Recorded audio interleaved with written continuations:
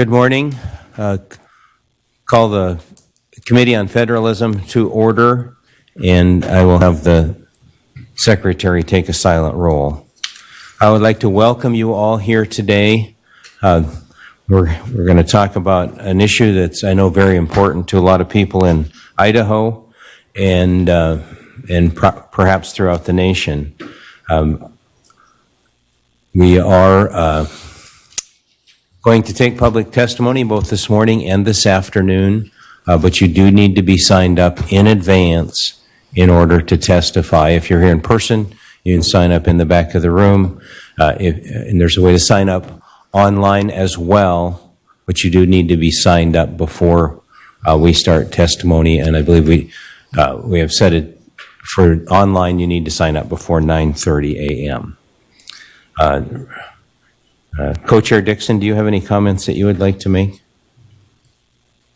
All right. With that, we have Mr. John Jacuri, and I apologize to you for the delay. We needed to have a little bit of a briefing this morning at the beginning of the committee meeting, but the floor is yours, and welcome to the committee. Hello, everyone. I hope you can hear me. Yes. Good morning, and thank you all for having me speak today about this highly anticipated federal COVID vaccine and testing mandate that is expected from the U.S. Department of Labor's Occupational Safety and Health Administration, or OSHA, in the coming weeks or possibly months ahead. I am an advisor here at the National Conference of State Legislatures on Labor Policy out of our Federal Relations Office here in Washington, D.C., and I'm also kind of our liaison to the U.S. Department of Labor.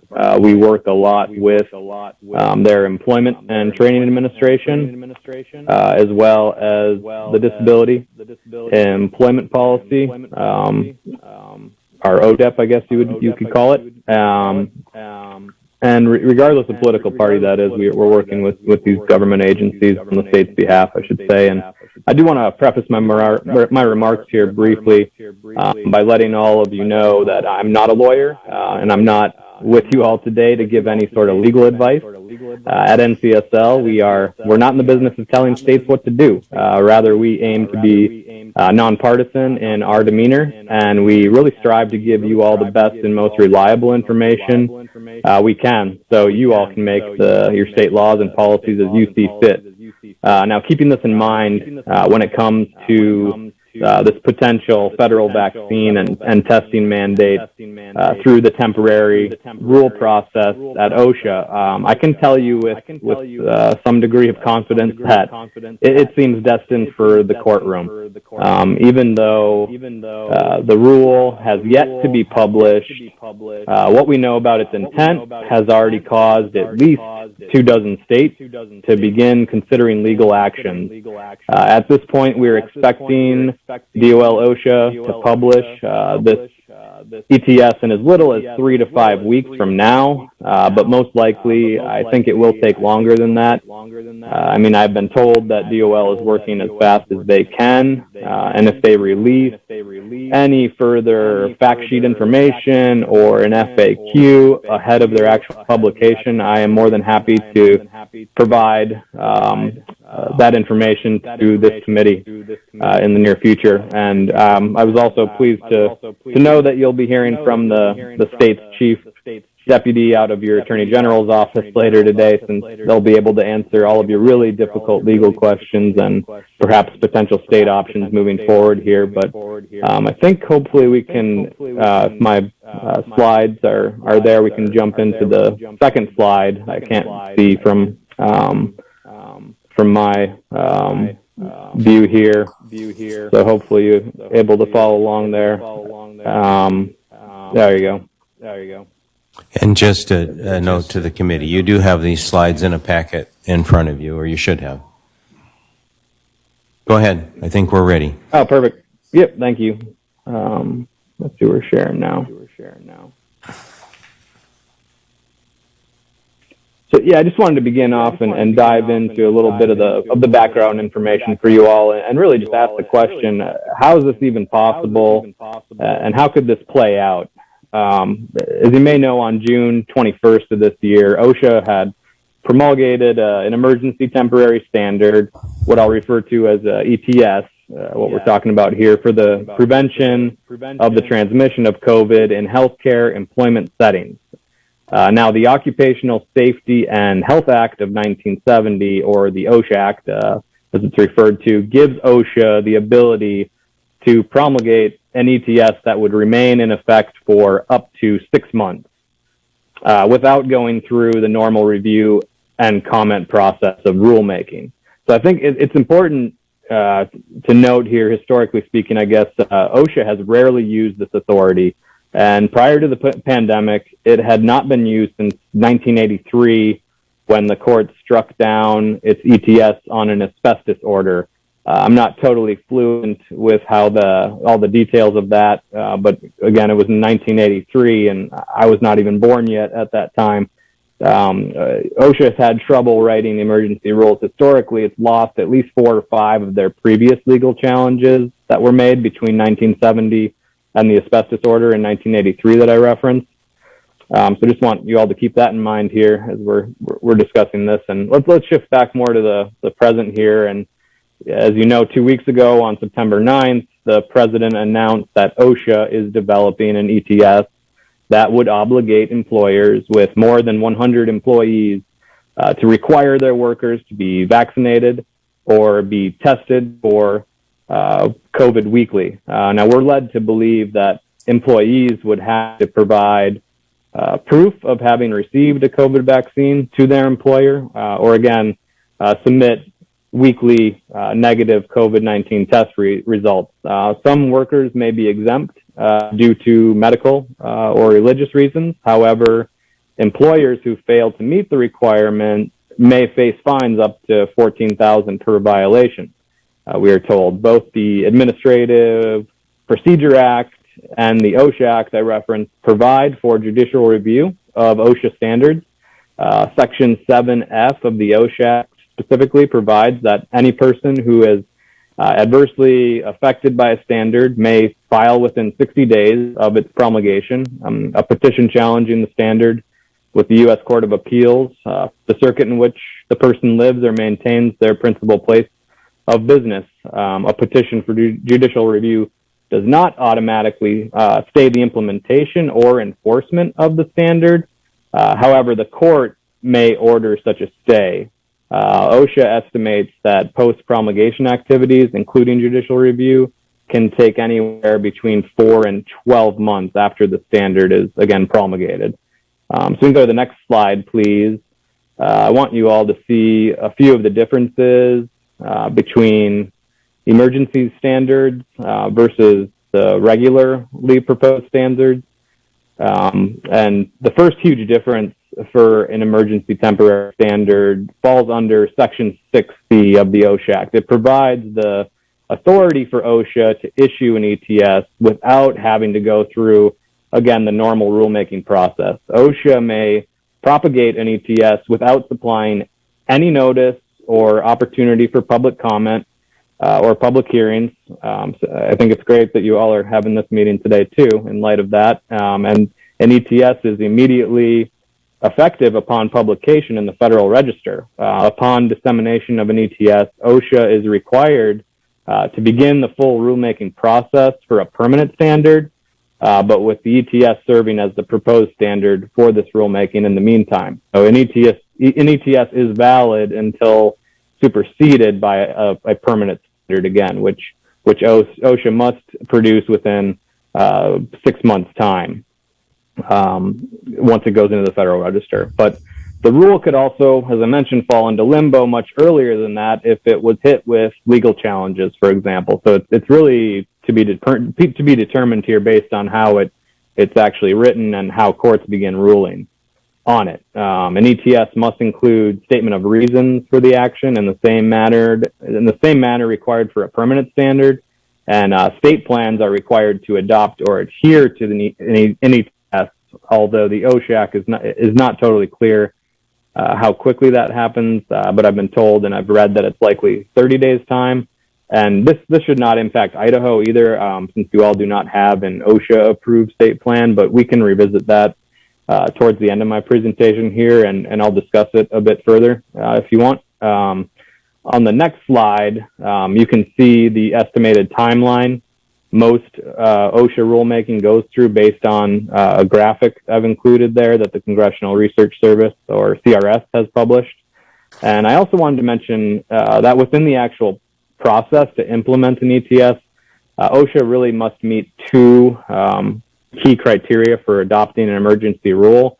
The first one being that employees are exposed to grave danger from exposure to substances or agents determined to be toxic or physically harmful, or from new hazards. And the second criteria is that such an emergency standard is necessary to protect employees from such danger. So in other words, OSHA must show that there is a grave danger to an employee and that the proposed ETS is necessary to protect workers from that danger.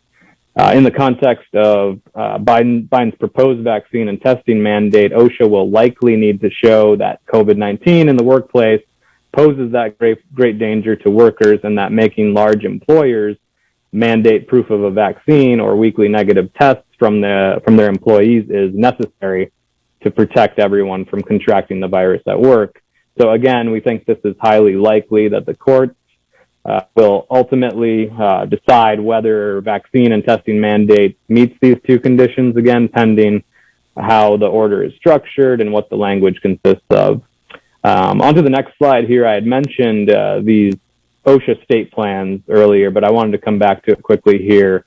As you may know, Idaho is one of the 24 states that do not have an OSHA-approved state plan. In those states without OSHA-approved state plans, the state and local government workers are not covered by federal OSHA, so we would expect that the state and local government workers in Idaho would be exempt from the upcoming mandate on vaccines and testing. However, even in these states, like Idaho, most private sector workers would still be subject to the rule through federal OSHA jurisdiction, so the emergency rule would still be applicable to your private sector employers with 100 plus employees.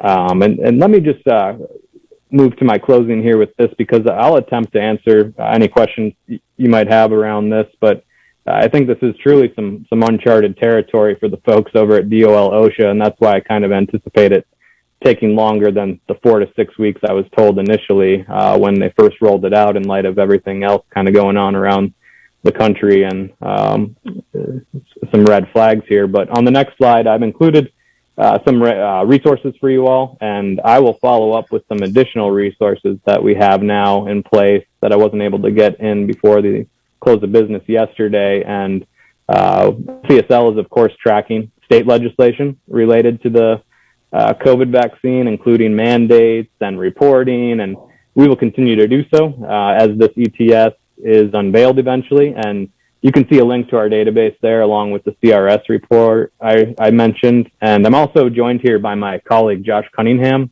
out of our Denver office, who has been tracking state actions around the workplace laws, and will also include some follow-up information around these items. Additionally, we actually just put up a blog and post on our state legislatures magazine that I'll share, and I think I will yield my time for now, and my email and contact information are included in my final slide there. So please feel free to follow up with me and my colleagues at NCSL in the future here whenever we can be of further assistance. But thank you all so much again for having us this morning. Much appreciated.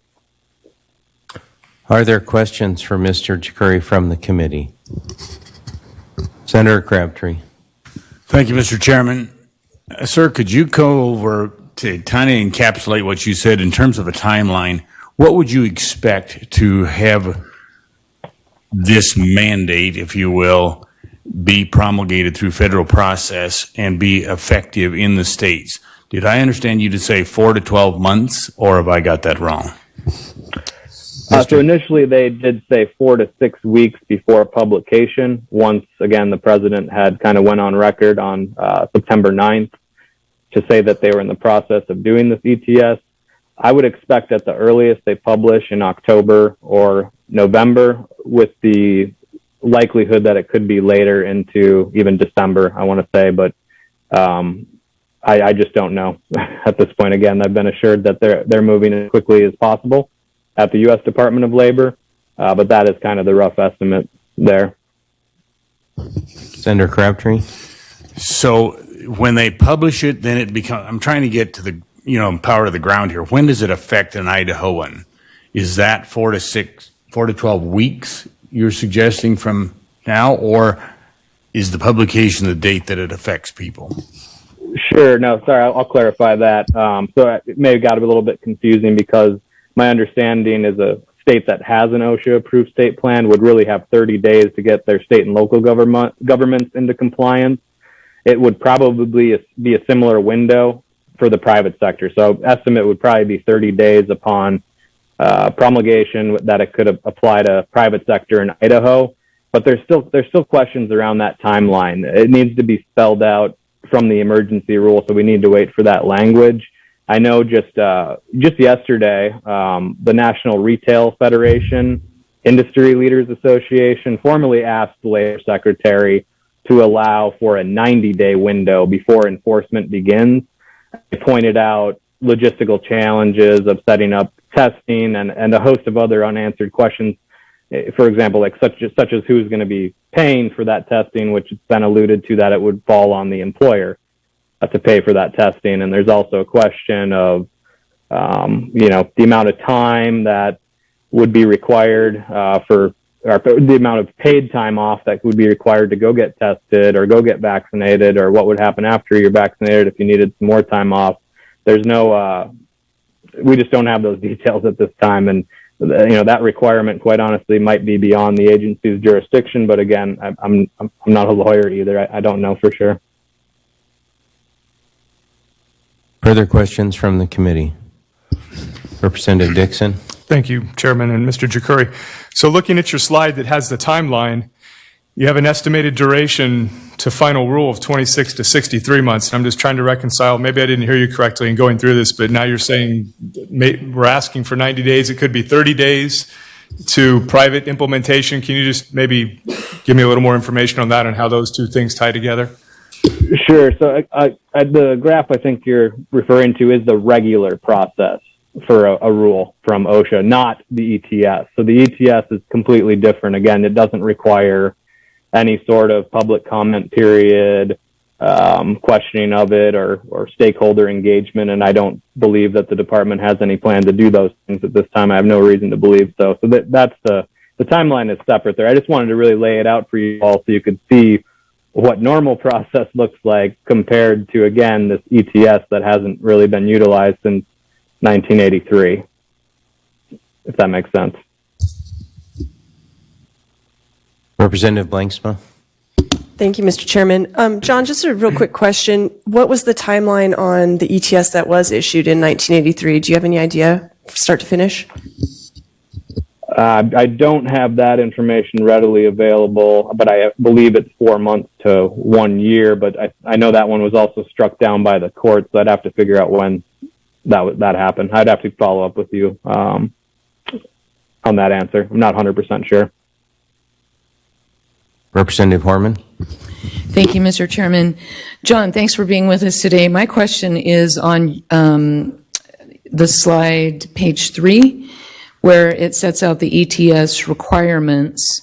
I just want to clarify that these are their standard requirements. These weren't developed just for this instance. So where it says employees are exposed to grave danger and that the standard is necessary to protect employees, is that just their standard rule? And do they have a further definition of what grave danger means? I don't believe so. So again, this requirement is referring to the 1907 OSHA Act. That's what we're operating under here, is a 1970 passed statute of U.S. Code. And so the ETS, again, was kind of used, I believe, 10 times between 1970 and 1983, the most recent one, until, again, this summer, now that we have another one in place and another one about to drop. Representative Horman. A follow-up, thank you. And so then, is there any further definition of grave danger? Not that I'm aware of, other than, again, what's in the 1970 OSHA Act. Nothing that's been expanded upon that since that time. It's standalone. And again, it hasn't been used since 1983. It hasn't been amended or touched since that time either. Representative Dixon. Thank you, Mr. Chairman. Mr. Chakuri. So 90 days tops, 30 days with the ETS, but then you mentioned 7F under the OSHA Act allows for a challenge, and that could extend that perhaps for 4 to 12 months. Would that only be the entity that's challenging that, or would that then blanket everybody?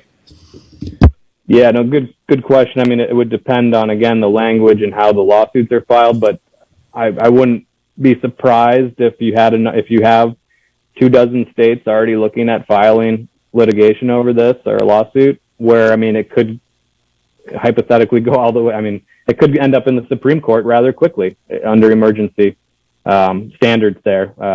Again, not a legal scholar, but I wouldn't be surprised if that were to happen. So it could be much quicker than 4 to 12 months. I have a question in regards to the states without a approved plan, an approved state plan. So the lack of enforcement would only apply to state and local governments that wouldn't be required to follow this ETS. Would that include, do you know if that includes community hospitals and those sorts of things that are maybe owned, managed by a county or a local unit of government? Not 100% on that, but I'm led to, that I'm not sure about that. I know it would apply to like schools, for example, or teachers, but that might be a separate part of this. I would have to get back to you on that one. Are you saying it does apply to schools? It does apply to, or doesn't? For those states with that are covered with, again, the state OSHA approved plans, it would be all your state and local government employees, which would include schools, I'm led to believe. But not in Idaho. But not in Idaho. Correct. That's my understanding. Right. Are there any further questions? Representative Horman. Thank you, Mr. Chairman. So then to follow up on the question that was just asked, if, and understanding the rules aren't out yet, if a school files Medicaid for, say, a special education service that they provide to a child and then bill Medicaid for that service, which does happen in Idaho, any speculation on whether that would mean that the entire school staff would need to be vaccinated? Yeah, I mean, I don't want to speculate. I'm not 100% sure on that right now. I don't really cover the public health part of this. I'm really here to kind of talk about the federal process since I handle labor policy. I know the two are kind of tied here, but that we'd have to get back to you on again as well, or probably wait till the actual language of the rule is out. Thank you. Senator Johnson. Thank you, Mr. Chairman. And John, I too would like to thank you for being here today. I have a question, but maybe a favor to ask too, since we work so closely with our partners there at NCSL. I have a copy of a congressional report in front of me, and it's from September of, well, let me get the right date, because I want to, September 13th, 2021. And there's some comments in there that caught my attention. And if I can just, Mr. Chairman, just kind of read a couple of sentences out of this publication and see if John can help me understand this process. Yeah, go ahead. Thank you, Mr. Chairman. Again, this is the Congressional Research Service, September 13th of 2021. And there's a couple sentences in here. It says, pursuant to guidance issued by OSHA on May 22nd, 2021, employers are not required to record or report any injuries or illnesses caused by the COVID-19 vaccine. This guidance supersedes earlier OSHA guidance that had required employers to record and report adverse reactions to the vaccine if vaccination was a condition of employment.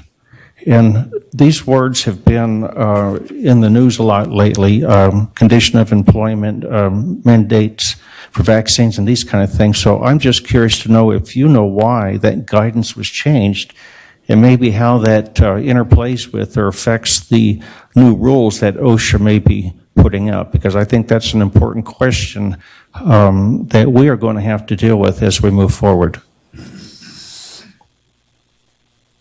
Got it. Okay. Yeah, no, thanks for pointing that out. I'm familiar with the CRS report that you're referencing, but I believe I'd have to go back and look at some of my notes here, but I believe that has more to do with how it applies to healthcare specific employers. And again, I know there was another ETS filed this summer, which we had mentioned previously in my remarks. So I can definitely follow up with you on that further later today, or if possible. Senator Johnson. Mr. Chairman, thank you. Well, I think that, at least for me, but maybe for the committee too, just adds a little more information, because I find it very curious that OSHA would not require us to report those types of injuries to the vaccinations. And so, if you're able to find that, I would much appreciate it. Thank you very much. Are there any further questions? I don't see any. Is there a way for Senator Nelson or Representative Mathias to let us know if they have a question? Okay. All right. Well, Mr. Chikuri, thank you very much for your presentation and your information, and I'm sure if we have more questions, we'll be in touch. Oh, Absolutely. Thank you so much. wait just a second. I think Representative Mathias had a question. Representative Mathias, do you have a question?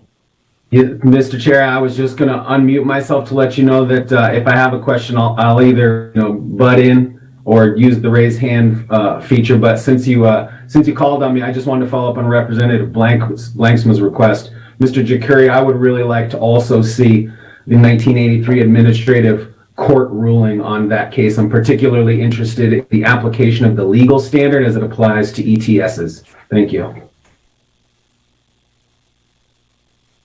All right. Thank you. That will end this section. We need to take a little bit of a break before we get into the public testimony. We are running a little bit ahead of schedule, so I'll go ahead and give you until 10 to 10.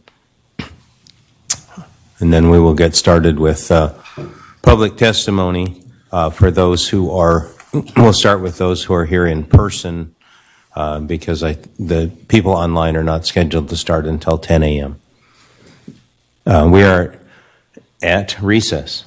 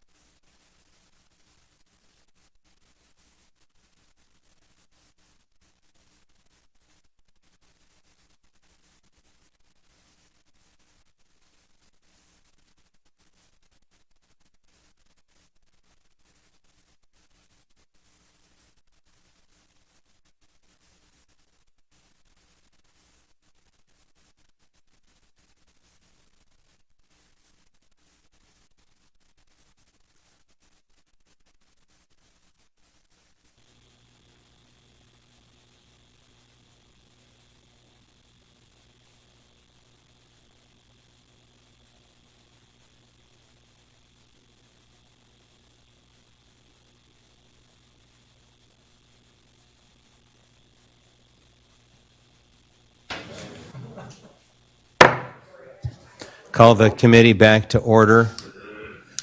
We do not have too many people signed up to testify in person, but we do have a lot of people signed up to testify online. And so we will limit testimony to 3 minutes per person. Our first presenter or testifier this morning is Fred Birnbaum from the Idaho Freedom Foundation. And the microphone is yours. Good morning, Mr. Chairman, committee members. My name is Fred Birnbaum with the Idaho Freedom Foundation. Thank you for holding this hearing.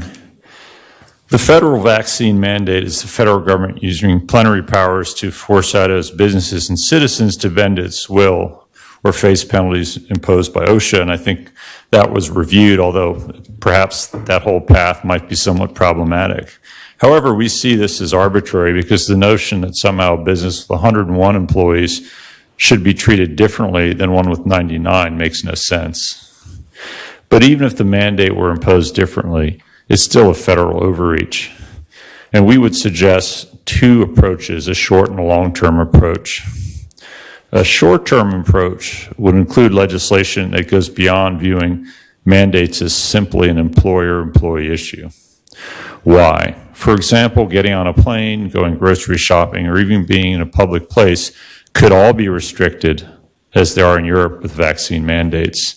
And again, I don't think we should be overly focused on the narrow application of this one because the Biden administration has actually said things like that.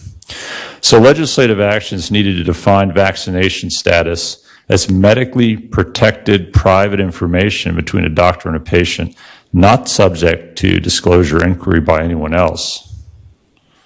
Full stop.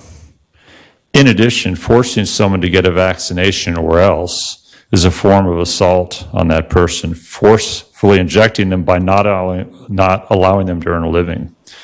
So again, we see this as more than just an issue of employee-employer, because the application of a mandate could go well beyond that, as I mentioned earlier. So there's a medical privacy issue. Does the federal government have a right to know about your prostate, for example? Why should they know about your vaccine status? Why should your employer know that? However, there also needs to be a longer-term approach taken. For those of you that were here in 2015, you might remember this. The Idaho House rejected the International Treaty on Child Support. The Obama administration threatened to suspend payments for temporary assistance to needy families. A special session was called, and Idaho backed down because of the threat of removal of federal funds. So we believe that Idaho would have to join with as many states as possible to interpose themselves as a unit against the federal government for these types of things. If each and every state said we will use our police powers to block OSHA enforcement, it would be a lot more noteworthy than just one state against the federal government. So just in closing, I would say, I've got 7 seconds. The hour is late. It is time to put the 10th Amendment notion to the test, and this is an issue to do that. Thank you, and I'll stand for any questions. Are there any questions? I don't see any. Thank you. I should have done this before the first presenter, but Fred's done this before, so he knew the drill, but please state your name and who you represent at the beginning of your testimony. And the testimony today should be on the federal, what we're looking for is information on the federal vaccine mandate, because we're the Federalism Committee. We're not here to talk about this. It's a very important issue, but this committee is not here to talk about the private business vaccine mandates that may have been put in place in Idaho. We're here to talk about the federal vaccine mandate. So if you could limit your testimony to that topic, that would be very helpful. Next up, we have Jen Graves.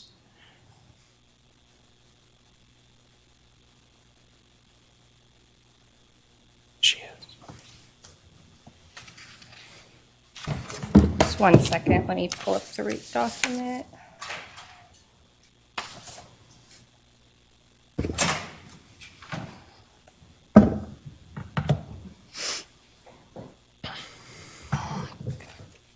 Oh, before I get started, my name's Jen. My address is 421 South Locust Street in Nampa.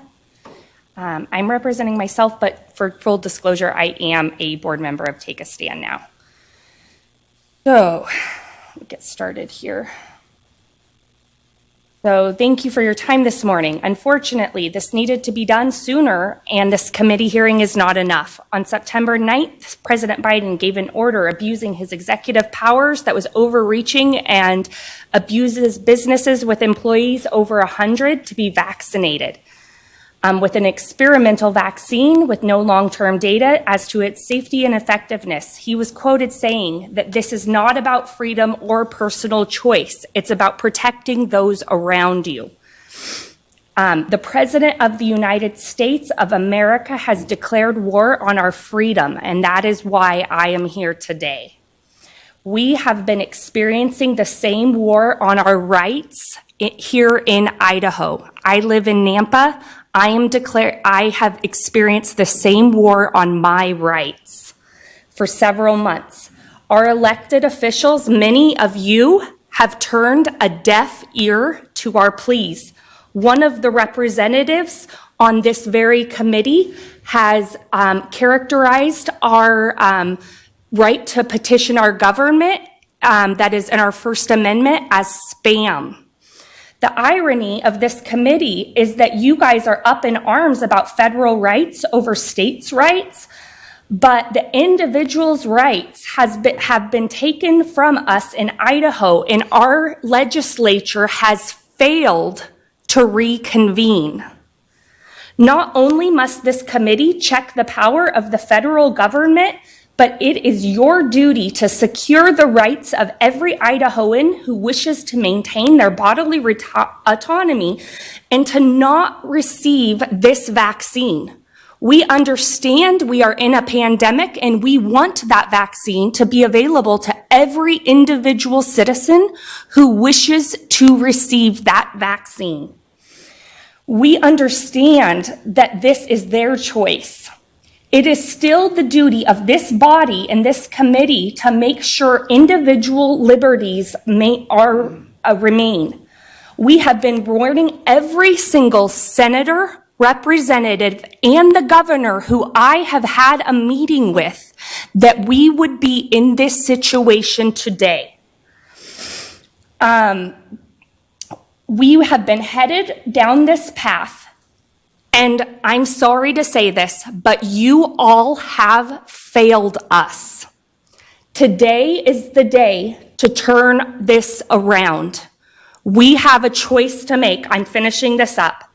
Many in the House and the Senate run on the platform of property rights. But I want to say to you, my body, my family's body is the ultimate property right.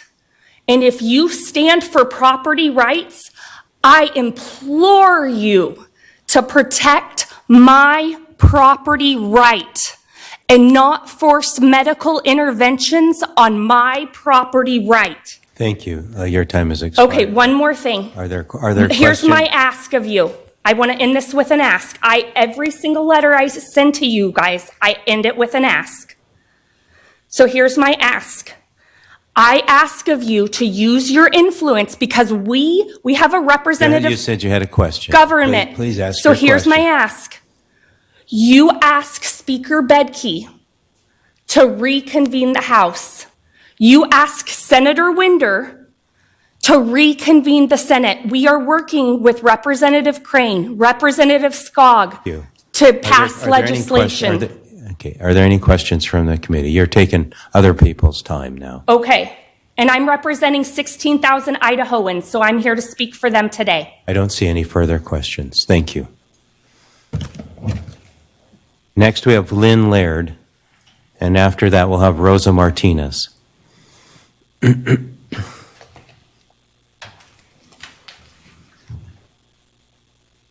Welcome to the committee, Lynn. Thank you.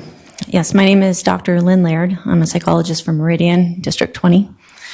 I'm here to ask more questions than to say anything else. My first question is really Excuse me, do you just represent yourself? Yes, sorry Thank about you. that. What is the purpose of this committee, is my initial question. Is it to expand cooperative federalism? So I have to wonder, given the governor's letter to Mr. Biden where he specifically mentions cooperative federalism. So it seems our governor, our Speaker of the House, and the Senate President Pro Tem advocate for a porous boundary between the state and federal governments.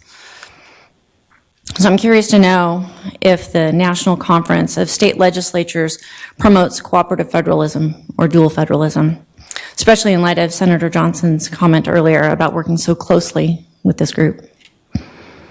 I'm curious to know if the Attorney General's office promotes cooperative federalism or dual federalism. If this committee is taking advice from these folks, I think it's important to understand their view of how government should be functioning before deciding to take their counsel. So I hope this committee is committed to ensuring that we as a state maintain control over our state and not hand the people of Idaho over to the federal government. Regardless of who sits in that White House, we should never abdicate our responsibility to govern ourselves, no matter the threat and no matter the financial incentive. My final questions are the federal carrots worth the stick? And is a bowl of porridge worth giving up our birthright? Thank you. Thank you. Are there questions for Ms. Laird? I don't see any. Thank you for your testimony. Rosa Martinez. And after that will be Doug Gross.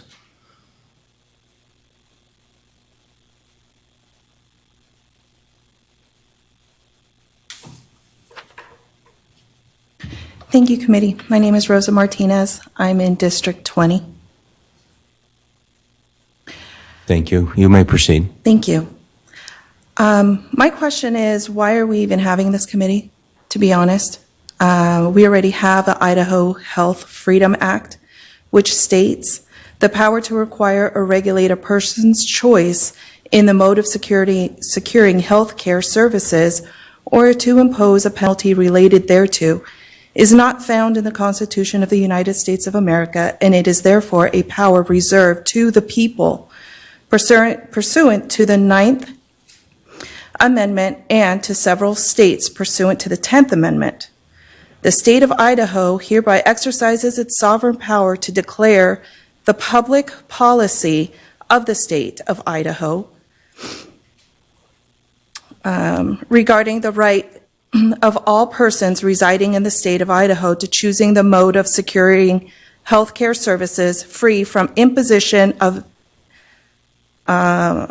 penalties or the threat thereof by the federal government of the United States of America. It is hereby declared that the public policy of the state of Idaho consists with the constitutionally recognized and inalienable rights of liberty. It is that of the person within the state of Idaho and shall be free to choose or decline to choose any mode of securing health care services without penalty or threat of penalty by the federal government of the United States of America. Why are we here? In all honesty, we should have been here last year when we tried to do a special session for the FEMA money, which gave our water and our land to the federal government. We should have all been here then, not now. Now is late. And it's sad because we have been asking and begging, calling and emailing for over a year, almost 2 years now, to have this taken care of. And I want to know why. Why is it taking this long? We, the people of Idaho, have been here. I have been here every single day, asking. And with that, I stand for questions. Are there any questions from the committee? I don't see any. Thank you for your testimony. Doug Gross. And after Doug Gross, we will go to the remote testimony. Thank you. My name is Doug Gross. I'm here representing myself. I'm a small business owner in Eagle. And as I was listening this morning and looking over the notes that were provided, under ETS requirements, it says employees are exposed to grave danger from exposure to substances or agents. And it appears to me that while President Biden considers COVID a grave danger, the CDC might redefine that, in spite of the fact that they're probably in bed with Big Pharma. So I want to just share a little bit of data with you so that you can perhaps set your sights on the right grave danger. Does that make sense? In other words, which target are we shooting at? Okay, are we shooting at COVID or are we shooting at the vaccine? I'm looking at a chart, and I'm happy to share this with you later. This is reported deaths by year, comparing COVID-19 to all other vaccines. And you can't see this, but it's just a simple bar graph. It starts with 1990 and runs through 2021. The number of deaths from vaccines is insignificant. It barely shows up on the chart until we get to, in other words, they're near zero, until we get to the year 2021, where the deaths reported as a result, only reported as a result of the vaccine, the COVID vaccine, okay? 13,751. It goes from 1990 all the way to this year at basically zero. And the chart, this is in the CDC's VAERS website, okay? It goes to over 13,000 reported. Now, what percentage of the actual events are being reported? My understanding is, and I can't verify this, but my understanding is somewhere around 1%. 13,751 reported. Okay, so I would implore you to evaluate which target you want to set your sights on. Mandates requiring vaccines that are killing people, or just taking care of COVID and having people treated appropriately on the front end. My time's up. Thanks. Thank you. And if you could share that chart and perhaps the link to that website to the committee, I would appreciate that. Yeah, I'm happy to do that. Are there questions from the committee?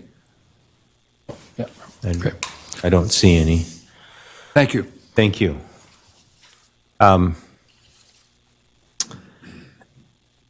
next presenter is Cindy Yepes Block.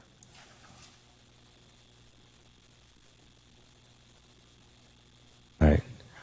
And while they pull her up, we'll have Al Gunter, who I also signed up to testify. We'll have him come forward.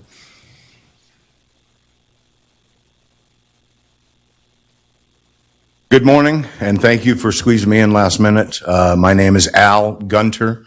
I am a native Idahoan. I represent myself and all of the common sense thinking people in the state of Idaho. I'm going to start this out with just a quote, and there's some debate as to who said it originally, but those who would give up essential liberty to purchase a little temporary safety deserve neither liberty nor safety. Listen, I'm a father. I'm just a common man, a grandfather. I have studied this pandemic, and I'm using air quotes, ad nauseum since the beginning of it. And I can tell you, based off of VAERS data, the CDC flip-flopping, Dr. Fraudse's flip-flopping on information over the past year and a half, various situations that have taken place all around the country, all around the world. This is all just insanity, okay? This, if you guys can't see it, is being used as a tool, okay? This is not about a virus. This is about control. What it's doing to the people of Idaho and the people around the country is sickening me. And to watch the President of the United States get up and demand that people take a shot or demand that they wear a mask or any of this, again, goes against our founding fathers' principles. This is not okay.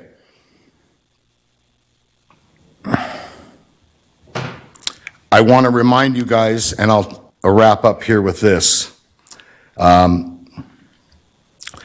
to secure these rights, governments are instituted among men, deriving their just powers from the consent of the governed, that whenever any form of government becomes destructive to these ends, it is the right of the people to alter or abolish it.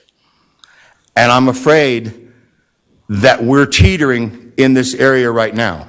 And I recommend that you guys really do a little soul searching, do a little bit of researching besides what the MSM is putting out there, because the truth is out there and we're not being told the truth.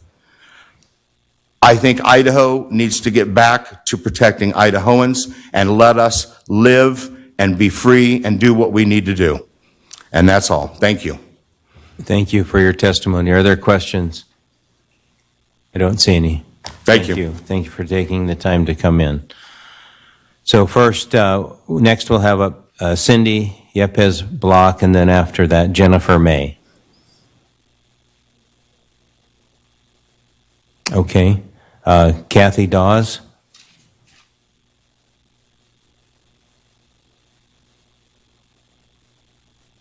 Yeah. And then is Diane Bumgarnt signed in? So she will be next after Kathy Dawes.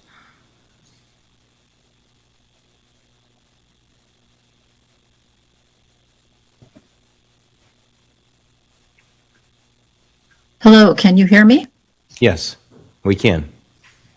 Thank you so much. Members of the committee, thank you so much for taking testimony remotely. I greatly appreciate it. My name is Kathy Dawes, and I'm speaking on behalf of myself and my husband. We've lived in Idaho for 48 years, and we have never felt so offended about what our state is doing. We are very disturbed that the governor is pursuing legal action against President Biden's plan to get this pandemic under control. First, the plan only applies to large companies with over 100 employees. Second, it gives people the choice of either getting a vaccine or being tested, which is a very simple matter. It's a 1-minute self-administered nose swab is all it takes. And third, Idaho is experiencing right now crisis standards of care. And under that, we have stressed out our hospitals and our patients who are needlessly there for something that is totally preventable. And it doesn't allow people like me and my husband to get the needed health care we do need. Merely encouraging people to get vaccinated, which is all the governor has done, is clearly not working. And we're now in a situation where many hospitals are unable to take patients. There's no way we're going to get back to normal until this situation is vastly improved. Restaurants are closing again, schools are in jeopardy of going back to online learning, and parents will have to work at home again. The president's plan to be implemented by OSHA as an emergency temporary standard is necessary to protect the health and safety of employers and employees and is the most responsible thing to do at this time. Threatening a lawsuit to stop this effort is an incredibly irresponsible action and a dereliction of the duty of the governor to protect the health and safety of all Idahoans. And besides that, a lawsuit will undoubtedly result in wasted taxpayer dollars. I want to end with a story about a group of people on a cabin cruiser in the ocean. One of the passengers decides to dig a hole in the floor of his cabin. The water flows in, and the other passengers are upset. But hey, it's his own cabin, he argues, so why should it matter? Personal choice, personal freedom, only goes so far when we're all in the same boat. Thank you. Ms. Dawes, I have a question for you. Okay. Do you have a concern about one person, even if it's the President of the United States, determining health policy for everybody in the country? This is not one person. This is the Department of Labor, OSHA, that is doing this. And their responsibility is to the people of our nation, the health and safety of all workers in our nation. That's where this is coming from. And you would feel just as comfortable if we had a health order like this coming from the Trump administration? If it would help save lives, yes. All right. There is no doubt that this would help save lives. Are there any questions from the committee? I don't see any. Next up, thank you for your testimony. We have Diane Bumgart. Thank you. And then after that, Brandon Ostberg.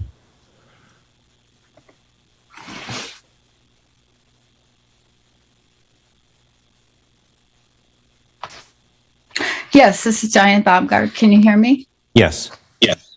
Okay, thank you. I'm sorry, my video. Okay, thank you for this opportunity for remote testimony. I really appreciate it.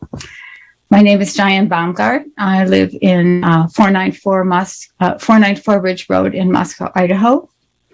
And I support the enactment of the Department of Labor law that was issued in 1970 regarding overseeing intercommerce situations where health and safety has been questioned. And I'd like to start with one comment about our founding fathers. I'd like people to note that George Washington, during the War for Independence, mandated that all of his troops receive the smallpox vaccination for the benefit of the success of the war that he was fighting. So this is not a new thing to mandate vaccinations. I'd also like to quote the reasonableness judicial ruling that came down in 1910 regarding the smallpox mandated vaccination. And in writing for the majority, John Marshall acknowledged the fundamental importance of personal freedom, but also recognized that the rights of an individual and respect for his liberty may at times, under the pressure of great danger or harm, be subjected to such restraint to be enforced by reasonable regulations as the safety of the general public may demand. That decision is now called the reasonableness list, and I believe when the state of Idaho's Department of Health and Welfare issued a crisis and allowed hospitals to triage patients, we are definitely in a situation of danger. Now I'd like to talk about my personal experience with medical care and the harm that I'm experiencing and the harm of others. I was diagnosed with cancer at the end of March last year, and at that time it was pre-cancer. The health situation was already stressed, and it took 3 more weeks to get a 3D MRI. And I'm glad I did, because at that time, my cancer changed from pre-cancer to stage 1 aggressive cancer in a tumor, and it was now present in both breasts, and that was within 3 weeks. I was put on an emergency list for surgery And even so, it took another 2 months for me to have a double mastectomy instead of the small lumpectomy that I was initially supposed to have. That surgery was June 25th.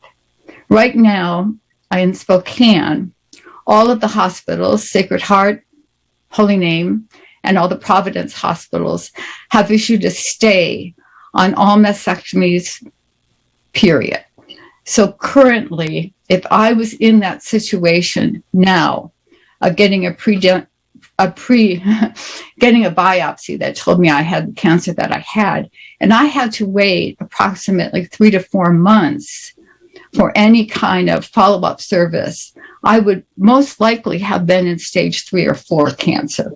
That is not the diagnosis I would prefer, and that is what I mean by harm being done to people when the system is being overwhelmed in a COVID crisis. Thank you. Your time has expired. Are there questions from the committee? I don't see any. Thank you for your testimony. Next, we have Brandon Ostberg, and then Barbara Sivey.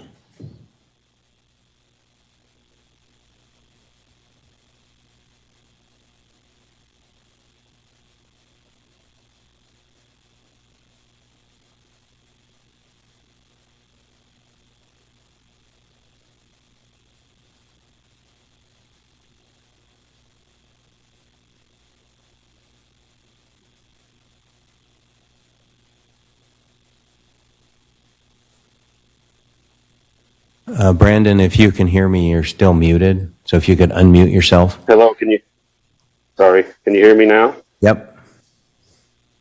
Okay. Thank you for letting me testify. My name is Brandon Osberg, and I just represent myself. Members of Congress, I come before you today to ask you to do all in your power to stop this vaccine mandate. I would like to share with you my story, which is just one of many unique reasons why this must remain a personal decision. One night when I was about 5 years old, I woke up in the night crying for my parents. I had lost control of my body.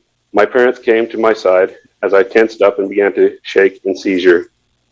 As a parent myself, I can only imagine the horror they must have felt as we spent day after day and year after year in the hospital and in treatments with no solutions. This was all to a reaction to a vaccine.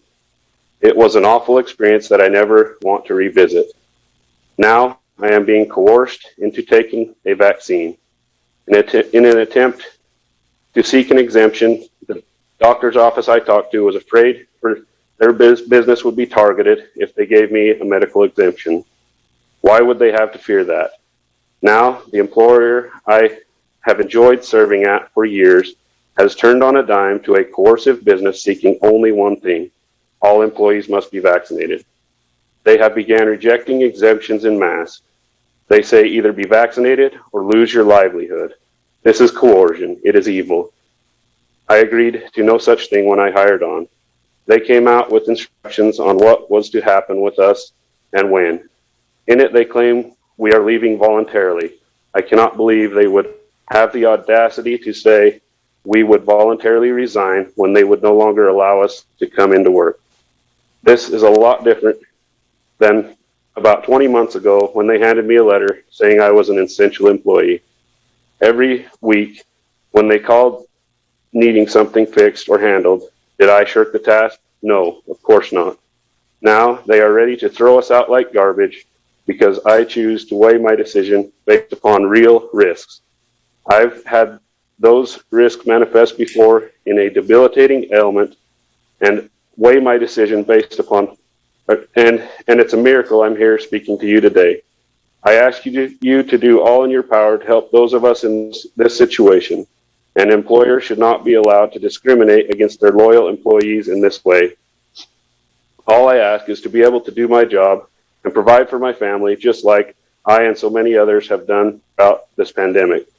I was talking with my son last night, and he was asking reasons why government would want to force a vaccine on folks. I told him that sometimes people have different opinions on what's right and wrong. That doesn't change the truth, but people can argue any point. I told him that's why I believe the Founding Fathers were such great and inspired men. They set out to build a document that would allow the individual their rights and choice, but at the same time let us live and work together. It is an amazing document. It is being attacked today. Evil and conspiring men are trying to poke holes in it. I believe that the streams of water coming from those holes, and if we don't do something about it quickly, the way of life we cherish and hold dear will be gone. Thank you. It's about to wash out. Your time I has can't just expired. sit back and let the world come about like this for my son without saying something. Thank you. And thank you very much. Your time has expired. Are there questions from the committee? I don't see any. Again, thank you. Barbara Sivey, and then Rhea Carver. Okay. Jennifer Horton.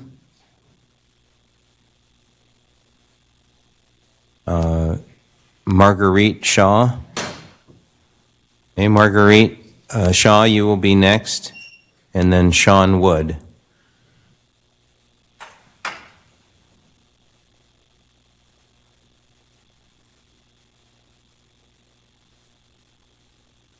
Hello. I can hear you. Can you hear me? Yep. Oh, okay, great. Okay, thank you for allowing me this opportunity. I favor any plan that leads to a better vaccine participation by Idaho residents. I retired from the University of Utah Health Sciences. Flu vaccine participation had been mandated there for years. The only outcome was less influenza every year. We are in a crisis. Imagine my surprise to learn that I am the next to the last tier that would be afforded medical treatment in an Idaho hospital. Why? Simply because of my age. I am 66 years old. I am deemed expendable if others younger than myself are in line for treatment. Idaho's low vaccination rate is threatening many lives, my own included. In Driggs, the local senior center has had to shutter. Why? Because if those seniors get any illness, they cannot in all likelihood get treatment. I support more vaccinations. Idahoans have proved they will not do this on their own, sadly. And more is needed to stop the pandemic. They have spoken. As in the time of polio, smallpox, whooping cough, we need to push harder for vaccine compliance. I think the mandate is the only way forward, and I support it. The very chamber that you sit in has had people in the state legislature promote misinformation concerning vaccines. Representative Chad Christensen has lost 3 Facebook pages because of misinformation. If you could refrain from talking about I'm individual sorry. legislators. Excuse me. So my problem is with this is that my life is being endangered because other people are not complying. And getting back to the hole in the boat, and we're all in the same boat, please do not start a lawsuit to stop this. Let's get everybody vaccinated. Let's get the politics away from COVID, deal with the science, deal with what is out there, and stop this pandemic so we can get back with our lives. I thought I was home free, being vaccinated, and now I find that I have to worry again because there may not be a hospital bed because of the unvaccinated. Let's get everybody healthy. Thank you. Questions from the committee? I don't see any. Thank you, Ms. Shaw. Next we have Sean Wood and then Lyle Johnstone.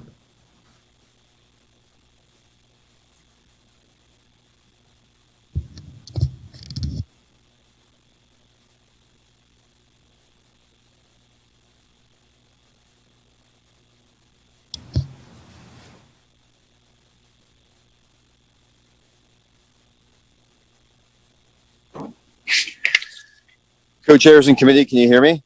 Yes, we can hear you. Yes, sir. Mr. Co-chairs and members of the committee, I'm Sean Wood from Arco, Idaho, and I represent myself. I'm currently in the field right now, so I have to present myself this way.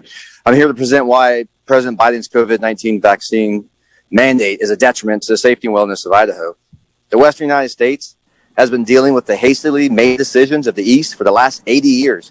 Among Rocky Mountain Flats, the INL, Hanford, Nevada test site, and Los Alamos, and a few more, we're all dealing with decisions that were made with a new nuclear technology created in a limited time scope.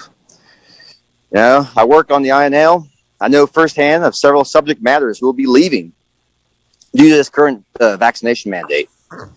It is with this coming purge of such individuals that I fear there is a much greater likelihood of possible accidents or impacts to Idaho in greater number than the current 2,700 deaths that are currently we're at as a state. You know, I was trained by the Navy. I was furtherly trained by other DOE sites, so I always have a question attitude. I and my fellow mentors are the kind of engineers who understand the importance of requirements, specifications, and engineering judgment to present a dissenting opinion in the engineering discipline without the fear of retaliation or chilling effects. Fast forward to today's environment. To even ask a valid question or have a minor dissenting opinion of the legality of being forced to declare your vaccination status for COVID-19 segregation as vax, unvax, mandatory workplace testing, and now you push even further with the mandatory COVID-19 vaccinations. The workforce is provided no informed consent of any of the procedures, only expected to follow what they are instructed under the threat of termination for insubordination. Insubordination in the workplace, for those who do not know the definition, is employees' intentional refusal to obey the employer's lawful, ethical, and reasonable orders. The orders in place for such attestations, testing, and vaccination mandates do not fall in the category of lawful, reasonable, or ethical. If this label of insubordination of COVID-19 strikes the fear of retaliation to this environment of the workers of the INL, only imagine what a real hazard with a large dollar consequence could create in the same workforce for those in the future who may consider voicing their dissenting opinion. Threats, coercion, or just accidents begin to happen in a workforce we all rely on to keep the INL and the individuals in the surrounding communities safe. And that's all I have to say for now. Thank you. Are there any questions from the committee? Senator Harris. Mr. Chairman, thank you. Sean, did INL give you a timeline of when they wanted everybody to have a vaccination? Yes, sir. Well, the prime contractor I'm working for, they came out with the date of 12/1, which, if you do the calculation, should be about November 17th with the 2 weeks to be considered fully vaccinated after the last shot. So 12/1 is the last date for anybody who refuses to not get vaccinated. That's when you leave. Thank you. I don't see any further questions. Next up, we have Lyle Johnstone and then Thomas Blewett. All right.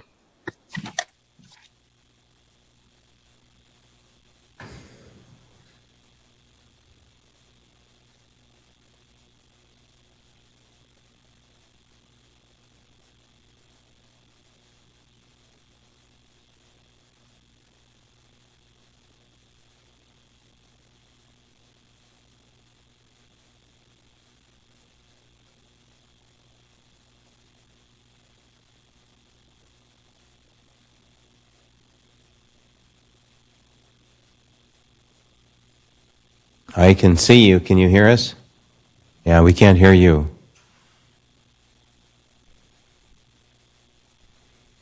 Yeah, we still can't hear you. Are you unmuted?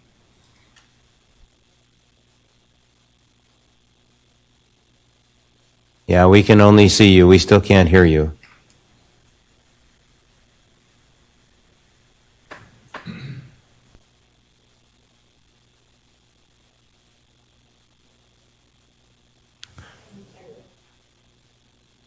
Yeah, there's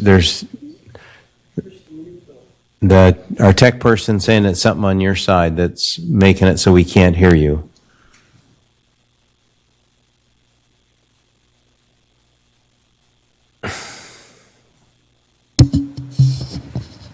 Check the speaker on your own computer, sir.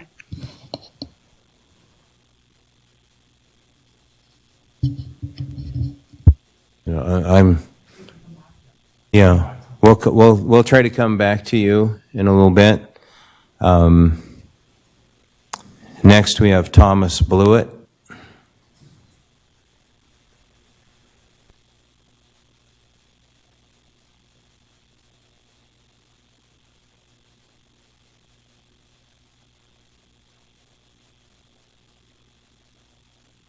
Clark Alberton.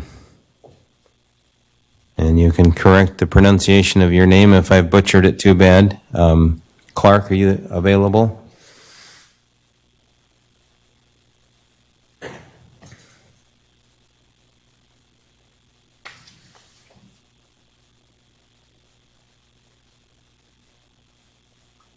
Yes, can you hear me? Yes, we can hear you.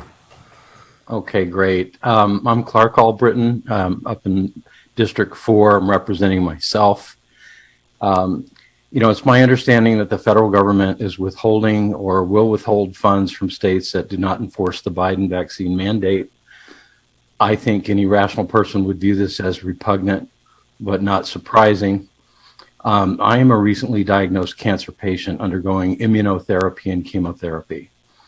And there is a specific NIH study about the vaccine effectiveness for patients that are receiving those therapies.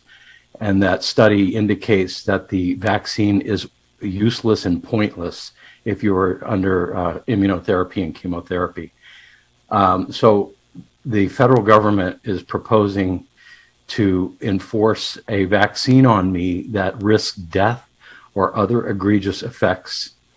Unless I get this vaccine, I will lose my health care benefits, and that will affect my dependents, my children, and my wife. And so unless I take that risk for no value, because it will not be protective to me, and it will not be protective to anyone else for me to be vaccinated, all it proposes for me is risk. And if I don't take it, I will lose my job and my health care benefits.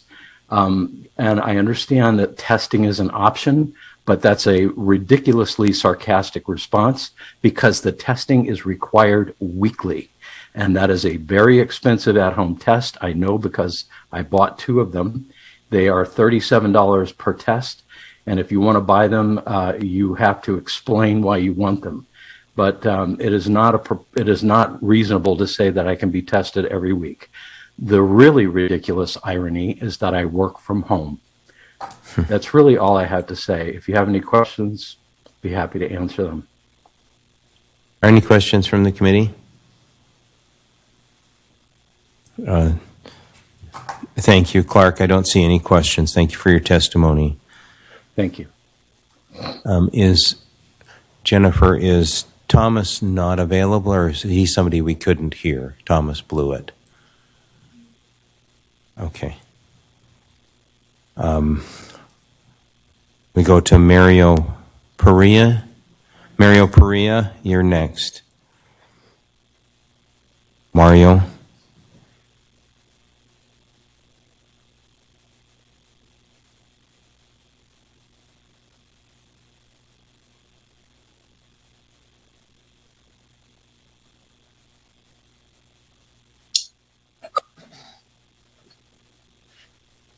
Hello? We can hear you. Okay. Hey, my name is Mario Perea. I live in Meridian. I'm a precinct committeeman here in District 20. Thanks for taking my testimony today. So, my question is conflict of interest here, right? Like, as far as I understand, the federal government took $50+ billion and gave it to the pharmaceutical companies and said, make this drug for us. And then they said, we'll clear all the regulations so that this can get to the market super quick. And that's what happened. So the federal government being the producers of the vaccine, isn't there a conflict of interest that they now want to force the product that they made onto us? That seems like a conflict of interest, especially since there are side effects to the vaccine. And we know that if you're hurt by a vaccine, you can't sue the pharmaceutical company. You have to go to the federal government and to their vaccine court. So now we're basically, if we get hurt, we're asking the people, the federal government who made the vaccine, we're going to be asking them to be just in paying us out if we get hurt by the product that they made and forced onto us. This is so much conflict of interest. Furthermore, I really want to know why they're leaning on the small guys, right? Why the federal government is leaning on the private companies to do their dirty work. It seems to me, here's the analogy that I'll make. In the drug, like the narcos, right? You have the high-level drug kingpins. They make the drugs, like the federal government is, and then they give it to the little guys out on the street drug dealers, and say, hey, go do our dirty work. Go push these drugs in the community. And those little guys, the street dealers, are the ones that end up getting busted, are the ones that end up going to jail. But the drug kingpins, they never get touched. They sit back in their, private islands, making all kinds of money, and they never get touched. And I think that is a proper analogy about using the drugs, illegal drugs, because I feel like we're entering into a second phase of the drug war. The first phase of the drug war was prohibition, and it's obviously not done very well because there's a whole bunch of people still using drugs and addicted. But it seems like the second phase of the drug war is now mandates, and we have the same people involved trying to push their drugs onto us. Thank you. Thank you. Are there any questions? I don't see any questions. Thank you for your testimony. Next we have Helen Hawley, and then after that will be Jordan Knorr. Okay, I guess Helen is not with us. Jordan, you're next.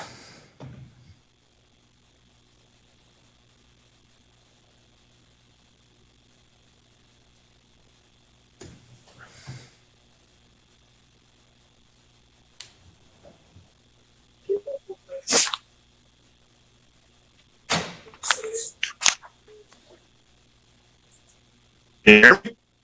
Yes, we can hear you. So I just want to let you guys know I'm not going to be as nice as some of these other people. I want to put you all on notice that if this passes, whoever is in favor of this, as long as a lot of other Idahoans are going to personally file a class action lawsuit against you. I am pretty appalled that we are even having this discussion, and I'm pretty fired up about this, and I'm trying to tone it down. But this is ridiculous. And this is Constitution. I will not put something in my body that I don't want to. How is this any different than rape? I'm not going to put something in my body that I don't want to. You people need to stop this crap. This is not okay. I'm done. Okay. Are there any questions from the committee? I don't see any. Thank you for your testimony. Do we have Lorna Mitson? Lorna, you're next.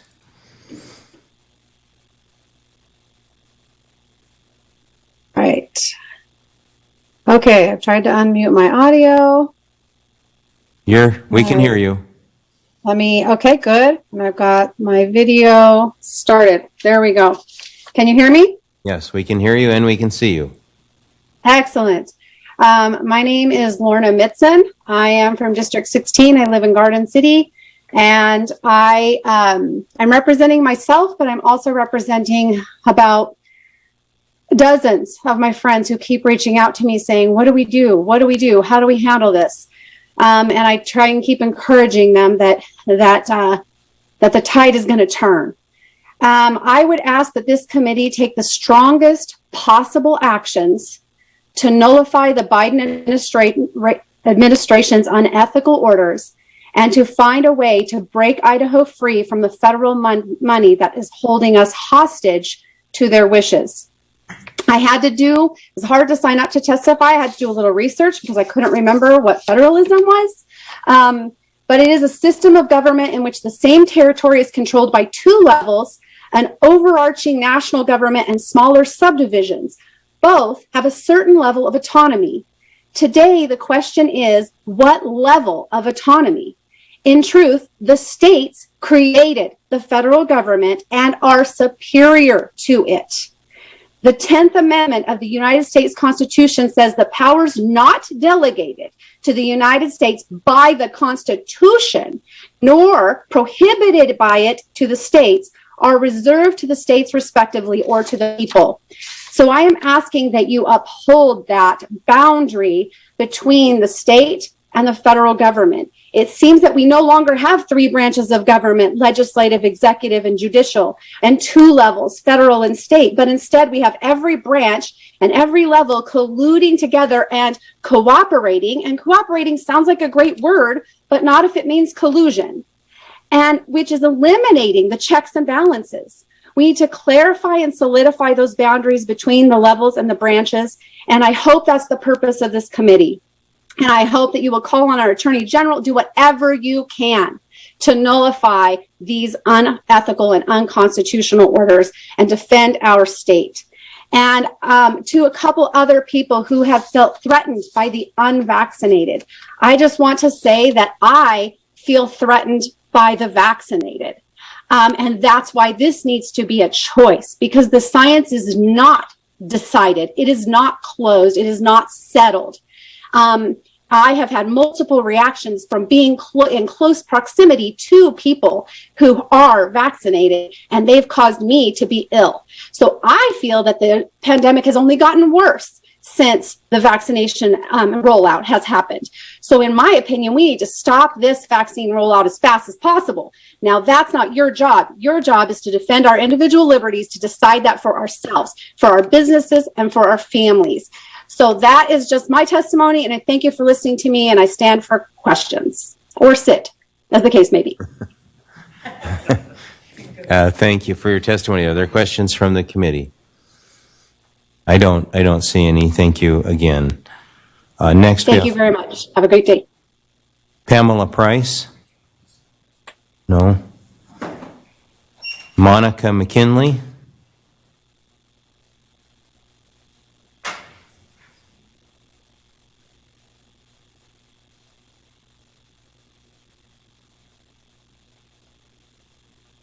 Is Monica available? I think do I have you? Yes, we Do you can have hear. me? Yes, we can hear you. Okay. Hold on, I'm working on the video. Give me a second.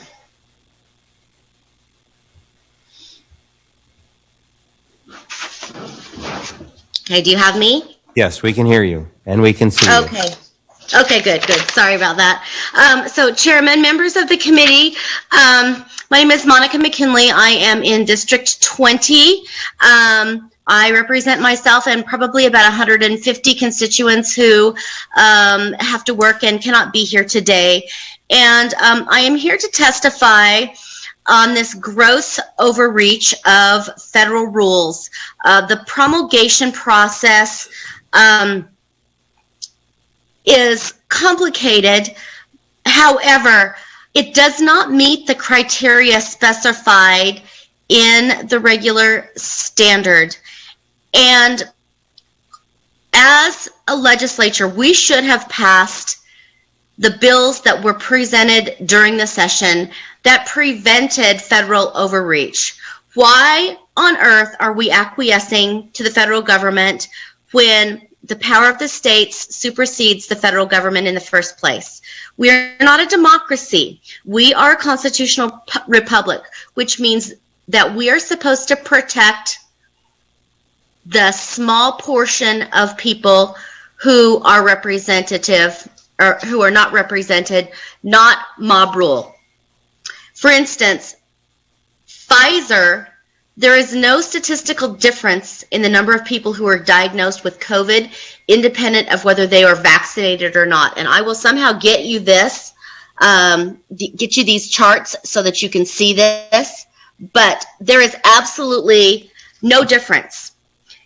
There is no grave danger. What is the definition of this grave danger that they are using to try to force vaccinate our labor force? And it's not stopping there. They have started doing bank account reporting. The city of Boise is doing vaccine passports at the farmers market, at BSU. They have also on the federal level expanded it to measles. So where is this going to stop? Where is the crisis standards going to stop? Where is the federal overreach going to stop? If we don't stand up and tell the federal government no, when are we going to? What is your line in the sand? Is it the vaccines? Is it measles? Is it coming to our house, collecting our guns? Is it coming to our homes to force vaccinate us? Where do you stop?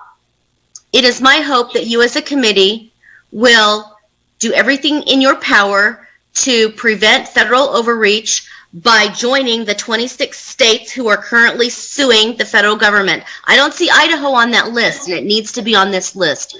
Please do your jobs. My time is up, and I appreciate your time, and I will stand for any questions. Thank you. Are there any questions from the committee? I don't see any, so we'll move on to our next testifier. Bonnie Jacobos? No. Shirleza Oaks? No. Tammy Blaney. Tammy, it looks like you're next.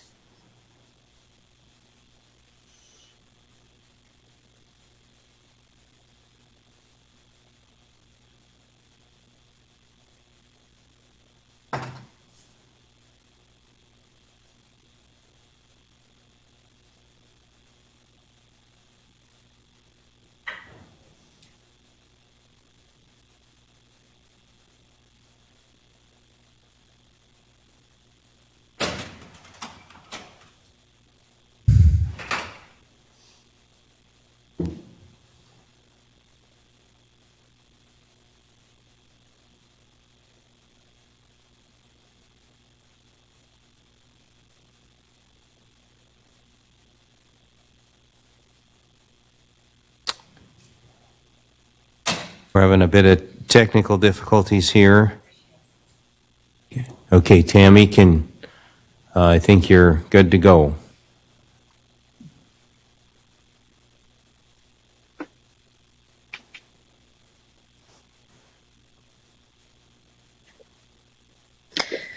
Hi, can you hear me? Yep, we can hear you and we can see you.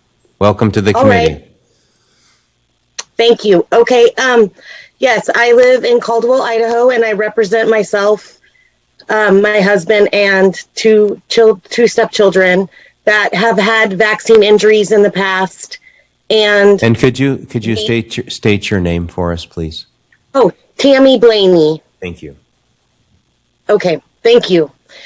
And we would like you to consider vaccine injured individuals when looking at this mandate, because it would be very harmful for my husband, who served in the Air Force for 23 years and had been vaccine injured, and it's on record, and his two children at 18 months had vaccine injuries as well.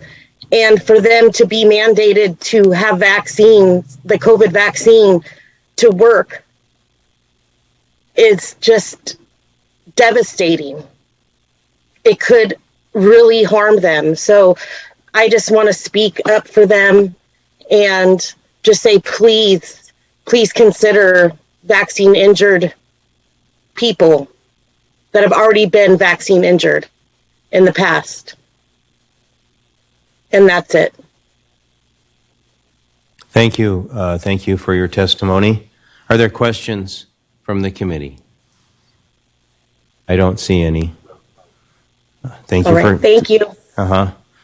Do we have Greg Kerschel? So Greg, you're next.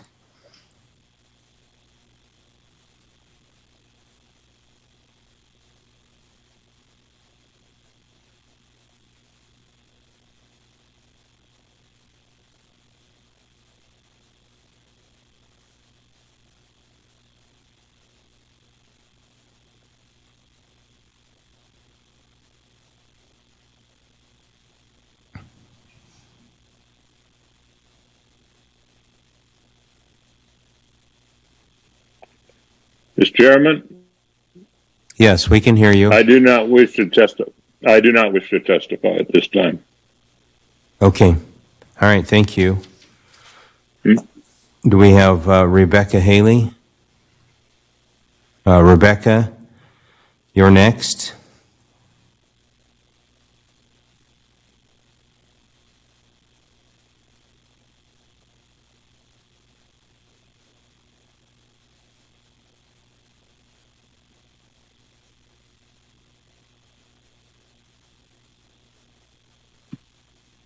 Hello, can you hear me? Yes, we can hear you. Okay. My name is Rebecca Haley, and I'm from Moscow, and I'm representing myself. I am in favor of the vaccine mandate. I think people should be able to go to their places of work without worrying about contracting a virus that has been fatal to over 670,000 Americans thus far. And I think people should be able to receive services from these businesses, which include vital services from places like hospitals and health clinics, without worrying about contracting a deadly virus or having to delay vital health care due to the immense strain this virus is putting on our healthcare system. Thank you. Thank you. That was brief and to the point. Is there questions from the committee? I don't see any. Thank you, Rebecca. Next up, we have Gresham Boma. No? Carol Mitchell?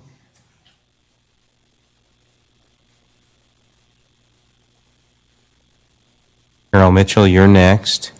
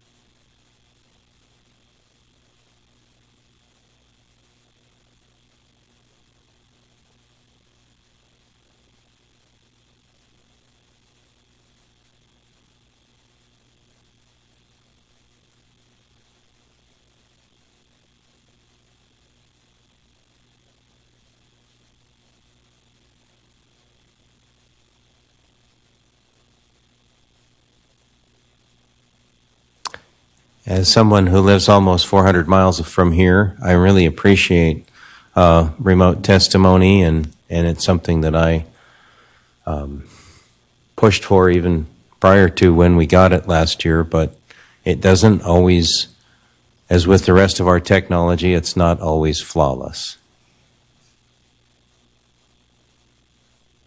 Mr. Chairman, I would just point out that this is better than some of our health and welfare meetings during session. So I was actually thinking very complimentary of LSO at this point. No, it's gone very well, but this was an unusually long delay. No, it's gone very well, I think. And I wasn't blaming it on LSO, on the technology.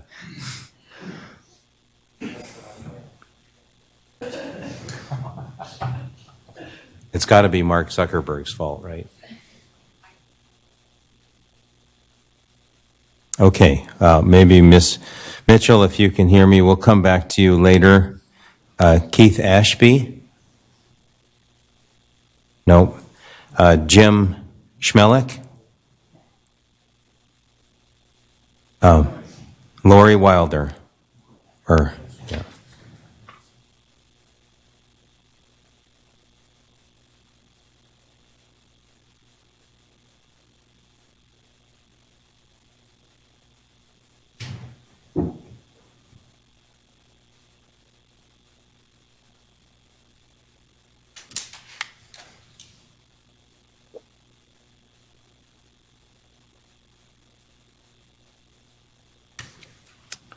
Can you hear me?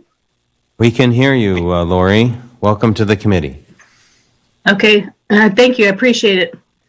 Let me share my video. I'm not one to get involved in politics, And but please, when I see please, the landscape, before you start, if you could state your name for the committee. oh, I apologize. My name is Lori Wilder. I'm representing myself. I live in District 21.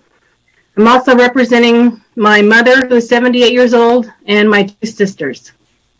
I was being affected by this mandate of 100 plus employees, and my sister is also affected by the mandate as she works in a retirement home. So I'm not, like I said, I'm not one to get involved in politics, but when I see the landscape of America changing, this is why I'm here today. I've listened to several, sound bites from Biden, from his press secretary, from Pelosi, from Fauci. And I'm going to quote Pelosi: "We cannot require someone to be vaccinated. That's just not what we can do. It is a matter of privacy to know who or who isn't." I will quote Fauci: "You don't want to mandate and try and force anyone to take a vaccine. We've just never done that. We don't want to be mandating from the federal government to the general population. It would be unenforceable and not appropriate." I've written my legislators, telling them they need to get back in session so we can stop these mandates. The mandates are only affecting a certain class of people. It's not the whole population. We see what's going on at the Texas border. They're not being vaccinated. We saw the planes with Afghans coming across. They're not being vaccinated. So it's only affecting a small group of people. So we need to put a stop to these. And now the BSU president is mandating that the students receive the vaccine. They have to show a vaccine passport, or they have to show a negative test to even attend a BSU game. If you do the math in Idaho, 1% of the population is dying. 1% is too many, but other people are dying from cancer, from suicides, from car wrecks, from violence, gun violence. And the population who's died from this in the whole U.S. is between 1% and 2%. So 98% of people who have COVID are recovering. So I took a 10-week class on the Constitution last spring because I wanted to know what the Constitution said. What are the powers of the federal government, the state legislature, or the Congress, and to the courts? I taught the class this summer, and I'm teaching in the class again this fall. We all must know what powers the Constitution gives to all three branches of government, and we have to know when we see government overreach so we can defend and assert our rights. Thank you. Thank you for your testimony. Are there any questions? I don't see any. The last person I have on my list is David Nelson. I don't know if that's Senator Nelson. I assume not, but I don't have an address for him.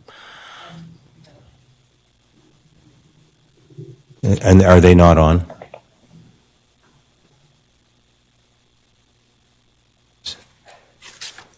So that's what's that?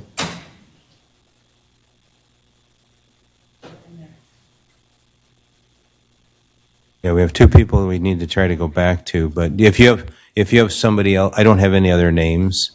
Who do you have? Yeah, Lyle Johnstone. Mm-hmm.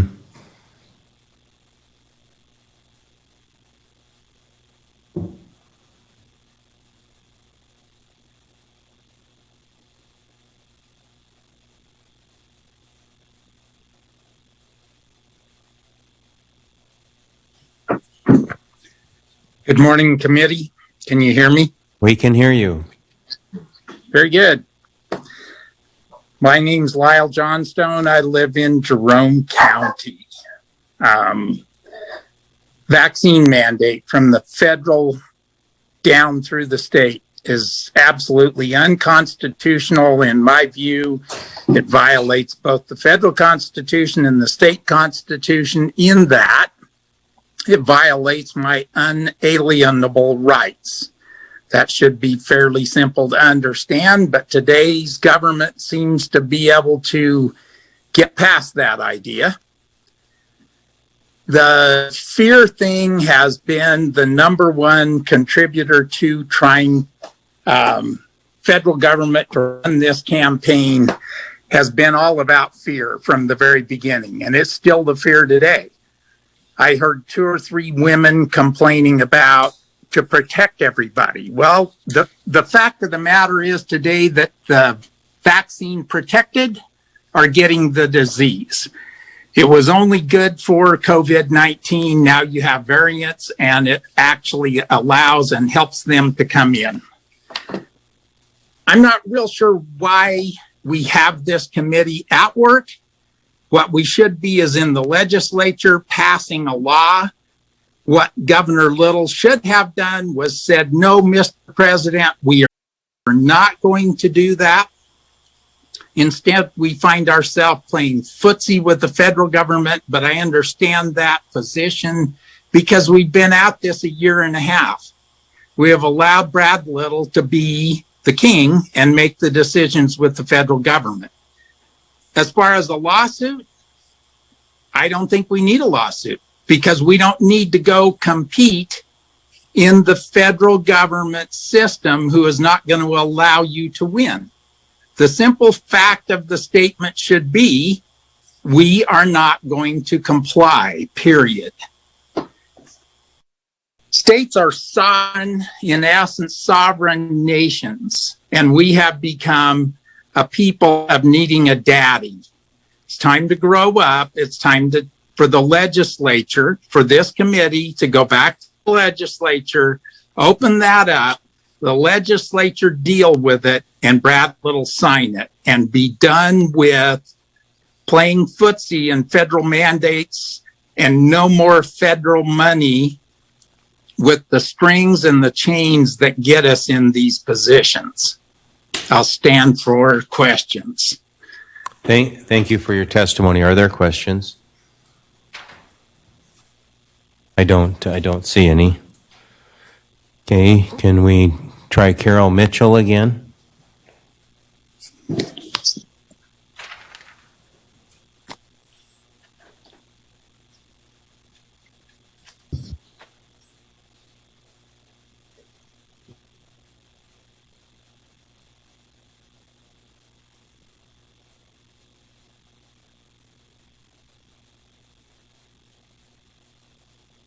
Hello? Yes, we can hear you. Yes, my name is Carol Mitchell. I'm from Boise, Idaho, and I am for the federal mandate. My beautiful granddaughters, ages 4 and 7, have just gotten COVID. Our family did everything that they could to minimize their risk of exposure, including getting vaccinated, yet they were likely exposed at school. More and more children are getting sick now and ending up in the hospitals. And our Idaho hospitals are now in crisis standard of care due to the overwhelming number of unvaccinated people needing care. And that's undisputable. Over 90% of the people who have COVID that are in ICU in the Idaho hospitals are unvaccinated. I'm terrified that my precious granddaughters may not be able to get proper medical care due to the strain on our Idaho medical facilities. Asking people to do the right thing and get vaccinated or mask up or not go to huge public gatherings is not working. They're listening to misinformation, misunderstanding data, and they're not listening to the medical experts who are pleading for those who are eligible to get vaccinated to stop the spread. There seems to be a mindset out there that my personal gain or freedoms has more weight than the collective well-being of all. That's not okay. We need to impose mandates for vaccination to stop the deadly spread that is now affecting our vulnerable and precious people. I'm open for questions. Are there questions from the committee? I don't see any. Thank you for your testimony. Do we have anybody else that was not on earlier that's available now? No, sir. No. So that is all. We had 12 people who were signed up that didn't testify. That probably would have taken us to noon hour, but since we're done with testimony. Representative Horman. Thank you, Mr. Chairman. I have heard from some people in Idaho Falls that are having trouble with the link. I'm hearing from one now that says he has a link and is registered, but for some reason is not showing up in the system. Are we going to allow more testimony this afternoon? Yes, we are. Yeah, anybody that can sign up now before we start taking testimony before our afternoon session, and we will hear them as well. Thank you. Hopefully, if there's issues with the link, they can be resolved, or they can contact us some other way. Well, at this point, I'm wondering if we just need to get these folks on our cell phones and put it up to the mic, quite frankly, to make sure they have had the opportunity to speak. Yeah, and we did allow a lot of time for testimony today because it was very important. You know, we've been asked the question, what is the purpose of this committee? And while there are legislators who are reluctant to go into a special session, we felt like it was important to hear from the people as to what they would like. They have not had, since the legislature adjourned, have not had a general forum to discuss this issue, and the Biden vaccine mandate certainly raised the level of concern because now it applies to a lot of businesses and a lot of individuals in Idaho. And so we wanted to take testimony because I know personally I'm interested. I received more emails off session over the last year than I ever, this is my 11th year in the legislature, than I ever have. So I'm hearing from many of you, but I also think the public testimony is important. If other members of the committee have a comment they'd like to share, I'll allow for that, and then we will, once that's done, we will adjourn until 1 o'clock. Senator, Representative Dixon. Thank you, Mr. Chairman. I'm just wondering if maybe we do want to go ahead and use what Representative Horman's suggestion, since we have some time, and if these people want to just speak through the cell phone and we can hold it up to the mic, that might be valuable right now. Thank you, Representative Dixon. I'm getting a message back that he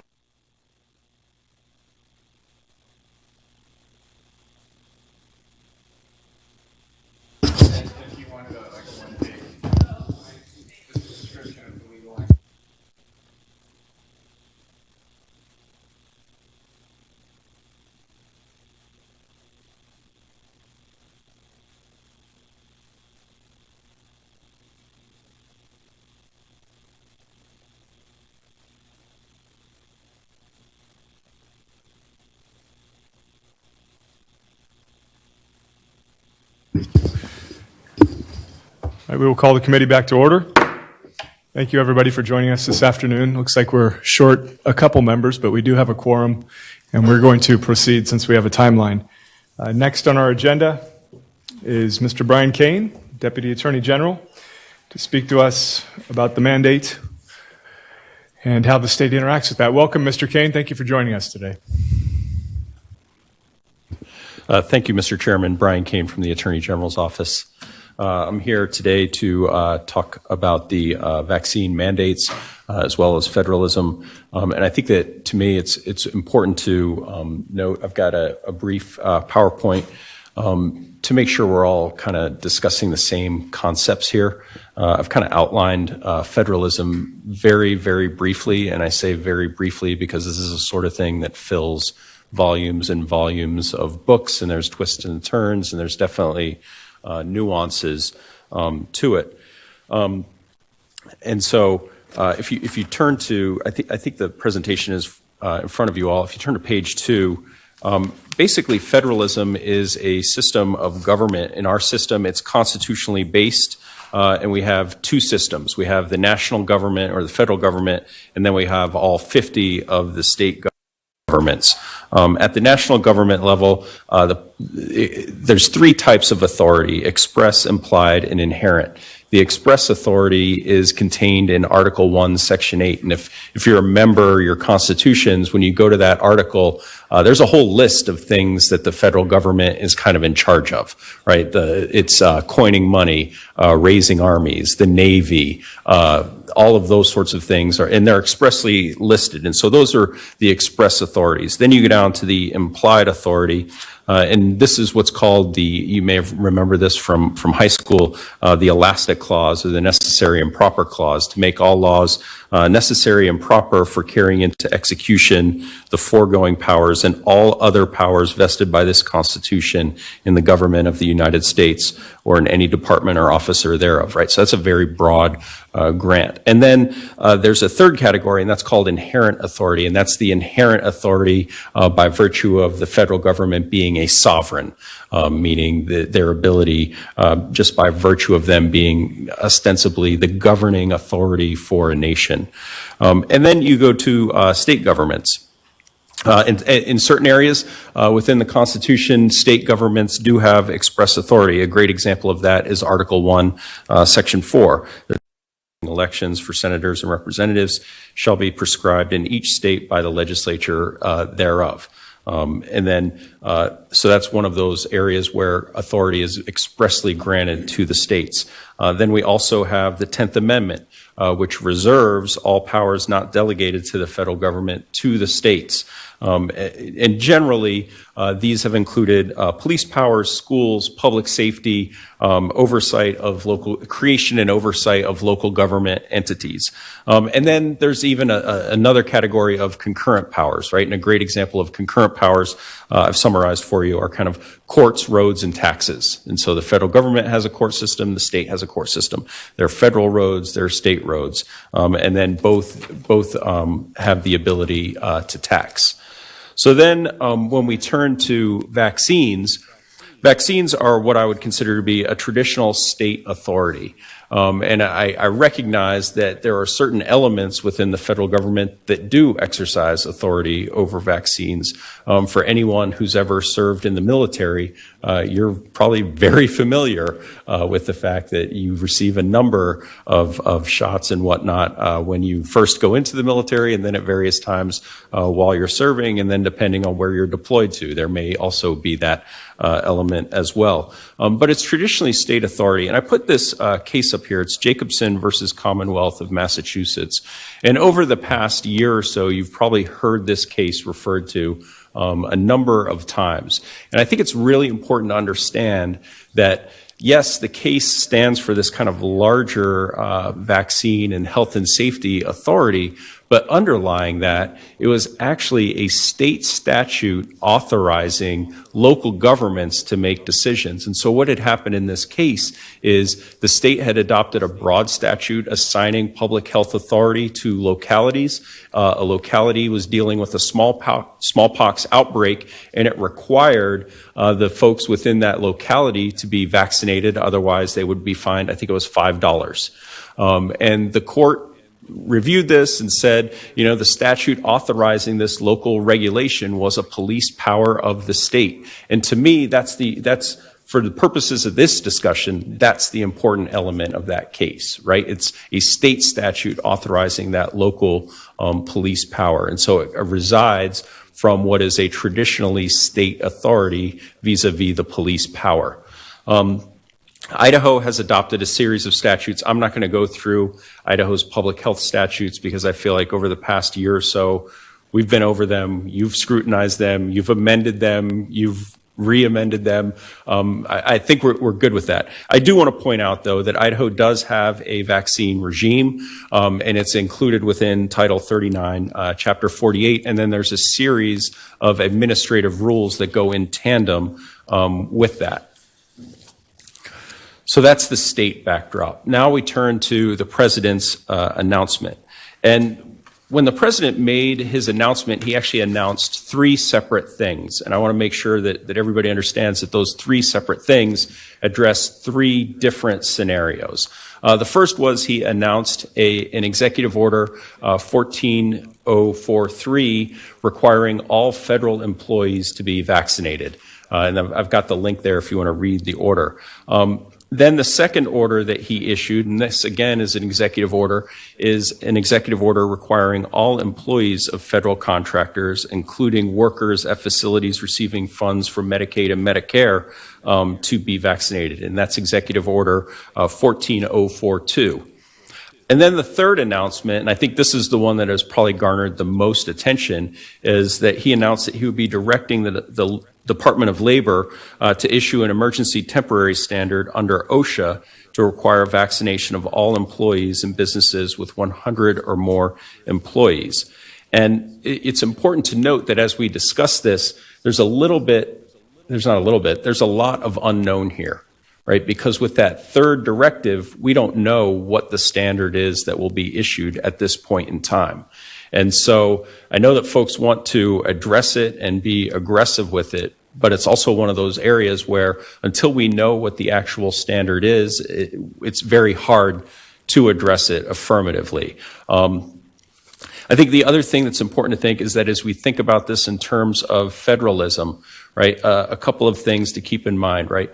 The federal government's authority over federal employees is probably one of those areas that's probably cordoned off from state interference, right? The federal government employs the federal employees, they get the say in that. And so then when you go down to employees of federal contractors, again, they're entering into contracts with the federal government. It may be more difficult for the state to reach into those areas and have influence. So that leaves us with this emergency temporary standard as a question of whether or not that would constitute federal overreach, meaning the federal government has reached too far within our circumstances into what we would probably define as state police power, right? Our ability, we've traditionally regulated vaccines. And so the question mark there is whether the federal government has the authority to issue that sort of mandate through a rule through OSHA. This morning, I know that folks referred to a case dealing with a 1983 standard with regard to asbestos. And I've emailed that case. I've got it up here on the slide. It's called Asbestos Information Association versus OSHA. And it was out of the Fifth Circuit in 1984. And it addressed an ETS to address worker exposure to asbestos. And one of the things that the court noted is that issuance of an emergency temporary standard is an extraordinary power used in limited situations in which a grave danger exists and then delicately exercised. And so in essence, what the court is saying is if OSHA is going to go to this emergency standard, it's got to be somewhat of a last resort to address a grave danger, and then it should extend no further than necessary to abate that grave danger. And so I think that contains a series of kind of important elements there to say, hey, if OSHA goes in this direction, its discretion is not unfettered. When the court reviews this, it reviews it under what's called a substantial evidence standard, which one of the ways that it's referred to as a hard look, meaning the court takes a hard look at what the agency has analyzed and what the outcome of the agency is. One of the things that I can tell you about this case is that in this asbestos information case, the record that the agency was relying on comprised 9 volumes and years of scientific study and analysis.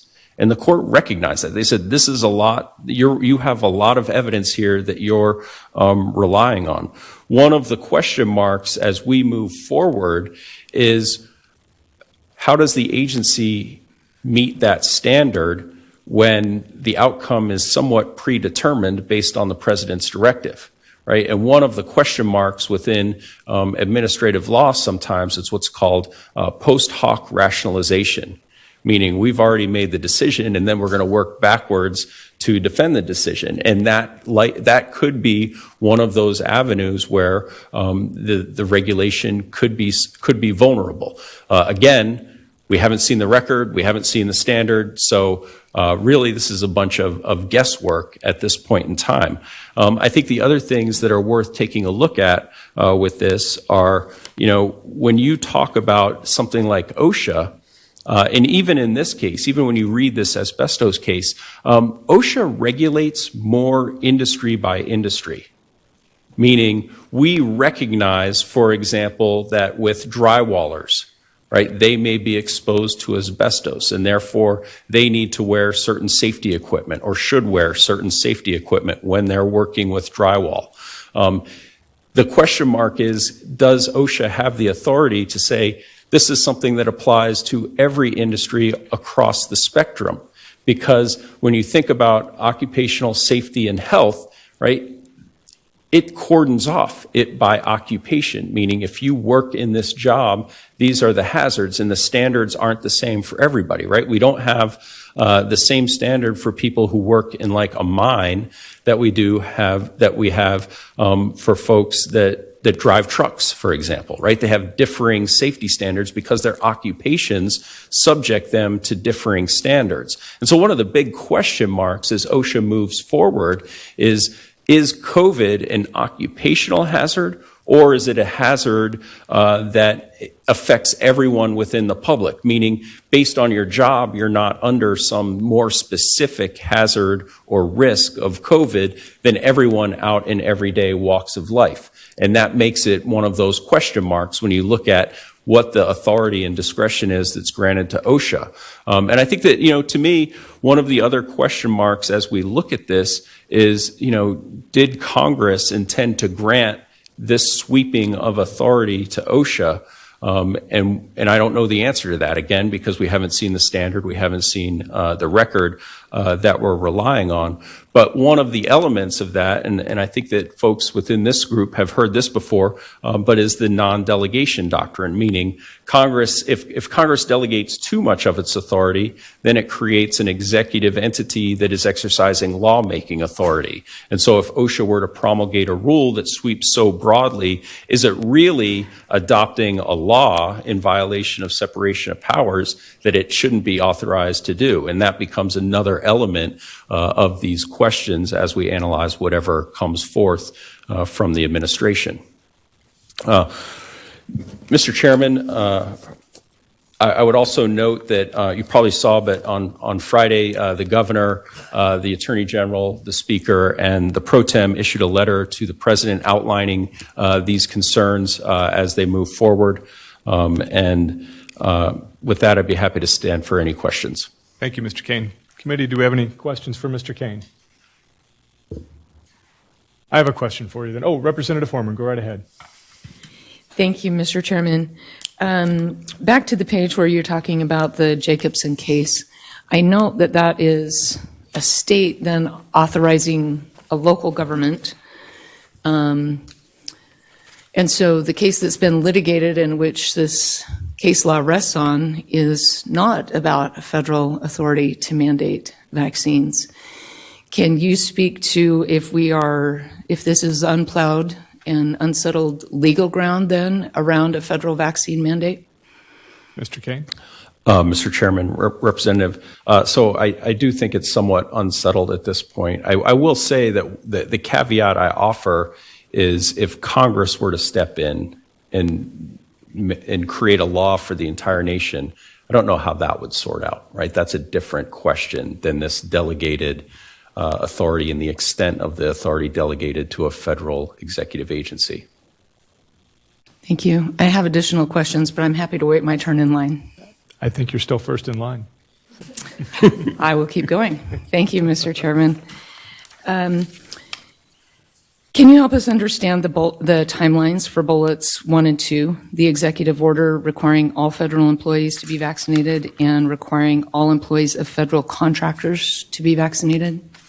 So I think that the executive order with regard to federal employees, I think that that's been issued and is in effect. And I don't know what the timeline is, in part because I don't really deal with the federal side of this very much. I do know that the second executive order dealing with federal contractors, there's actually a task force dealing with COVID issues that's issuing guidance.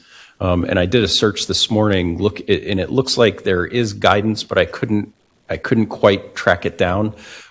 They've got a frequently asked questions section that referred to some things, but it was unclear.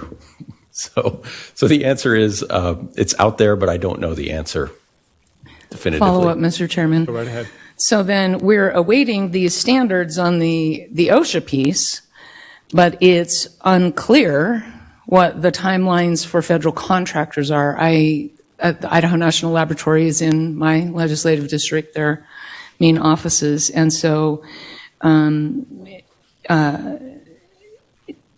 and the lab made their own decision to do this, not necessarily in response to this, but I'm wondering about, that's why I'm wondering about the timeline, because this employer has set out a timeline, and I'm wondering about potential conflicts with the federal timeline and any options that might give employees who are concerned. And I'm wondering if there's any question there about conflicting timelines. Mr. Chairman, Representative, so the only way that there would be a concern about conflicting timelines is if somehow a federal contractor's timeline was more generous than the federal government's timeline through their guidance. If it's more restrictive or more strict of a timeline, then it's generally permissible. And when you review the executive orders, they actually have carve-outs for more restrictive or protective measures to address COVID. You may continue if you wish. Okay, I thank you, Mr. Chairman. So then I'm wondering about potential state action as it, these people in the state are also Idaho citizens. And I'm wondering if there are, I've heard of ideas floating around such as just a moratorium that's temporary in nature until the full legislature can get back into session and sort out, legally where we are. I've heard of ideas around broad exemptions that allow, for example, antibodies to count as immunity rather than immunities created by the vaccine. So can you address some of these ideas for state action, legislative state action, or even executive order action, frankly, that would provide some protection for Idaho citizens who are troubled by these mandates? Mr. Kane. Mr. Chairman, Representative Horman, so what you're really asking is what the extent of state authority is versus the extent of federal authority.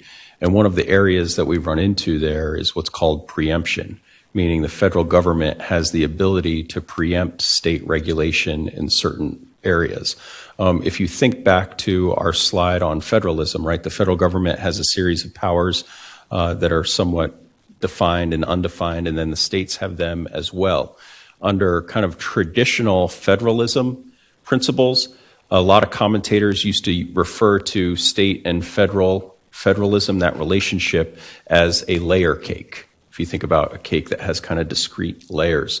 However, the more common notion of federalism is actually that it's a marble cake, meaning it kind of weaves in and out based on, however the batter flow. I don't know how to make a marble cake, to be honest with you.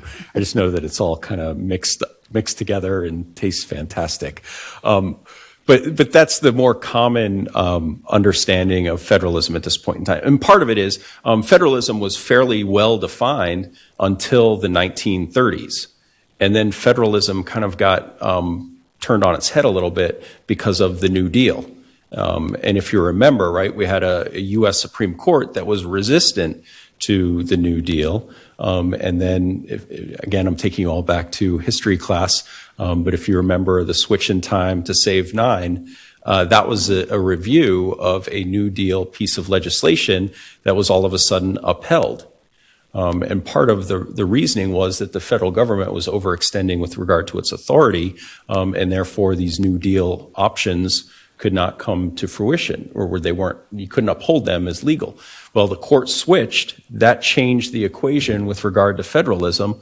And then that equation has further changed because now we've embarked on what's called cooperative federalism, where, and Representative, you and I have talked about this many times, but the state offers money in order to implement programs at the federal level. The state accepts those dollars and therefore accepts that the federal government has a say in how those programs are administered. What that does is it complicates the analysis at times. Within this context, right, if the federal government is regulating its federal employees, we're going to have a very hard time being successful in getting into court. When we step down to the federal government regulating contractors with contracts with its federal employees, and when I read the executive order, it will actually have language within the contracts addressing this, right? So now you've got employers who are consenting to these terms within the federal contracts. Again, it becomes very difficult for the state to insert itself into that equation. Now, when the federal executive overextends through its rulemaking authority, we then have the ability to challenge that. But if our challenge is unsuccessful, then we run the risk of likely federal preemption, meaning the state can pass what it wants to, but at the end of the day, the federal regulation will be considered the law of the land, and what the state has done in that space will be preempted. I mean, those are the risk factors. Again, I've very much simplified this. There's a lot of nuance and argument to it, but that's the dilemma that you're faced with. So, final question, Mr. Chairman. Thank you. Well, let's take a bite of that marble cake then and move away from a federal contractor to a school that accepts and files for Medicaid.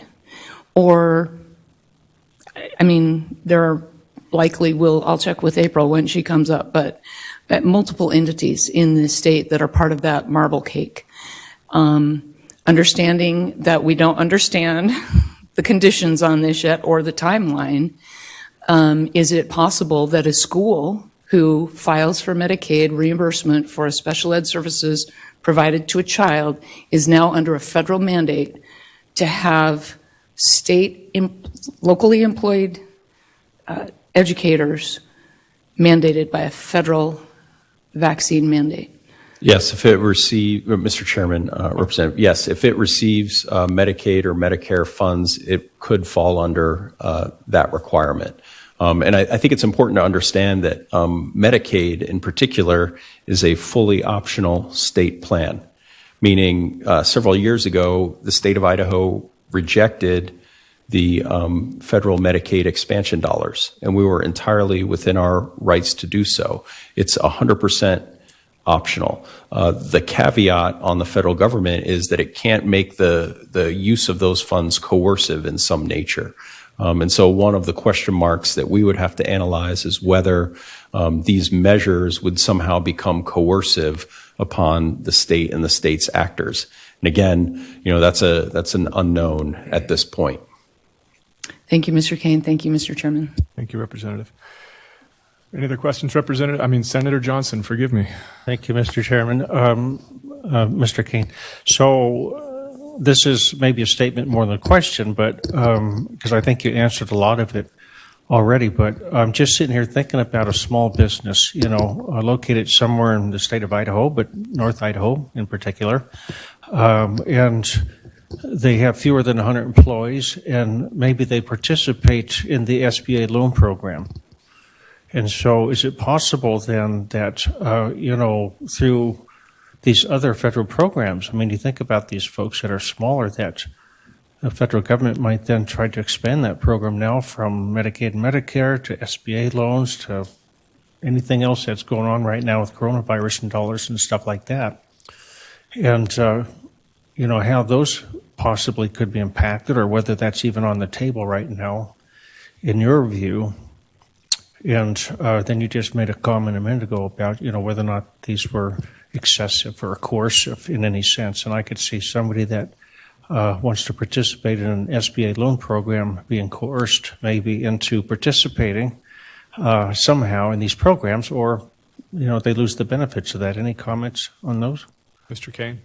Mr. Chairman and Senator, so one of the things, I know the executive order contains a series of exemptions, and I don't know if that SBA program is exempt, but that's a good question. And I think that, whenever the federal government exercises its authority, particularly when it's exercising it through something like an executive order or even an administrative emergency regulation, right, the process isn't always there to kind of protect all of these different elements and all of these questions from being asked and answered. And so I think that becomes a pause point for all of us when they exercise authority in that fashion, right, to make sure that the benefit that we're seeking matches the costs or taxes that are being placed upon those folks that are being asked to do something. And I think to me, that's a valid question.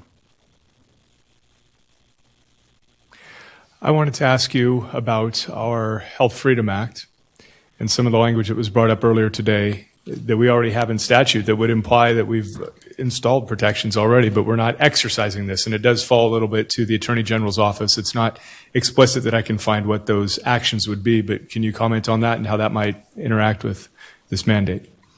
Yes, Mr. Chairman. And I think that, to me, that's the import of the letter that we sent to the president, and I think it's one of those that, as the state moves forward, right, we want to consistently be on the lookout for kind of executive or federal overreach within these areas. And I think that, to me, if I remember the genesis of the Health Freedom Act, right, that was an act that was adopted specifically in response to what was considered at that time federal overreach, and our office joined with several other states.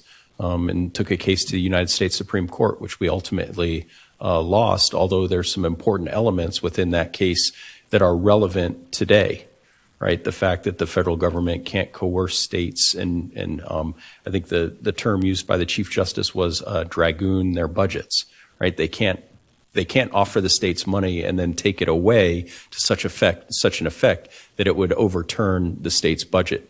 And predictability.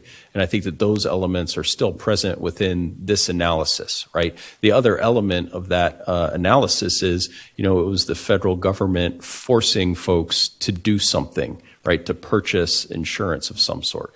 And that became a question mark, right? And whether that was a valid exercise of the spending clause by conditioning receipt of money on folks complying with these different federal requirements. And those elements are present within the analysis that we're undertaking as we look forward to what the administration will put out. Thank you. Senator Vick. Thank you, Mr. Chairman. I'm going to go back to the executive orders on federal employees and federal contractors. And that is, are there exemptions in there? Do they follow state exemptions for depending on where their employees live? Mr. Kane. Mr. Chairman, and Mr. Chairman, at the federal level, the exemptions would fall under most likely the ADA and the recognition of both religious and workplace accommodation under those acts. And so if there's an exemption that would be applied in those scenarios, they would have to seek them under Title VII.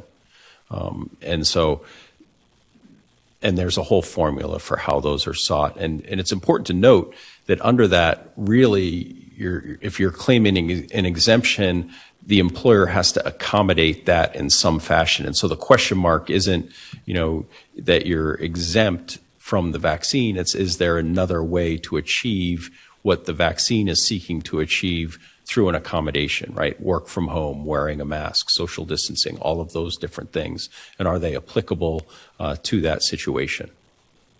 Okay. You have a follow-up?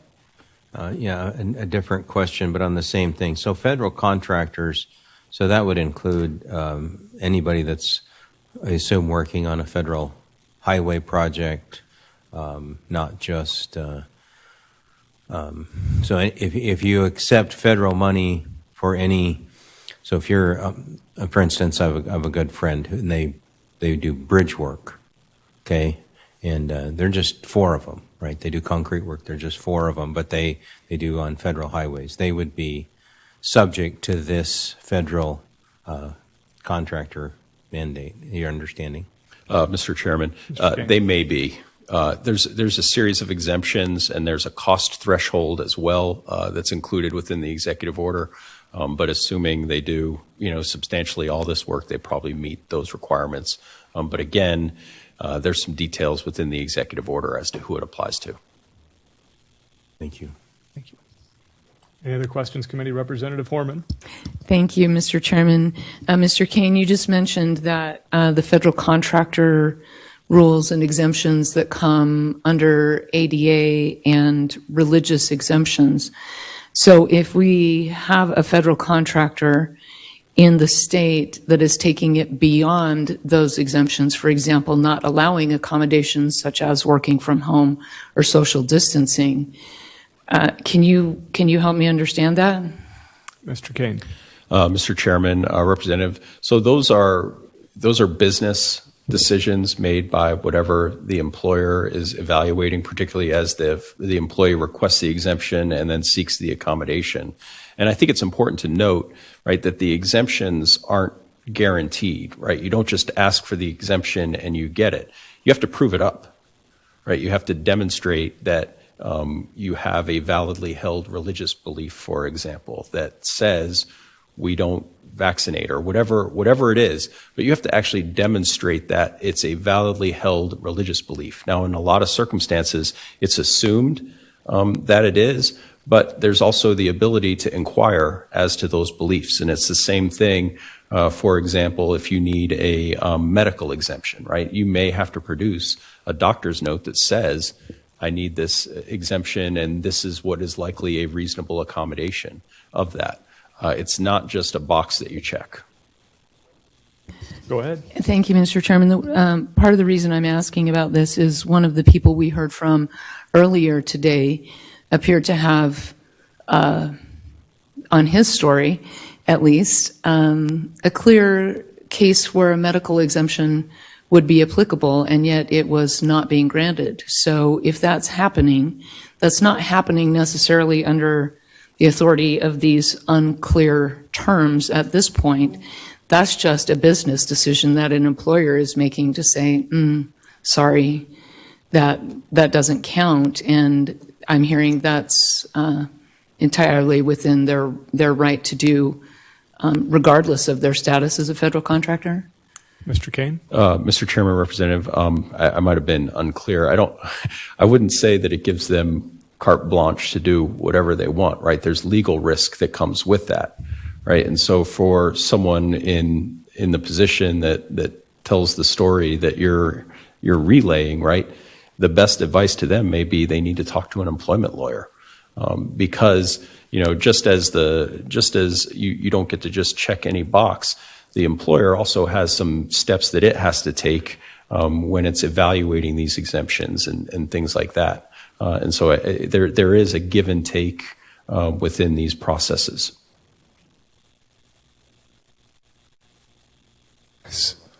Oh, Representative Mathias. Mr. Chairman, thank you. Mr. Kane, you mentioned, I want to go back to the governor's letter from last Friday, the 17th. It was signed by legislative leadership and the attorney general as well. I had a chance to read it this weekend, do some research, and I just have a couple of questions for you. One of them is more of a Senator Johnson-like statement that I would like your response to. My first one is, and this is pertinent to the discussions we've been having today, help me understand the word mandate. I personally, and this is one, I'm one of those people who went to boot camp and got injected with all those vaccines involuntarily. I feel like a mandate is a condition of citizenship, like paying federal income taxes, for example. My interpretation of the impending ETS is that we are talking about a rule on businesses and their operations, specifically their employment contracts. What is a court's view likely to be on this distinction I'm mentioning here? Mr. Kane? Mr. Chairman, Representative, I'm not sure what the court's view of this is going to be. I do know that at times, courts are somewhat skeptical on, what they call a Hobson's choice, which is either do this or you have no job. But at other times, courts are like, well, that's what's required to have a job. So yeah, you do have to do it. And I think right, I think part of what we're dealing with here is the unknown. We don't know what the standard is that's going to be promulgated. And until we see that, a lot of these questions are very difficult to answer within the abstract. And Mr. Chairman, my second question, and this I'm turning Mr. Kane to Section 2 of the governor's letter about the requisite legal authority. There are a number of sections of federal code cited, and these are the sections of code where Congress has expressly delegated authority to OSHA to promulgate rules in particular areas. And I noticed that in leadership's letter, they cite Title 29 USC Section 651 sub B1. And that falls neatly into kind of the example you mentioned earlier about occupational risk. Drywallers, for example, are faced with particular threats deriving from, asbestos exposure. But after reading Section B7, and I'm just going to go ahead, Mr. Chair, and read from U.S. Code Section B7, it says that Congress has delegated authority to OSHA to promulgate any rule to assure that no employee will suffer diminished health as a result of his or her work experience. And I feel like if you have 101 workers in a meatpacking plant, they're particularly or uniquely vulnerable to the spread of COVID. I'm not saying I like the rule idea. I'm just trying to evaluate the legitimacy of the claims in the governor's letter. Could you respond to that distinction? The distinction between occupational risk deriving from 651 sub B1 versus, uniquely vulnerable work conditions or uniquely vulnerable as a result of work conditions as outlined in Section B7, sub B7? Mr. Kane. Mr. Chairman, Representative, is there a way for you to narrow that question a little bit? I just want to make sure I'm answering what you're asking. Representative? Yeah, here's the question. Yeah, Mr. Chairman, here's the question. Do you think that 101 meat packers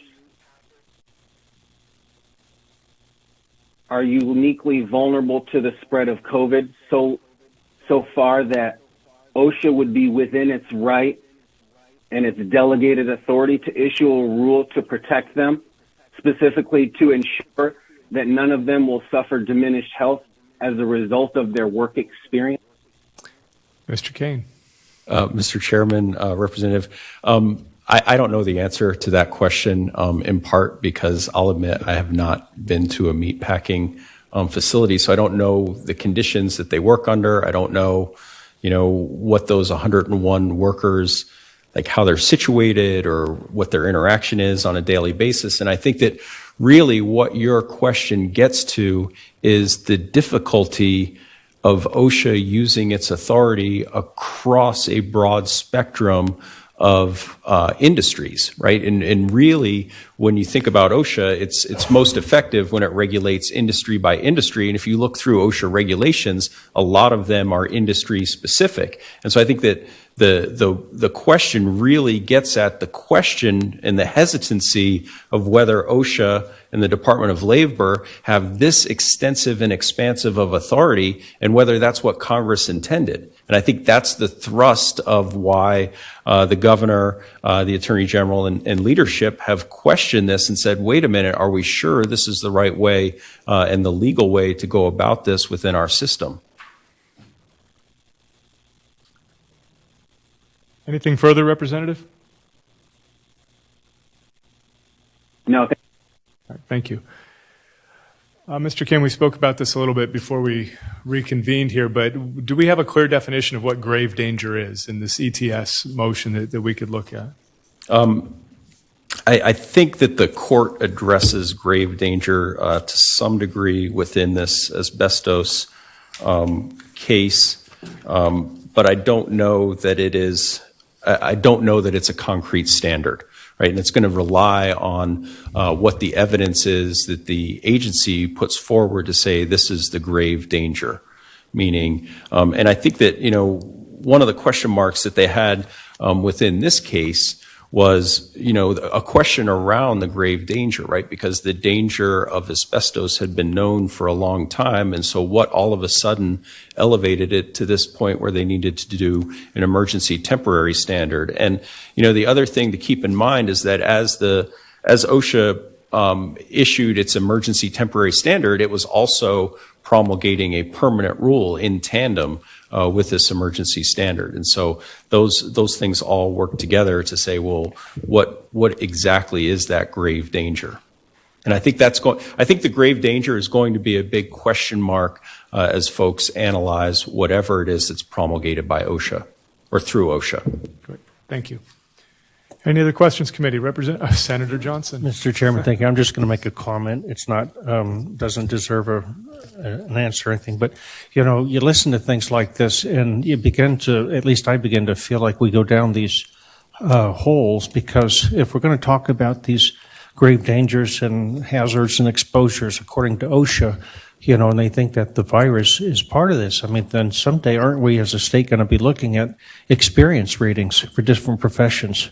Right? For workers' comp and everything else. It all fits in. And it's just, how difficult would that be? And so I just don't see this producing anything. Thank you. All right. Thank you, Mr. Kane. Appreciate you. Thank you, Mr. Chairman, members of the committee.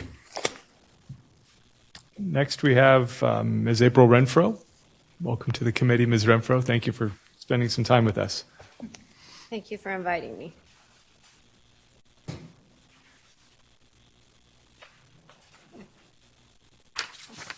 Committee, I believe we have a handout also to go with Ms. Renfro's testimony.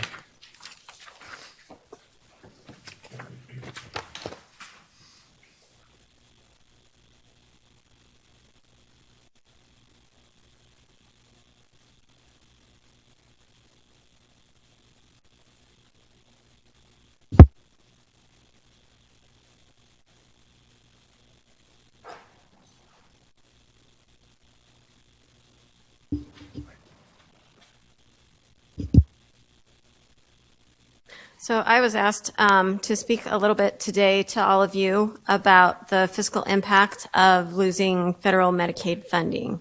And so I thought the best way to do that was to talk a little bit first about what federal guidance would be applicable to Idaho's federal assistance through the Medicaid program cluster. And Brian Kane sort of touched on some of these ideas too.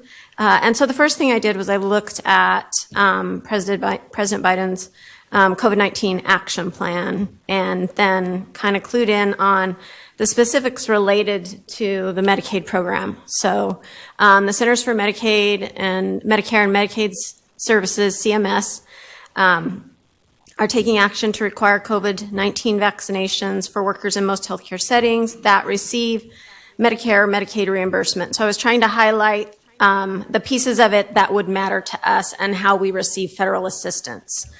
It is included but not limited to hospitals, dialysis facilities, ambulatory surgery settings, staff not involved in direct patient care, individuals providing services under arrangements. And this also ties into some of the things that Brian Kane was talking about with the federal contractors as well, because there are specific regulations provided within the federal assistance that states receive related to certain contracts with employers and the responsibilities and the requirements that an entity who is granted federal funds has to look at when they issue contracts to some of these entities. So that's another place it could potentially factor in. I also wholeheartedly want to clarify that so much is still up in the air with all of this stuff that I'm not going to have solid, this will happen, that will happen answers because we haven't seen it all. And that kind of takes us to the next point, which is I then went to CMS's website because that's also one of the entities that gives us a lot of guidance for our audit of the Medicaid funds. And so they talked about that they are using their authority to establish vaccine requirements for all providers and suppliers that participate in the Medicare and Medicaid programs, and that they intend to have an interim final rule with a comment period that will be issued in October. Keep in mind that that's, lots of times they'll tell us they're going to issue something in October, and it might be December, it might be November. But their intent, at least right now, looks to be October. And so a little bit on interim final rules is that if they do it that way, they're usually, an interim final rule is usually effective no sooner than 30 days after the publication in the Federal Register, unless they have good cause for immediate effective date. And then they have to supply that good cause, which they haven't done the interim rule yet, so we wouldn't know if they're going to choose to do that or not. But I talk about that because the interim final rule is how they issued some of the guidance that they had provided for the CARES funding. They used interim final rules. The U.S. Treasury issued that guidance. So that kind of gives you a feel for how it works if you followed along with that stuff. Ms. Renfro, we have an early question, if you don't Sure. mind, just because we don't want to go past this. Representative Thank you, Blanksma. Mr. Chairman. Yeah, before we go any further, I just want to get some clarity on what you mean by receive Medicare or Medicaid reimbursement, because that is a ginormous umbrella. And so are you talking about all grant monies? Are you talking about basic service? Are you talking about you have no clue? I mean, I'm just looking for some, but that's not, it's not split out. And I'm saying that we currently have on the books, because Senator Harris and I put it together, was a reporting on federal funds and dollars and how we get out of them if those are taken away, yada, yada, we did that. But what I'm concerned about is that there's no real clarity on what we're talking about of Medicare or Medicaid reimbursement. So I guess when you go ahead and you have a graph, what all is that entailing? Are you adding in all of the grant monies? Are you adding, I just need to drill down a little bit. Ms. Renfro. Chairman and Representative Blanksma. So the Medicare and Medicaid wording on this slide is their wording from President Biden's plan and from the CMS website, and they include both wording from our perspective, and that's why you'll see on the further slides with the expenditures, and you can go to that next slide if you want to, Jennifer. That is our Medicaid program cluster. So it is just our Medicaid expenditures, and so that's why I say that on this graph, because that's what we're focused on in the statewide single audit. That's the funds that are received through that program that could potentially be affected by this interim final rule that CMS is going to issue. But CMS is over both Medicaid and Medicare. So they're going to have anything they're saying, they're going to have Medicare and Medicaid included. But when I'm talking about the federal dollars that the state receives, it's primarily the Medicaid dollars that are received through the Medicaid cluster that we audit as part of the single audit, statewide single audit. Representative Blanksma. Yeah, thank you, Mr. Chairman. Sorry, so you're talking about Medicaid reimbursements then, purely, or are you talking about there's Medicaid grants out there that are available for other projects? That's what I'm trying to figure out, what you mean by Medicaid cluster. Because if you're talking about Medicaid or Medicare reimbursements, so service was given, then we're reimbursing whatever cost, that I'm just trying to figure out where the line is as to what you're talking about. And we can say Medicaid cluster, but that doesn't have a whole lot of meaning other than it's Medicaid. But again, there's Medicaid grant programs out there, Medicare grant programs out there. And so I'm just trying to figure out where it's coming from, whether it's just the reimbursements for services rendered or what we're looking at. Ms. Renfro. Chairman and Representative. Reimbursements is a broad term, again, from CMS. But from our perspective, Medicaid is a reimbursement grant. So everything we spend money on in the Medicaid program through health and welfare, we ask for a reimbursement from CMS to cover those expenditures. So they're talking about reimbursement. I'm talking about the Medicaid program at health and welfare. So anything that we spend money on at health and welfare is what's included in this grant. And that can be the school programs. That can be our managed care options with Optum and some of those. So that's why I'm not going down to that level of specificity, because they haven't gone down to that level of specificity. They're living at the reimbursement level. So in my mind at this point, anything we ask for that's a reimbursement from CMS, Medicaid, program cluster is going to be under this interim rule until we see what it is and see what they're asking for. Thank you. Why don't you go ahead and proceed with your presentation, please? Okay. So this graph just kind of shows you, and this all of this information except for fiscal year 21 comes from our statewide single audit schedule. And we call it the Medicaid cluster because there's actually 3 different catalog of federal domestic assistance programs that make up that amount. But the biggest portion of it is the Medicaid claims, the typical things you think of with Medicaid. And then the blue column is our total federal expenditures that are included in our single audit. I do want to clarify that those federal expenditures do not include the federal expenditures from the colleges and universities. They have a separate audit. They have a separate single audit. So that's separate from us, and also the Idaho Housing and Finance Authority. They have a separate single audit, so it's not included in those dollars. But you can kind of see, and this is just intended to show you kind of how our federal dollars have gone and what portion of our total federal dollars are made up by Medicaid. And then for 2021, that information is preliminary. We haven't completed that audit yet. And so the information for the Medicaid expenditures comes from our Legislative Budget Office, and the total expenditures come from the closing packages that the agencies submit that we'll then audit, do our audit plan from. So you can see that it has increased. If you go to the next slide, that will show you the Medicaid program cluster spending has also stayed fairly steady through 2017, and then has increased in 2018, 19, and then 20 and 21, it increased more significantly. And so I was going to talk a little bit about those increases, just because of, I think the big thing is it increased by $1 billion from 2019 to 2020, and that was a lot due to other programs. A lot of the CARES funding that came through for the unemployment insurance was $483 million. We spent $65 million of the coronavirus relief fund, and $57 million of that was the rebound grants for small businesses administered through the tax commission. Obviously, there was a big chunk of the $1.25 billion left over that was spent in 21, so that's why you see that big jump up from 20 to 21 in the overall expenditures. And then for the Medicaid program, we just looked a little bit at, there was a $300 million increase from 19 to 20, and $200 million of that was related to Medicaid expansion costs.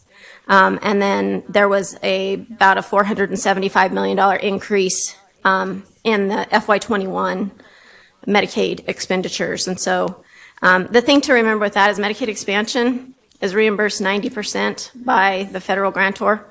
So most of those costs are included in these federal expenditures that I'm showing here. And that really addresses the information I presented. I did kind of want to touch on a couple of things that Brian talked about, because it's something that we have been considering throughout this, and I'm not exactly sure how it'll work out, but when they talk about the federal contractors, there are a couple of places. We use a compliance supplement to complete our audits of the federal assistance we receive, and they provide the requirements within there. All of the different federal agencies provide those requirements.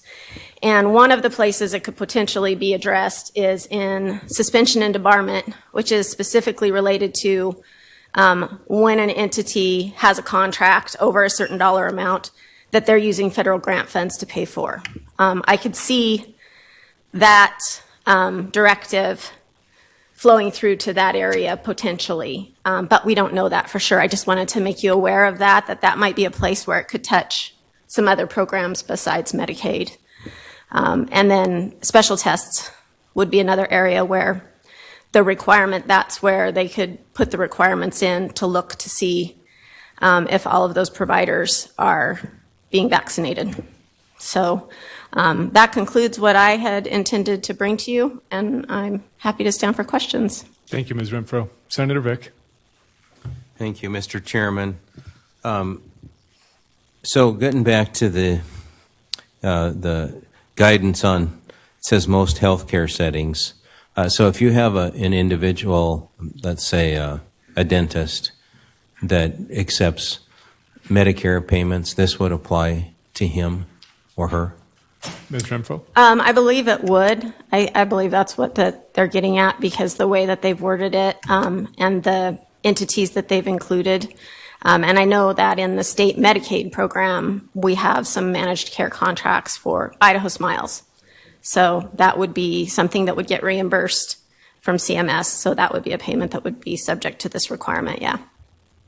Follow up?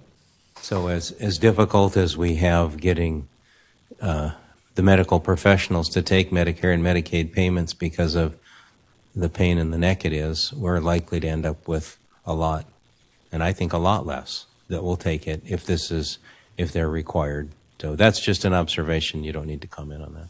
Thank you, Senator. Representative Horman. Thank you, Mr. Chairman.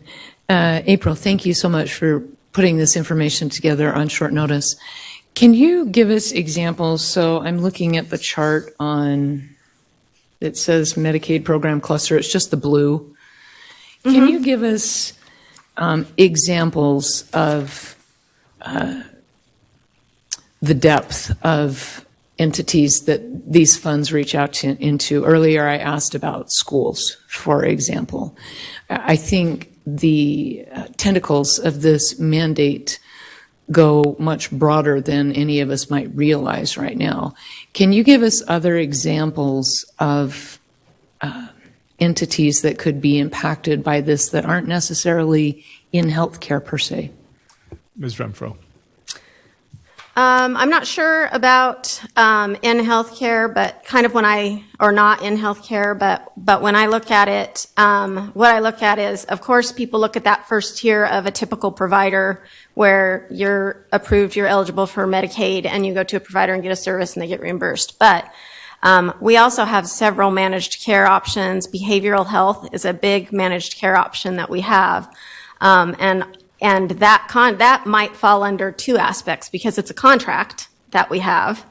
And so they might be considered a federal contractor, but it's also, they're getting a reimbursement for providing those services. And it's not on a claim basis. It's sort of like an insurance payment is how those programs work, the managed care programs work. And so we pay a certain amount for the clients that are eligible to go and get benefits. And so those would be subject to these same requirements.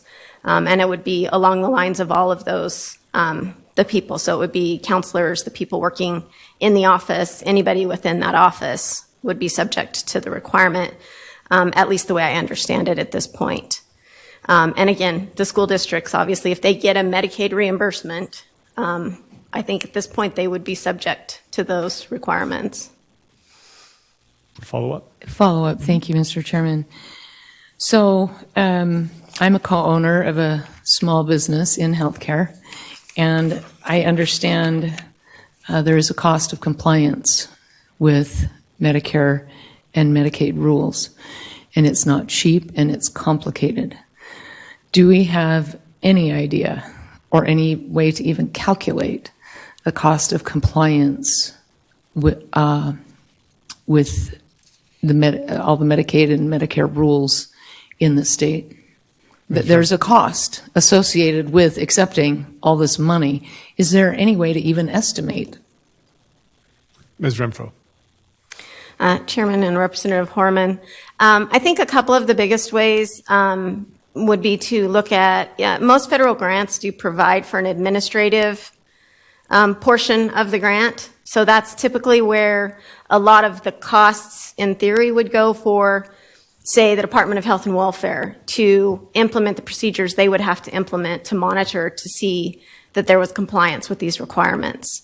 And that doesn't even begin to address, though, the costs to the providers, obviously, of complying with the requirements.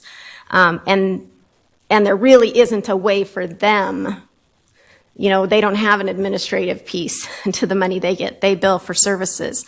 So the administrative piece is really at the department level, and that's unfortunately not going to be where all the cost is.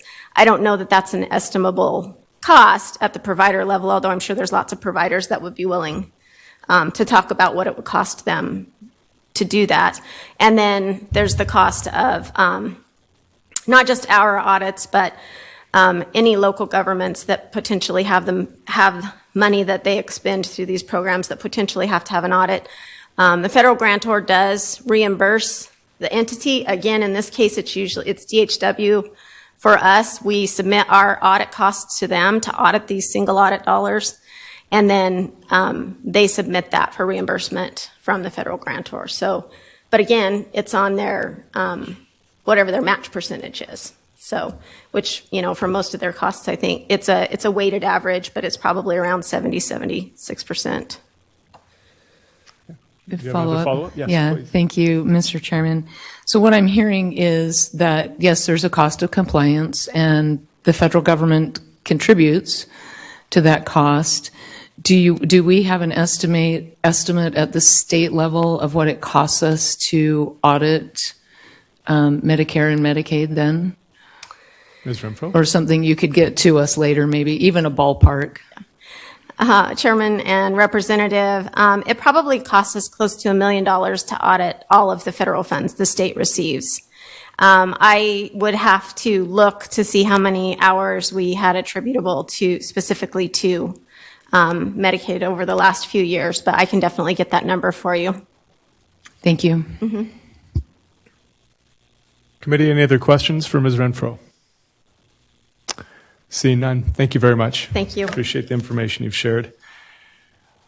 Committee, next on our agenda, we have Mr. Chris Trupis.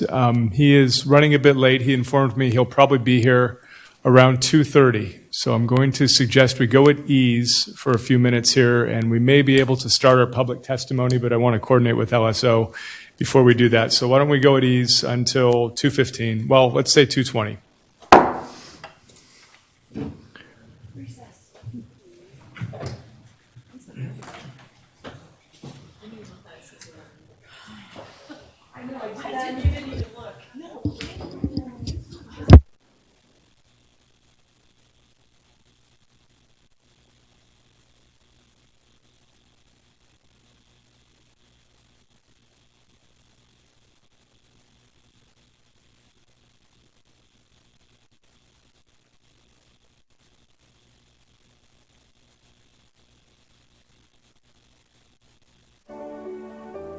Idaho Cable Broadband Association, Association of Idaho Cities, University of Idaho James A. and Louise McClure Center for Public Policy Research.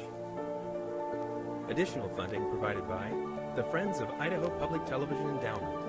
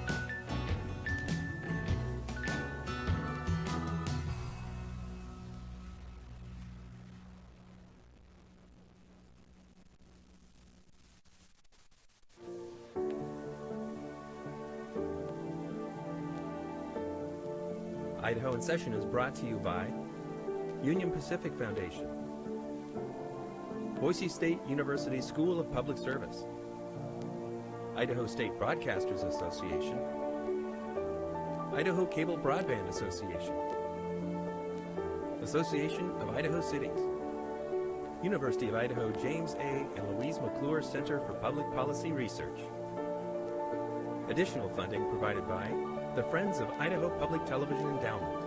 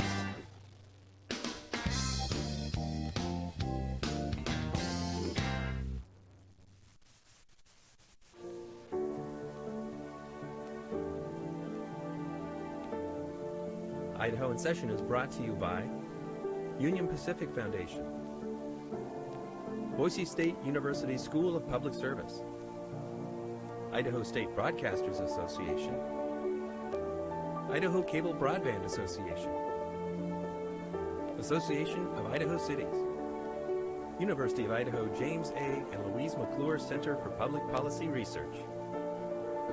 Additional funding provided by the Friends of Idaho Public Television Endowment.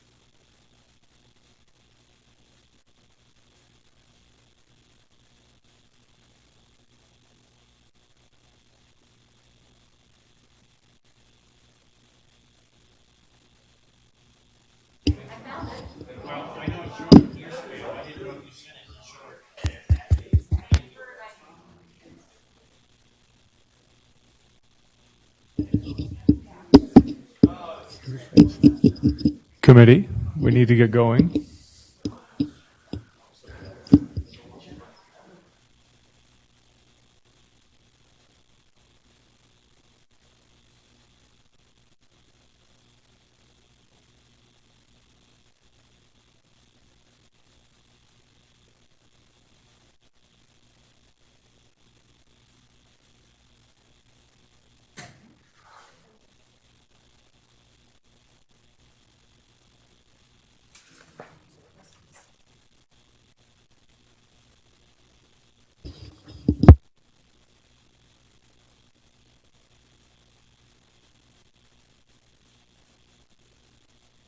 Okay.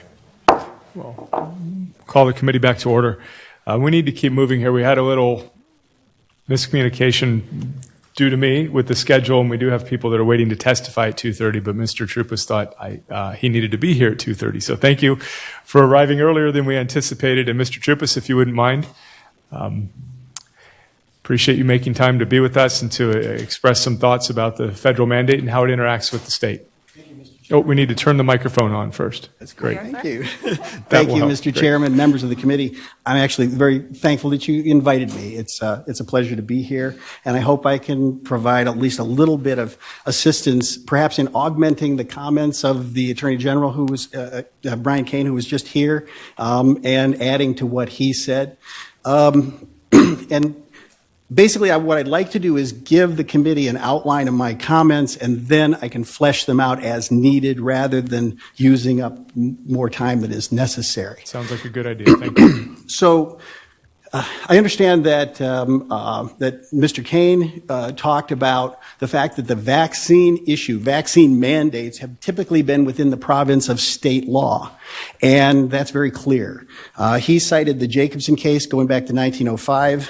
One of the interesting aspects of this is this. In constitutional law, if the federal government has preempted the field, the state is precluded from involving itself. And typically that's the first level of defense of the defendant. If the defendant is a federal agency or federal government, the first defense is, well, this area has been preempted and any state law is invalid. In this case, the opposite is true. All 50 states require vaccination of students before they go to school. All 50 states. The Jacobson case was cited in a 1922 case, Zucht versus King, for the flu vaccine. And again, the Supreme Court said that it is an area that the states have reserved under their police power.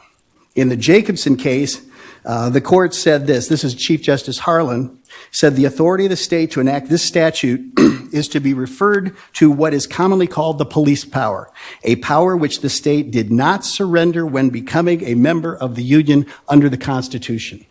That reservation under the 10th Amendment was echoed in Zucht versus King, and that reservation has never been altered by any subsequent Supreme Court case. So, we're on extremely strong grounds to say that the area of public and safety laws are solely within the province of the state governments. So, where does that take us? If you take a look, I looked up a Congressional Research Service article on April 2, 2021, which the legislators in the federal government refer to the Congressional Research Service for basic legal analysis before they engage in legislation. And it noted that the federal government has no express authority to enact national mask or vaccine mandates. And the way they said it is this: in contrast, except in certain limited circumstances, including the immigration and military contexts, no existing federal law expressly imposes vaccine requirements on the general population. It is not within Congress's enumerated powers. They didn't say that it's not within their enumerated powers. They said it has to be found within the enumerated powers or those which are implied from it. There are 18 enumerated powers, and some, under implications, you can come up with 30 to 35 implied, but the implied must relate to the enumerated powers. And if you look at those, you've got, of course, the commerce regulating commerce. And that's the one that they, either that or taxing and spending are the two things they always hang their hat on. And there's also providing for the common defense and general welfare. Well, Justice Harlan referred to the, I think it was in the Jacobson case, maybe not. Let's see. Well, let me just say it this way. The preamble to the United States Constitution is not constitutional rights or law. The preamble is just that, a preamble. You have to find it in Article 1, Section 8. And if it's not there, either in the Commerce Clause or the taxing and spending power, it doesn't exist. And it is a great stretch to try to put it into those areas. And here's the quote. Although the preamble indicates the general purposes for which the people ordained and established the Constitution, it has never been regarded as the source of any substantive power conferred on the government of the United States or any department. Such powers embrace only those expressly granted in the body of the Constitution, and such as may be implied from those so granted. Although, therefore, one of the declared objects of the Constitution was to secure the blessings of liberty to all under the sovereign jurisdiction and authority of the U.S., no power can be exerted to that end by the United States unless, apart from the preamble, it is to be found in some express delegation of power or in some power to be properly implied therefrom. So the Congression, this is why we are looking at an executive order mandating that employers of over 100 employees have all vaccinated employees. This is why it came out as an executive order rather than through Congress. And this is also why they used Section 361 of the Public Health Service Act as their basis. They have to find something to give them jurisdiction. And I'll cover 361, well, I can actually cover it now. The Section 361 is it's an OSHA, it is OSHA regulation. It is what the CDC used in the eviction moratorium case to justify the eviction moratorium. The Alabama Association of Realtors case came out August 26th of this year. The United States Supreme Court said this. It said, in March 2020, Congress passed the Coronavirus Aid, Relief, and Economic Security Act to alleviate burdens caused by the burgeoning COVID-19 pandemic. Among other programs, the act imposed a 120-day eviction moratorium. Anyway, I don't need to read you that part, but I'll read this. The CDC relied on Section 361A of the Public Health Service Act for authority to promulgate and extend the eviction moratorium. Now, this is what the Supreme Court said about Section 361, and they said it less than a month ago. The applicants not only have a substantial likelihood of success on the merits, this is the Association of Realtors suing to enjoin enforcement of the eviction moratorium. Not only have a substantial likelihood of success on the merits, it is difficult to imagine them losing. The government contends that the first sentence of Section 361A gives the CDC broad authority to take whatever measures it deems necessary to control the spread of COVID-19, including issuing the moratorium. But the second sentence informs the grant of authority by illustrating the kinds of measures that could be necessary. Now, this is what 361 allows: inspection, fumigation, disinfection, sanitation, pest extermination, and destruction of contaminated animals and articles. These measures directly relate to preventing the interstate spread of disease by identifying, isolating, and destroying the disease itself. The CDC's moratorium, on the other hand, relates to interstate infection far more indirectly. If evictions occur, some subset of tenants might move from one state to another. Some subset of that group might do so while infected with COVID-19. This downstream connection between eviction and the interstate spread of disease is markedly different from the direct targeting of disease that characterizes measures identified in the statute. Reading both sentences together, rather than the first in isolation, it is a stretch to maintain that 361A gives the CDC the authority to impose the eviction moratorium. Even if the text was ambiguous, The sheer scope of the CDC's claimed authority under 361A would counsel against the government's interpretation. We expect Congress to speak clearly when authorizing an agency to exercise powers of vast economic and political significance, and they cite several cases. That is exactly the kind of power the CDC claims here. Then they quote from a 2020 slip opinion, quote, "Our precedents require Congress to enact exceedingly clear language if it wishes to significantly alter the balance between federal and state power and the power of the government over private property. Indeed, the government's read of 361A would give the CDC a breathtaking amount of authority." And it is further satisfied by the CDC's decision to impose criminal penalties of up to $250,000 fine and 1 year in jail on those who violate the moratorium. Section 361A is a wafer-thin reed on which to rest such sweeping power. That is from a majority of our presently constituted United States Supreme Court less than a month ago. And yet, both executive orders depend entirely on Section 361A as their sole jurisdictional support. It's obvious that these federal mandates are doomed to fail. If that wasn't the case, or isn't clear enough, there's also the fact that this is such huge legal ramifications require a law, and they require a legislature to enact a law. The executive simply can't do it. Brian Kane mentioned the industrial union case, Justice Rehnquist's opinion, and Justice Rehnquist threw out the CDC or the OSHA's authority to regulate asbestos in the workplace because it had not done its background on the specific industry and how it applied. But the interesting thing is, OSHA relied in that case in 1980 on Section 361A of the Public Health Services Act. And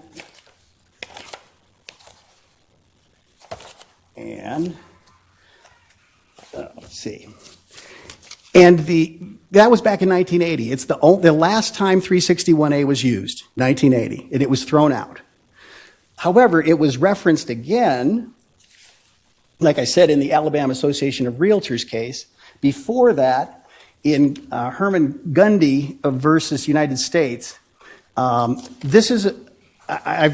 Justice Gorsuch dissented. This is a different kind of a case, but it is similarly the application of allowing an executive agency to run amok, basically.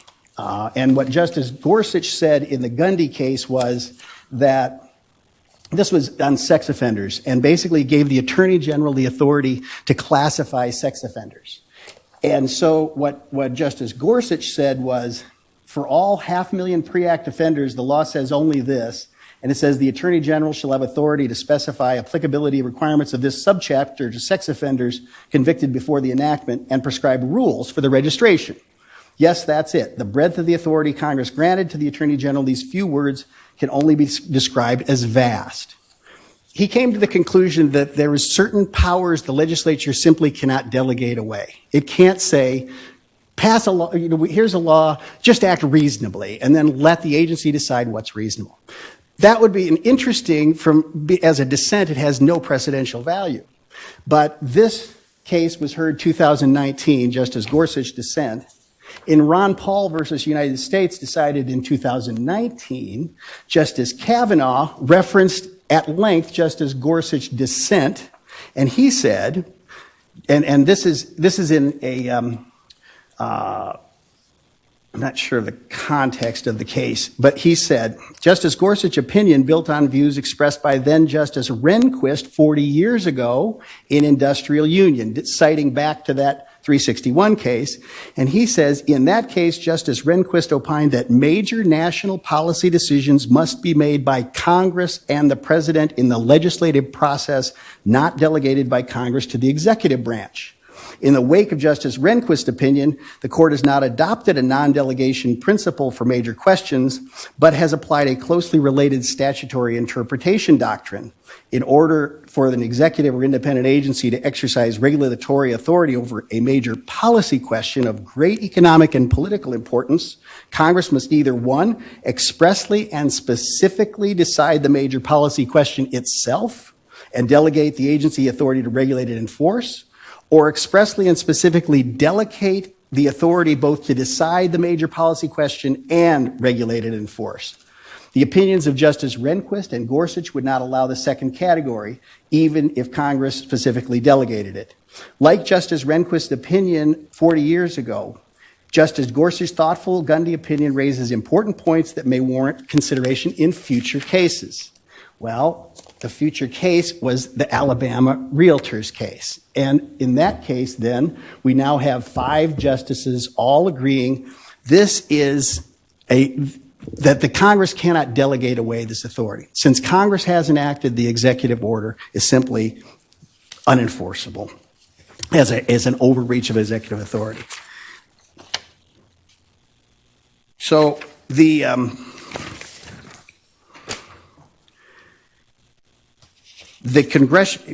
see. So I've covered 361. The Congressional Research Service, by the way, references both of the problems with Section 361 as well. There's the April article, and then in August 6, 2020, Congressional Research Service had an article called "Could the President or Congress Enact a Nationwide Mask Mandate?" And they referenced Section 361 and talked about the potential problems with interpreting it either narrowly or broadly. And I will leave this with the chairman. I'm sure you've probably seen it already, but I'll leave it with the chairman. The point is, the Congressional Research Services says, well, if it's broadly construed, perhaps it could be constitutional, but then again, maybe it'll be narrowly construed. I posit the Supreme Court has indicated how they're going to construe it. They're going to construe it very narrowly. So the question comes down to this: how can Idaho best protect its employers and assert its sovereignty and protect its citizens? The answer is, just as the Attorney General told you, until they see the exact language of executive orders, can't bring lawsuits. I can kind of predict where it's going to go, and I don't think there's much debate about it. But until then, what can you do? And the answer is you have to win the public relations war.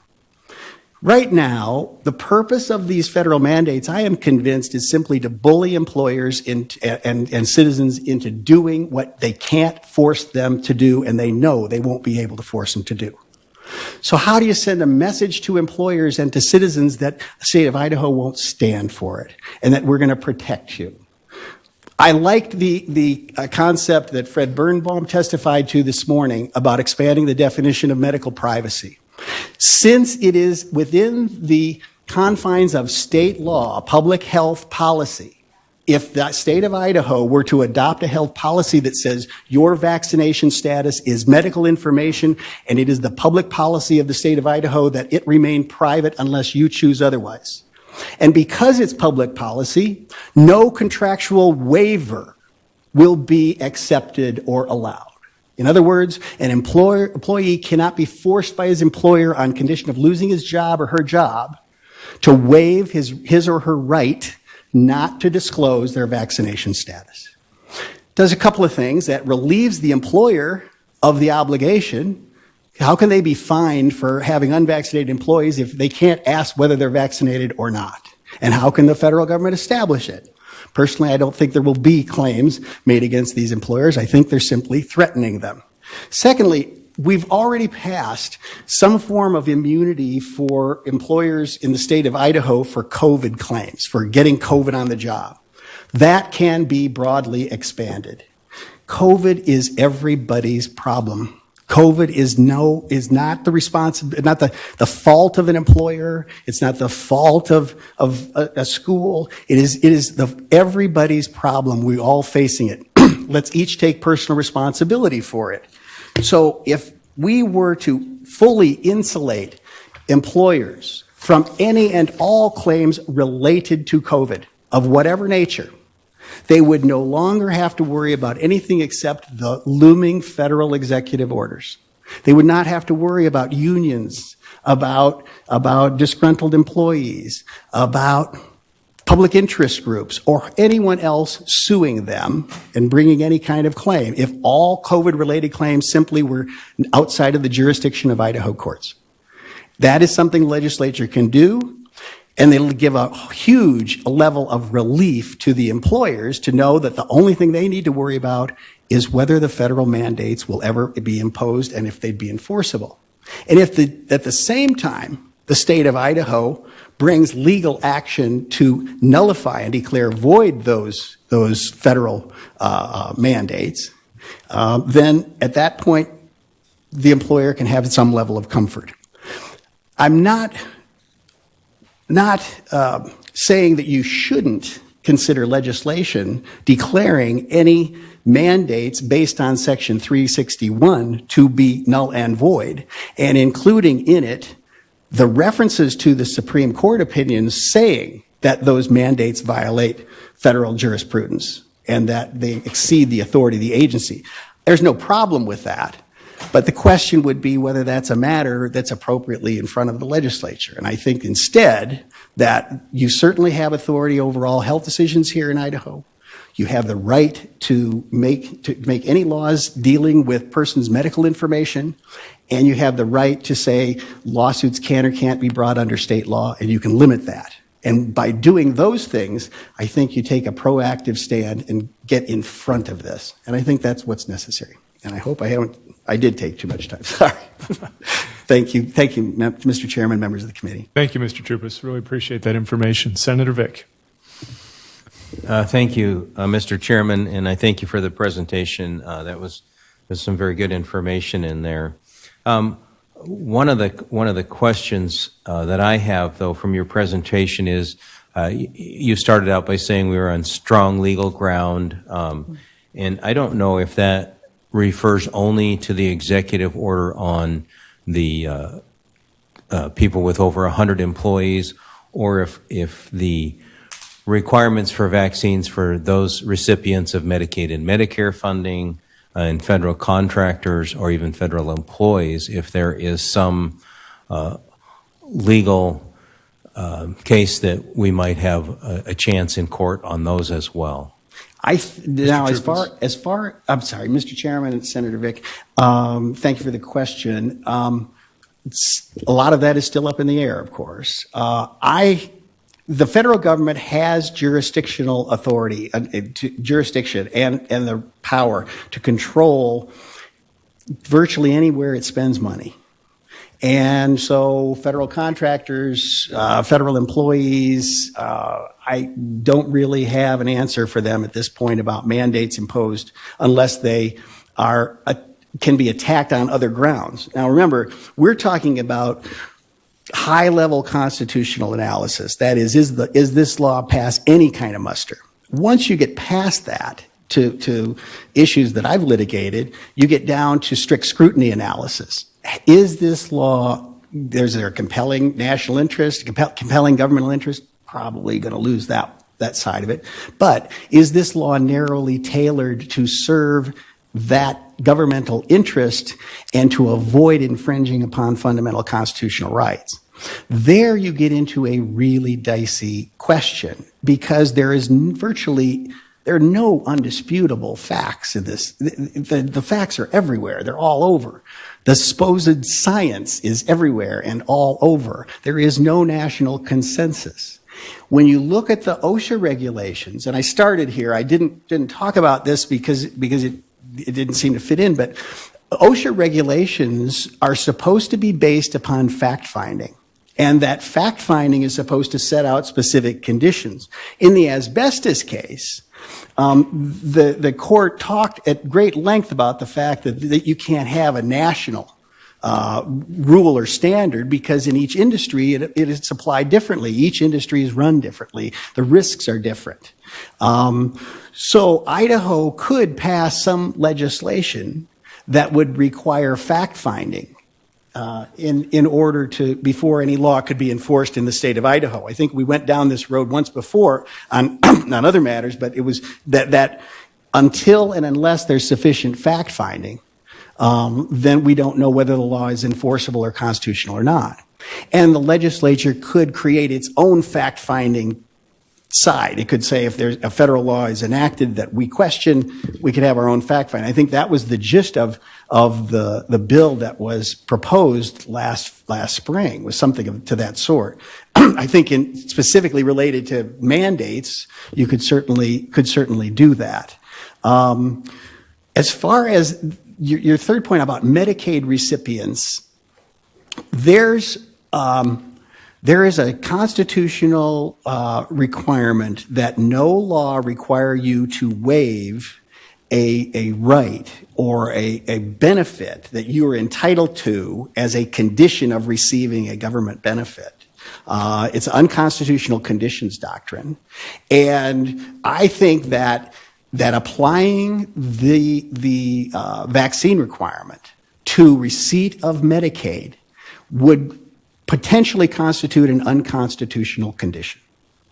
It's no different than saying you have to give up your right to against self-incrimination if you want to accept a government job. You don't. You can't. You cannot be required to waive a constitutional right. And it's my understanding, though, they're not threatening to take away, let's say I'm the one that's on Medicaid. They're not going to take Medicaid away from me, but you're the provider. You're not going to get reimbursed if you don't follow the guidelines. So I still have the opportunity to find a provider who will provide that service to me. It's just you as the provider then is going to lose your ability to collect. So that falls under the category of you cannot do indirectly what you cannot do directly. And almost all of the cases of unconstitutional conditions had a third party involved that was the enforcer. I can't point to the cases right now. I didn't look them up, but the point is this, that if I was receiving Medicaid and all of a sudden I can't find a provider, because then I bring suit, and the suit is you can't force my provider. You can't take something away from my provider because you're basically taking my benefit away indirectly. I don't think that would fly. Now, I am able to say that because I'm not the Attorney General, and so I don't have, and it's simply my personal opinion. But I think that that's where we are in the jurisprudence. I think that the tenor, from my read of these court decisions that came down in 2019 and the latest one in 2021, I think the Supreme Court is finally realizing that it's time to act. Interestingly enough, in this month's Advocate, the journal that comes out for Idaho attorneys, this month, Professor Richard Seaman wrote an article about the eviction moratorium and what the future of it is. And his final comment in the article was, and this is an article I received, my copy of it yesterday, and he said, it's really unlikely the Supreme Court will resolve the dispute between the circuits at any time soon. Well, guess what? Before the article was published, they had resolved the dispute. So it's pretty clear that this is not the same court that refused to hear President Trump's cases that on the election. And I think Justices Barrett and Kavanaugh may have gotten a backbone in the meantime. And I hope so. Thank you. Committee, any other questions for Mr. Troupas? Yeah, Mr. Chair, I have a question. Representative Mathias. Yeah, thank you, Mr. Chairman. I'm actually trying to do a better job of asking a previous question. But first, let me start. Mr. Troupas, you mentioned that you think it's the intent of the White House, or you think it's the intent of the rule to essentially bully employers. I'm curious, if large employers are being bullied, why aren't they testifying against the ETS? For the same reason that they're being, I'm sorry, Mr. Chairman. I think it's for the same reason that they are, well, it's the same reason they haven't spoken out about anything. It's called cancel culture. And it is still very prevalent. And employers simply want to make a profit. And they want to provide a service or goods, and they want to do so without interference from the government. And, it's the head that stretches above the crowd that gets lopped off. So I understand why employers are not doing this, and I understand why they're not commenting. But it is not going to be a popularity contest or a vote of the employers as to whether or not the mandate is constitutional. It is unconstitutional, period. And I know we have to wait for the exact words, but they have no other hat to hang this on except 361A, or we would have heard about it a long time ago. And that hat is, all hat, no cattle. Thank you. I have another question. When a court rules on this, they're obviously going to look at statute first. I asked this question of Mr. Kane earlier, and I'm curious for your thoughts. And I'm looking at Title 29, Section 651, sub B7, the labor law outlining OSHA's delegated authorities. Do you think it's reasonable for OSHA to require large employers to conduct weekly COVID testing, since Congress has delegated to OSHA the authority to, quote, assure that no employee will suffer diminished health or life expectancy as a result of their work experience, unquote? Mr. Troupas. Yes. Okay. I don't think it's unreasonable for employers to conduct the tests. Mr. Chairman, Senator, I don't think I think an employer could conduct the tests on their own. I don't think that it is within the federal government's authority or any agency of the federal government to order employers throughout the country, just because they have 100 employees or more, to conduct COVID tests every week for any reason. Again, you don't pass the initial constitutional authority question on because the agency has made a good recommendation or a defensible recommendation. The point is, the agency has no authority to act, and therefore, whether they act reasonably or not is not an issue. The issue is, did they have a right to act at all, or are they playing in somebody else's backyard? And right now, they're playing in our backyard. And we have the authority to determine the rules and what play is allowed in our own backyard. Thank you, Mr. Chairman. Just a follow-up. I just want to be really clear on this precise point. Mr. Troop, is it your contention that Congress does not lack the authority to authorize and delegate to OSHA that authority? So you think Section 651 sub B sub 7 is unconstitutional, and that Congress did not have the authority to delegate, or is not able to delegate that authority to OSHA? Sorry, Mr. Chairman, Senator, I don't have the statute in front of me. And what you're talking about is a specific application of a statute. So in constitutional law, if there is a lawsuit brought against a statute saying it's unconstitutional, it can be on one of two grounds. It's either a facial challenge, which means under no circumstances can the statute be operated under constitutionally. There's no set of facts under which it's constitutional. And then the as applied challenge, which is, in this specific case, the statute cannot be applied to this end. It is unconstitutional for that reason, that as applied, the statute exceeds the constitutional authority. This is a as applied case, not a, so in other words, Congress has the authority to give OSHA all sorts of authority. They do, they have. Nobody questions that. But Congress could not delegate authority to OSHA to regulate matters which are solely within the province of state government. Any other questions? Great. Thank you, Representative Mathias. Representative Horman. Thank you, Mr. Chairman. Mr. Troupas, earlier today we had someone testify that they believe control of their own body and what's placed inside their body is an ultimate property right. Earlier you mentioned you were speaking about the violation of natural rights. Sure. And I've got people wondering just how is it that a government, or for that matter, a business, could insert itself into that property right? Do you have any thoughts on that? I know it's a big question, but I've got people asking it of me, so I thought I would ask it of you. Thank you, Mr. Mr. Chairman, Senator. Yeah, I do have thoughts on that. Let me start it this way. It is interesting to me that only a few weeks ago, that the Biden administration brought a lawsuit against the state of Texas to invalidate the Texas fetal heartbeat law.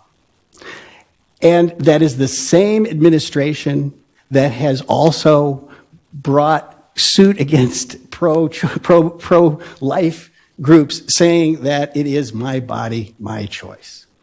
It seems inconsistent to me that the Biden administration, on the one hand, takes the position that a woman's right to choose a woman's body, it says it's her sacred right.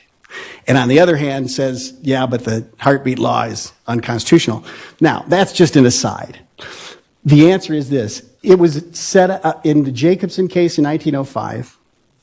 It was very clearly set out that the state has the authority to require people to be vaccinated, period.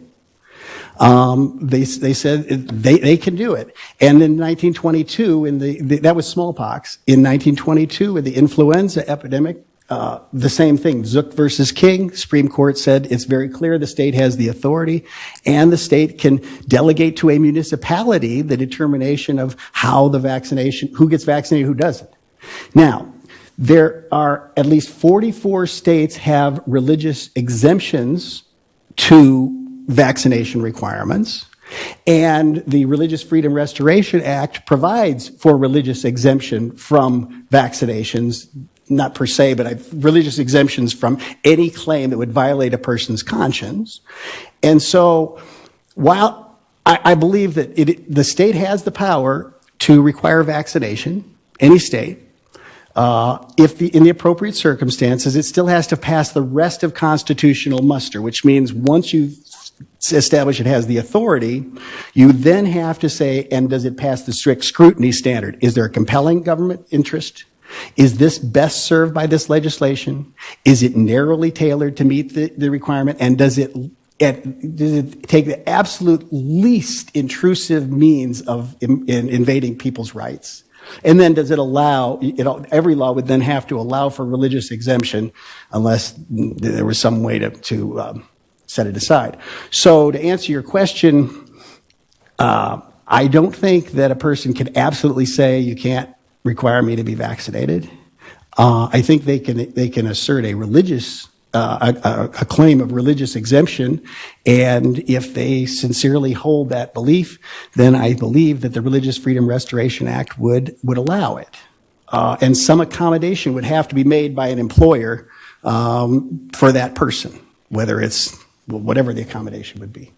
I don't know if that really answered your question. I hope it did. Okay. Any other questions, committee? Seeing none, thank you very much, Mr. Trupis. Thank you. Appreciate your time. I'd like to leave, if you would like, I could leave you the 2 Congressional Research Service articles. Please do, yes. A copy of the Gorsuch opinion in Gundy, the Ron Paul case, which is Justice Kavanaugh is joining him, and the Alabama Association of Realtors case. I think those, you might find those of interest. Sure, if you would just hand it to Ms. Kish right there, then we will get that. Thank you very much. Thank you very much. Appreciate that. All right, we are running a little late for our public testimony, but we're at that point now. Do we have a list, Jennifer, that I could have?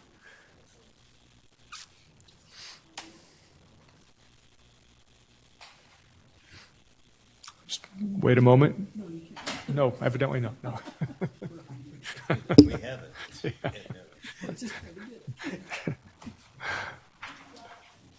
I need a page.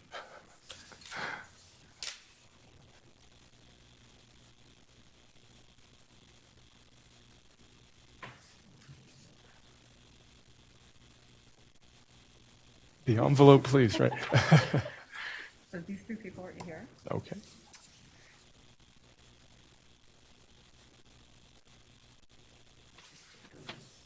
Okay, great. Thank you very much. So we will start with those that are in person. And first on the list is Victoria Stump. Welcome to the committee, Ms. Stump. If you would just please restate your name and who you represent. Yeah. My name is Victoria Stump, District 14, and I'm also representing Take a Stand Now, a nonprofit. So when is enough enough? In July, when the mandates came out, that was my line in the sand. My world turned around. My dream of being an ER nurse quickly ended as I found myself resigning 2 weeks later due to my position with Take a Stand Now, a nonprofit that started after the mandate announcement. During all of this, we have been urging our legislators to stand up and wake up, and many have done so, and many of them are here today. They are, in fact, elected to secure our rights, which are currently under attack. We have had countless meetings warning of what is to come, whether it be from the big three or other organizations or our federal government. And on July 8th, September 8th, Take a Stand Now attended Speaker Bedke's campaign as Lieutenant Governor. And at this event, he actually stated, my nightmare is that we wake up in 10 years from now and we wonder where our Idaho went. It appears that on September 9th, this was his line in the stand and that he has called this committee that we are at today. And also noting that reconvening the House would be very helpful in this situation.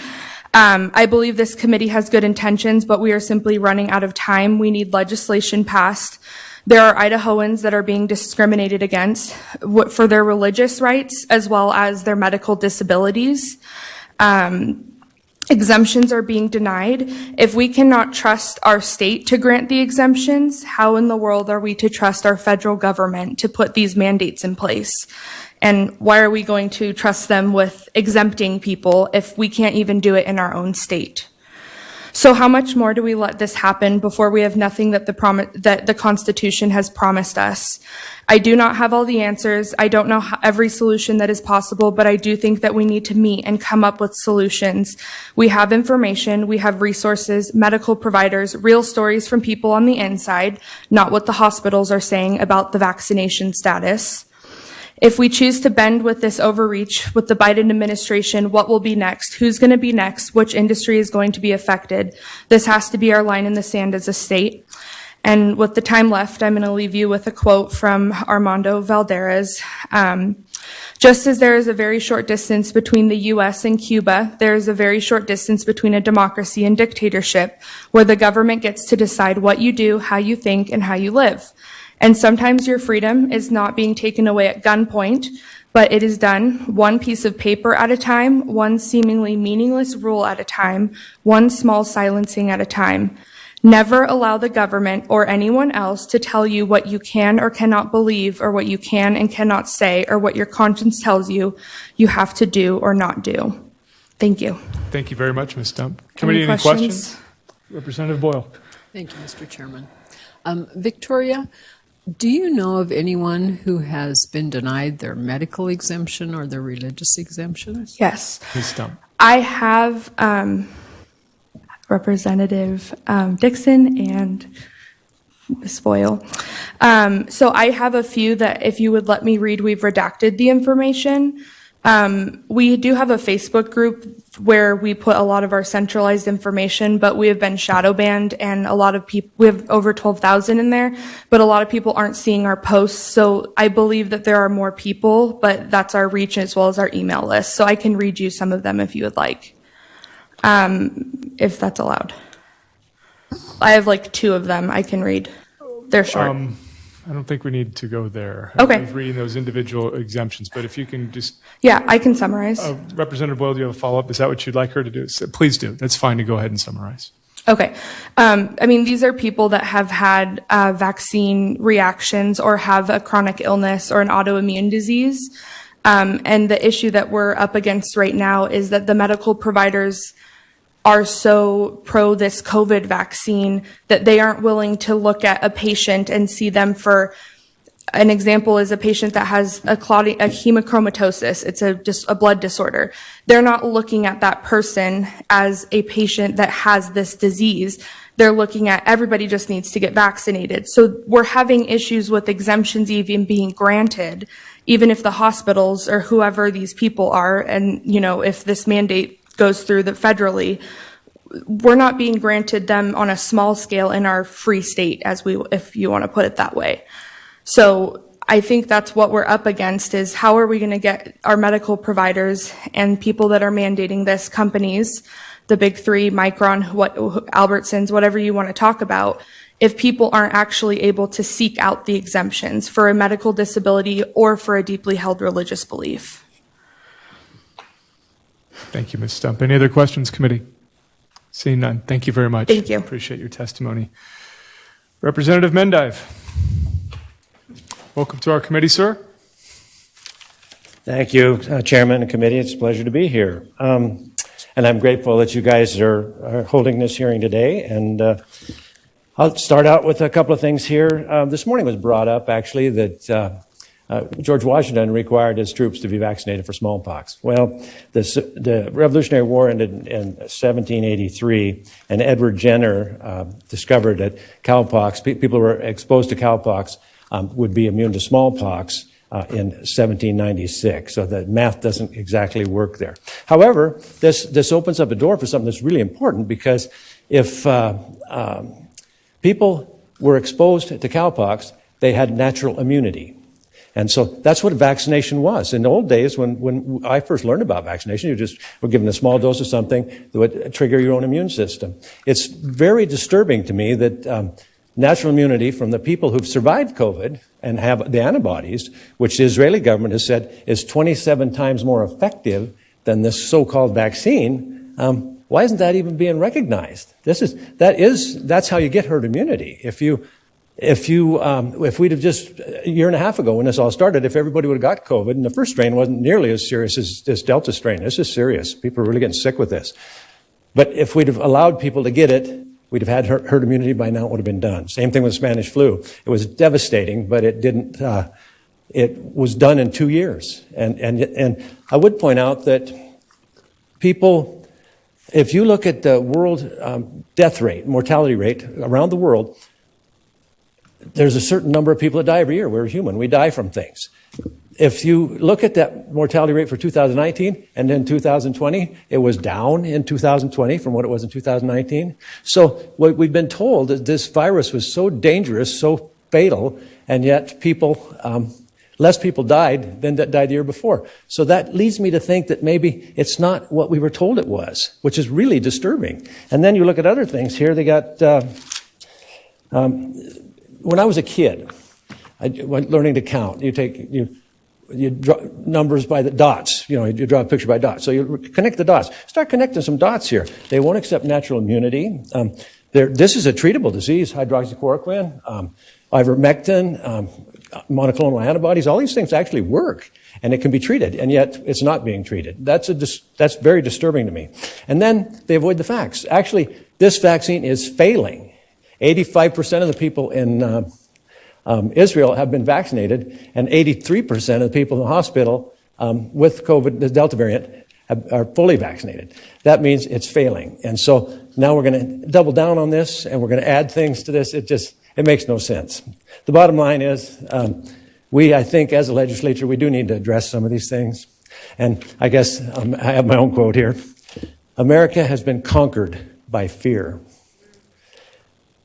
And we're now in the process of surrendering our liberty and our freedom. And our founders fought. They pledged their lives, their fortunes, and their sacred honor to give us this freedom we've enjoyed in this country, and we're very close to losing it. Thank you. Thank you, Representative. Any questions? Representative Mendive. I guess I'll just say we heard that a standard under this ETS is grave danger. So in your opinion, this doesn't present a grave danger? Well, actually, my opinion is the vaccine might be the grave danger. Thank you, Representative. Appreciate you taking the time. Peggy Carrick.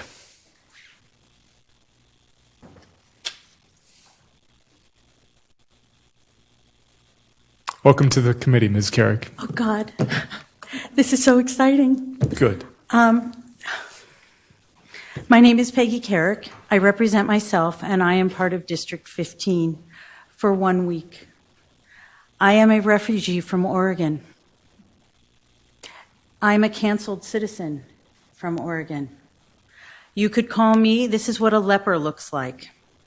I am someone who survived COVID-19. I was sick for 6 weeks, and yet my government does not acknowledge that I have immunity. And my government is now putting me in a position that I am on the outside. I'm not on the inside. The person before me said many of the things I was going to say, and I'm going to just say to you, is this vaccine doing more harm than good, which you've probably heard this from the beginning. Statistically, I agree with what he has just said. I am blessed with natural immunity from having the disease. I've also survived, and many of you on this panel have survived, the swine flu and the Hong Kong flu, which had statistics far higher than this particular disease has. Not that it's not a real disease, it's real. I lived through it. These mandates exclude immunity, they exclude medical and religious exemptions. Where do we fit in that scenario? I am an American citizen. I hold a passport for the United States. I'm a resident of Idaho. What freedoms do I have and what protections do I have as a citizen here? I came to Idaho because my home state does not embrace me. I have no voice. I am restricted from doing things. I lived in a state that did 15 months of restrictions. You know what that does to small business? What that did to children in schools? Our suicide rate is extraordinary. The fear factor will blow your mind. You get to Idaho and people are hugging me. Old people are hugging me, people that look like me, and I kind of go like, don't you know there's a pandemic going on here? That's not, you are warriors here. And I believe that as a legislative body, you need to reflect the warriors that are walking your streets every day. This is a remarkable place to live.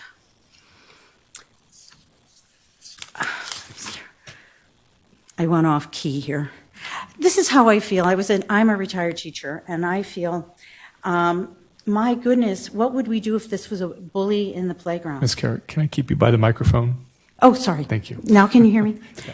I look at this as either, a bully on the playground or a rabid dog at the door. At what point do we stop feeding the dog? At what point do we say, we're done with this? That we draw a line in the sand and that we get above what's going on with this narrative and actually do something that makes a difference to the people that you represent, to me, and all these other people that are walking your streets, hugging me, welcoming me to Idaho. It is a remarkable spirit, and I really encourage you to protect the people that are out there walking that walk every day that may or may not be vaccinated because it's none of my business. Thank you, Ms. Carrick. Committee, do we have any questions for Ms. Carrick? Mr. Chair, Yes, Representative Mathias. just a quick note for the record. I just want to make sure that the record accurately reflects that those of us who have had COVID are not immune from getting it again. We have heightened protections, but we are not immune. I agree with that. Thank You are correct. Representative. All right. Yes. Thank you. Any other questions, statements? None. Thank you very much, Ms. Carrick. Appreciate you taking the time. I'm so excited to be in Idaho.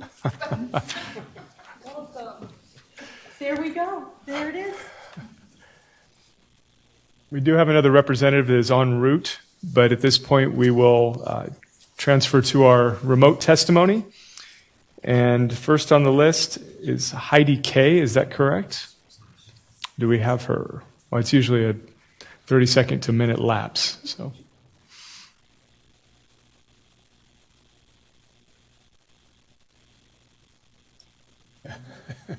I'm here. Can you hear me? Yes. Welcome, Ms. Kay. Thank you for joining us today. Well, I was born in Idaho, and I'm just as excited as the last lady that was up. Wonderful. Anyway, so my name's Heidi Kay. I'm in District 18. And first, I want to express my thanks for what appears to be sincere interest in hearing opinions from the public regarding vaccine mandates. I also want to express empathy with those who feel fear regarding potentially limited access to health care, especially those who have or have had life-threatening illnesses requiring immediate medical attention. In 2017, I required immediate medical attention to save my life due to an autoimmune condition triggered by a vaccine. Here are the costs that society bore on my behalf. Loss of the military at the cost of approximately $1 million. Social Security disability payments of approximately $125,000. Federal disability pension payments, approximately $50,000 and continuing. Medicare insurance payments, cost unknown. Private insurance payments to include a $40,000 hospital stay and ongoing insurance costs. Here are the costs I personally bore. 2.5 weeks in the hospital, 3 emergency room visits, cashing out of 2/3 of my retirement, unable to make my own food or maintain my household, unable to work for 1.5 years, loss of friendships, social connections, and a career, a 16-year career, actually. There is no amount of liability that an employer or the government could be willing to take on, no injury payment that would be sufficient compensation for what I have lost. Mandating that anyone put themselves at risk of what I have experienced or worse is unethical. It doesn't matter if you're the President of the United States or a citizen worried that you can't get health care when you feel entitled to it. Being willing to sacrifice others, in this case requiring vaccination for all, promotes an illusion of control and is absolutely diabolical. As representatives of the citizens of Idaho, it took intelligence to get to the position of leadership you're in. Use that intelligence to come up with a creative solution. The first way to do this is to say no to Biden's vaccine mandates and then inquire how you can help people help themselves. The citizens of Idaho are not sitting ducks. We are not waiting haplessly to fall ill to a virus and then hand our bodies over to the medical community to be responsible for us. We are not waiting for our problems to be solved by a vaccine or any other pharmaceutical. The individual Idahoan being responsible for themselves and their health is the answer.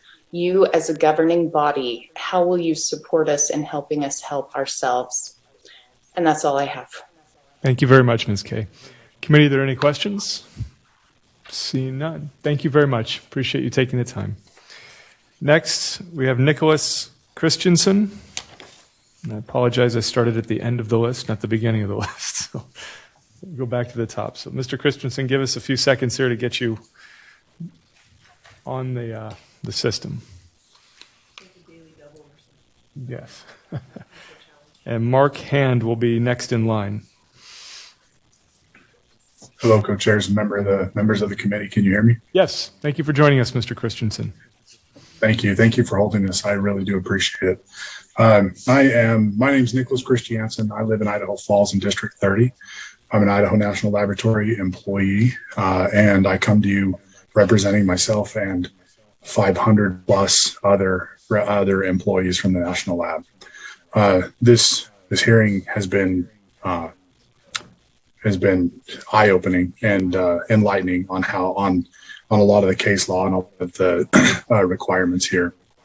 One of the things that we believe, and we've put a petition before the INL lab management, and we were ignored. And the petition was to push off the mandate, push off the implementation of mandatory vaccines until such time as it could be reviewed by judges and it could be declared constitutional or unconstitutional. And that the lab management ignored us. We've since done a second petition that we're trying to put in front of the Department of Energy to ask them to make the same concessions they made for the Postal Workers Union to allow testing to happen for the Idaho National Lab instead of merely vaccinations. We believe the choice to vaccinate is and must continue to be a personal decision made through informed consent based on all personal risks involved and not constrained by conditions of employment, travel, or withheld social privileges. There's many reasons, valid reasons to get the vaccine, and there's also many valid reasons to refuse the vaccine. One of those including is the desire for clear and unbiased information before making a decision that could have lasting health effects or violate sincerely held religious beliefs. Whatever the reason, people have the right to make the final decision on their own. Neither the federal government nor any private company has the right to dictate any person be vaccinated as a condition of employment. Clearly an act of coercion, which is by definition illegal. The right to decide what is done by with one's body is a God-given right, and to force a person to undergo a medical procedure they do not wish to undertake as a condition of employment violates natural law. That's what I came to say. Thank you, Mr. Christiansen. Did I pronounce it right that time? Yes. Okay. Committee, are there any questions? Seeing none. Thank you very much. Appreciate you taking the time with us. Mark Hand, and then Krista Favaza is next after Mr. Hand.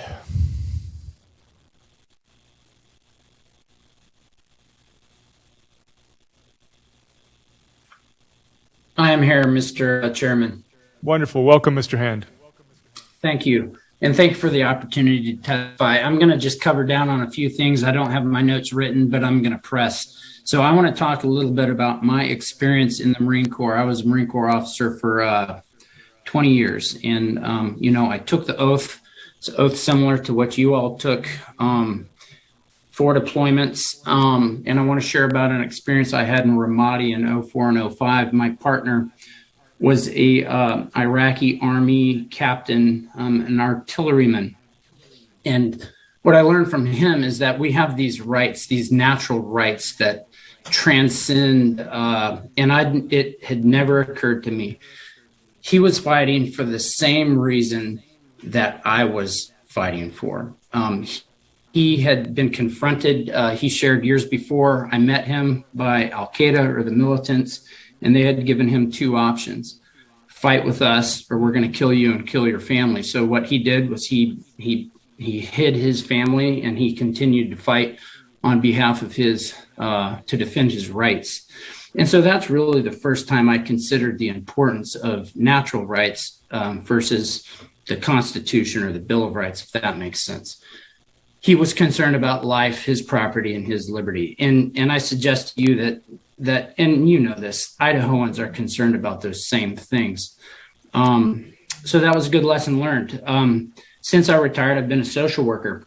I will say I live in District 6. I represent myself as well. I forgot to say that at the front end. I live in District 6. I practice here in District 6. And I will say most of the patients that I see are more concerned about their liberty and the encroachment onto their liberty and their life than they are about COVID. And that's significant. I would say 8 out of 10 of the patients that I work with are more concerned about mandates. And many of them have had COVID. So I'll leave you with this, some considerations. One person said, I favor the mandate so people can get back to work. I think people can get back to work without the mandate. I would also suggest to you that right now we lack unity in many of our communities, but it's nothing compared to what will come if we start mandating vaccinations. I think the unrest and the tension will be significant. You will see fractured families. You will see increased poverty, and I will have a huge spike in my patient load. So I just ask you to let people choose how they will take care of their bodies. Let people choose what risks they're willing to take. Protect the most basic rights of your citizens, of your constituents. And maybe this is a good time to disentangle ourselves from the federal government. The last presenter said, help people help themselves. And I suggest to you that is a good way to do it. And that concludes my comments. Thank you very much, Mr. Hand. I do not see any questions for you, so thank you for taking the time with us today. Krista Favaza is next. No? Okay, then Melinda Offer. So a couple minutes or seconds, Ms. Offer, and you'll be with us.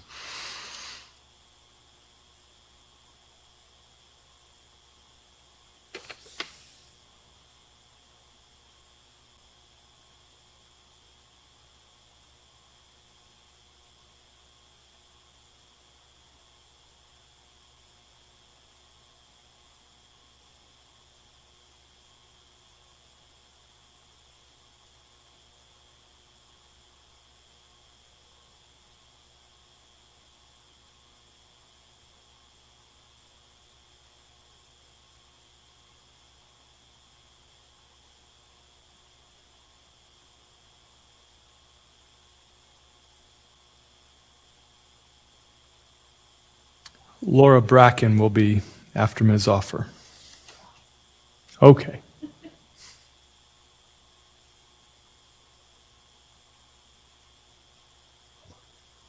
Hello? Yes. Can you hear me? Yes, welcome to the committee. That took a while. I had a delay on my end here in the computer. So I am in, my name is Melinda Offer. I'm in District 1, and I have been in the medical field for over 30 years. I do not actively take care of patients anymore. And I even thought about perhaps I should go back and take care of patients during the beginning of this. And definitely would never go back now, as the hospitals are requiring vaccination. So I'm completely opposed to forced vaccination.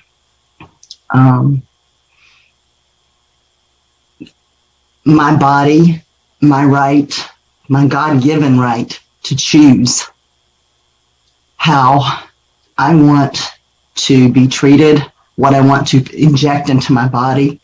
There's so many questions about this vaccine, and I'll say that I'm not even sure it's really a vaccine.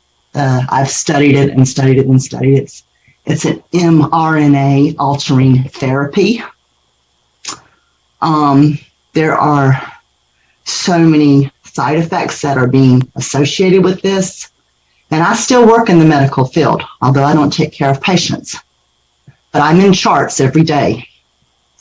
I see side effects of this vaccines. I see deaths. I see blood clots. I see neurological issues. I see suppression of therapies. I have friends who have recently had COVID, and the physicians and hospitals in this area refuse to prescribe ivermectin. They had to go to frontline doctors online to get ivermectin. I know persons now who have prescriptions for ivermectin, and pharmacies are no longer filling them. I personally have had COVID. I survived it, and I'm almost 60 years old. It was pretty mild for me. I live a pretty clean life, and I take very good care of myself. The COVID tests, a lot of people have talked about the Delta variant. As far as I can see, there's no test for that. And I said I'm in charts all the time. They're still doing the PCR test, and all of a sudden they're saying there's a Delta variant out there. Not sure it's really a Delta variant. I wonder if it's a vaccine injured. I know recently that the definition of unvaccinated was changed. Unvaccinated can be anybody that has had a vaccine within 2 weeks. Interestingly, when we first got into the COVID pandemic, if they want to call it that, they changed the data definition of a COVID death. That was anybody, all-cause mortality within 30 days. You could have walked across the street, been hit by the car, but you tested positive for COVID 2 weeks ago, and you were a COVID death. So I implore you to do your jobs, and please protect the citizens of this great country and this great state. I mean, we have people coming here all the time. The influx of the people into the state of Idaho has been enormous, and it's because they believe they can be protected here. So I implore you to do that. Thank you very much. Thank you, Ms. Offer. Representative Mathias, did you have a question? Yeah, thank you, Mr. Chair. I thought I just heard Ms. Offer cast doubt on whether there is a COVID test that can detect the Delta variant, that strain of COVID, and I just wanted to make sure that if she thinks she's sick, that the Delta variant, there are absolutely plenty of tests available, so that if she has symptoms, she should absolutely go get tested for COVID, even if she thinks it's the Delta variant. Thank you. Thank you, Representative. Any other questions for Ms. Offer? Seeing none, thank you, Ms. Offer, and thank you for representing District 1. You're welcome.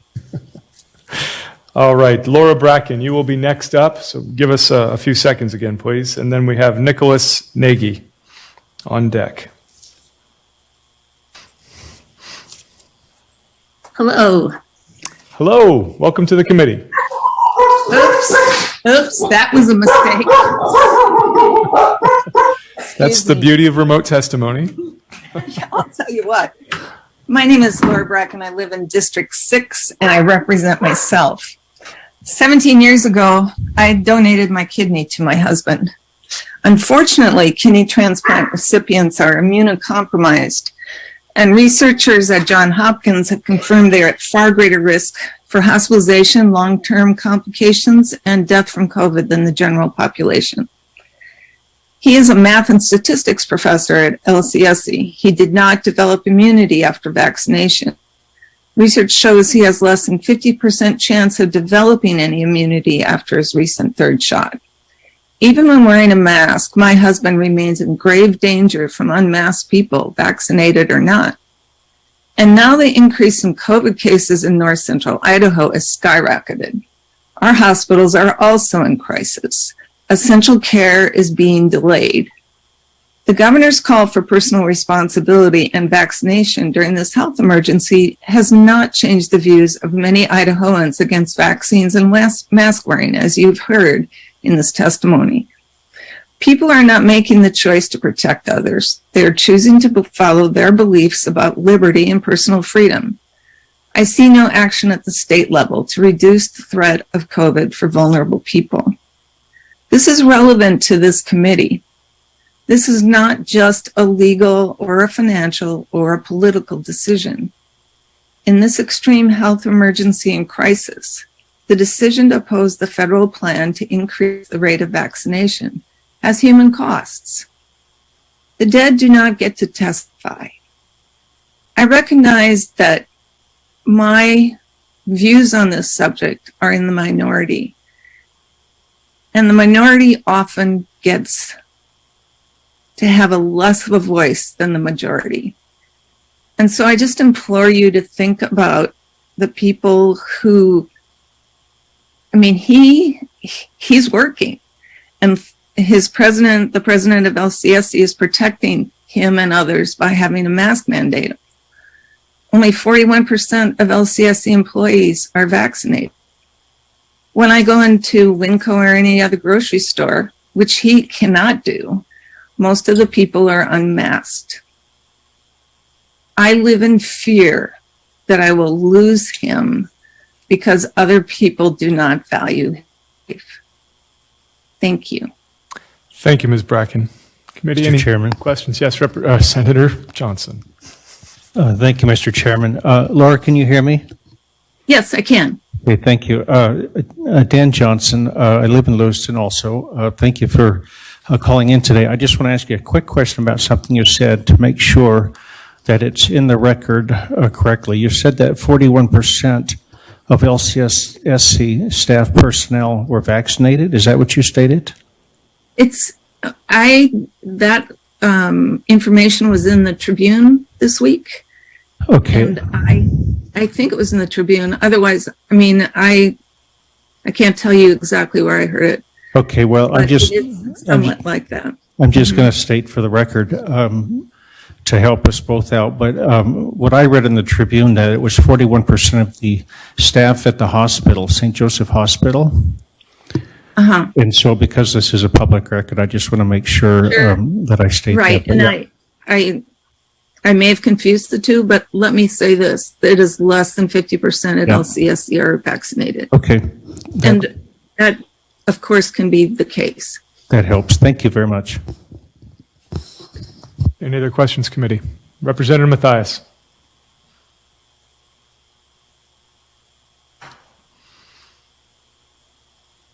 Okay, great. Chris's house. I need to go visit. Thank you, Ms. Bracken. We appreciate you taking the time to speak with us.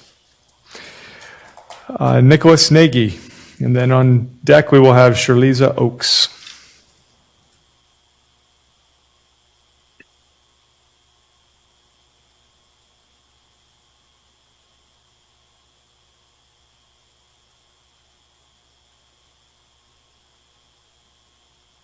Okay.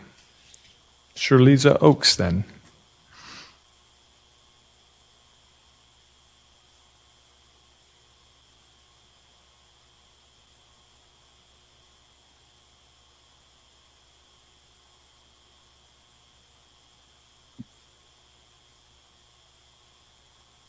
Can you hear me? Yes. Welcome to the committee, Ms. Oaks.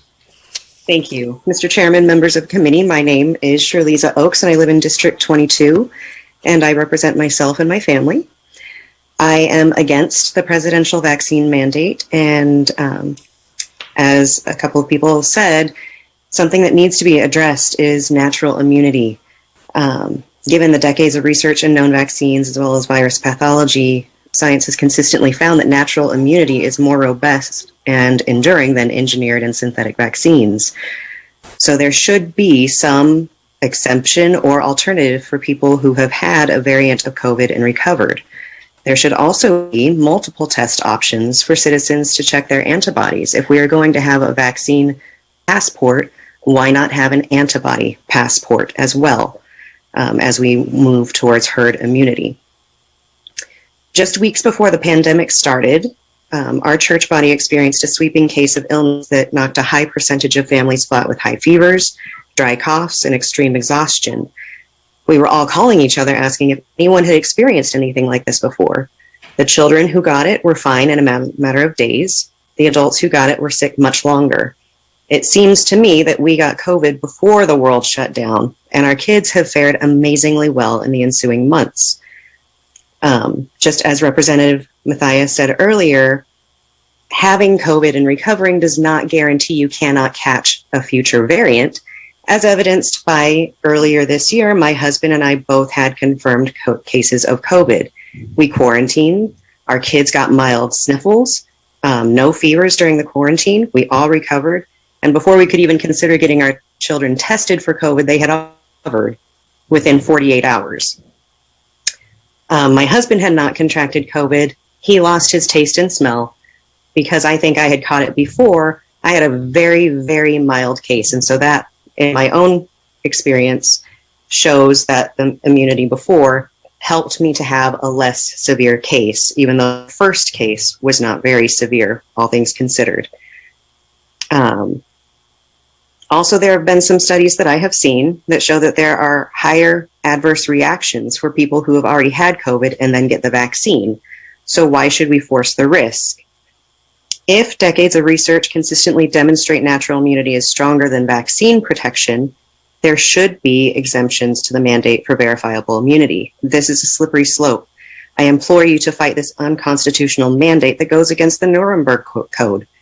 Citizens should not be coerced into putting something in their bodies to work and provide for their families. How long until the president mandates vaccines for our children? Pfizer just announced that its vaccine is safe for 5 to 11-year-olds.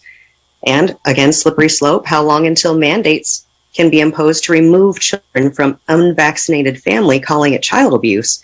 However, that family may have natural immunity. It seems like a stretch now, but given the fact that President Biden said last year he would not mandate vaccines, and here we are receiving a national vaccine mandate and not so veiled threats as part of the unvaccinated population, it's not far-fetched. Thank you. Thank you, Ms. Oaks. Committee, any questions? Seeing none, thank you again. Thank you for giving us your time. Thank you. So we'll try once more with Krista Favaza and maybe Nicholas Nagy.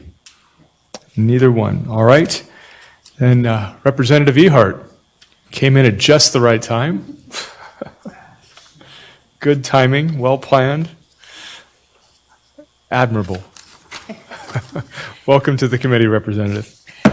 Mr. Chairman, committee, actually, thank you. Thank you for waiting. Not that you waited, but I appreciate the opportunity to speak. I'm sure others have come here on behalf of their constituents, and as your fellow legislator, I'm coming here to you on behalf of mine and Idahoans, and in many respects, one could say, and for Americans. We are long past the time to respond. You know, I want to hit a couple things that I'm guessing probably hasn't been hit upon. The first one that I want to touch upon, I've written about actually for the past 6, 7 months. And that is, I believe that legislators in many ways are being bullied. And I ask that we not be bullied. How are we being bullied? Because we're having a couple of mantras used against us, which is, well, how much is that going to cost the state? Well, let me ask you this. How much is the cost for freedom? Not only that, it's not going to cost us anything, as we can use the ARPA money, which is specifically designed when it hits COVID relief. And not only that, let me remind you that other states not just have had one special session, but many special sessions. I myself have been in Texas to testify in 2 of their 30-day special sessions. They are now in a third 30-day special session. Utah has had like 10 special sessions. And here we are in Idaho, concerned that we might have one special session to come back and do the work of the people. I am ashamed of us if that is what we are allowing to have happen to us with those who would purport a false mantra in regards to us doing our work. And then there's the other mantra, which is, oh, we don't want to have a full-time legislature. I assure you that we are not full-time in pay, but if any of you are like me, you are full-time when you are at home working. As a matter of fact, sometimes I worry about my real job because the amount of time I've just spent these last couple weeks meeting all day long with constituents who are losing their jobs, not may lose their jobs, they are losing their jobs. Have we thought about the effect on the economy as this happens? Because it's sure going to affect our economy in Idaho Falls. And this is not right. You know, I'm reminded, I'm sure you're going to extend my time up there. I'm reminded of one of my favorite politicians, but he was actually a freedom fighter. His name was Lech, because I'm going to say it wrong, Kaczynski, the freedom fighter of Poland in the 80s. He was somebody that we followed without social media, with very little TV coverage. My mom followed him. My mother prayed for him because he led the people of Poland out of this oppression of communism to freedom and later became himself the president of Poland. What great stories and examples we have of those who've gone before us. And yet here we have been just recently threatened by a president who purports to say that if states don't do what he wants, they will come in and use the force of law. Whether or not he's talking to Idaho or Florida, it's the same thing. It's not right. Are we the legislative branch of Idaho? Are we going to step up and do what it is required of us or not? And finally, may I submit to you that when it comes to, you know what our founders have said. Our founders were courageous men. They gave everything when they knew that they also would probably give their lives when they decided to fight for this country that is now ours. I don't have to repeat those stories to you, but my question to us is, what kind of courage do we have? Are we willing to stand up and do the same thing? And I would finally end with you saying this, that no matter what we do, I challenge the citizens of Idaho Falls and the state of Idaho and certainly America. But if we really want results, let us turn our hearts back to the Lord, because that is the one area we are truly lacking. Mr. Chairman's committee, thank you for hearing me. I very much appreciate it. And I look forward to getting back into session with you in the next 2 weeks, if not sooner, to address these issues. Thank you. Thank you, Representative Ehart. Maybe, well, hold on, there might be some questions. There might be. Don't I tear love off questions. Here. Are there any questions, committee? Oh, we asked her back. We've got to have some questions. It's on me. Well, all of those who agree with me, please indicate by remaining seated. Yes. Thank you, Mr. Chairman. Representative. I appreciate you taking the time to come over here. And Absolutely. for saying that. It's worth it. All right. I believe that is the end of our testimony. Is there anybody lingering remotely, perhaps? Well, we've had some interesting situations today, so no. just listening. Okay. Well, thank you. Committee, is there any statements anybody would like to make? I can wrap up, but if there's something anybody would like to say, I'll open it up for that at this point in time.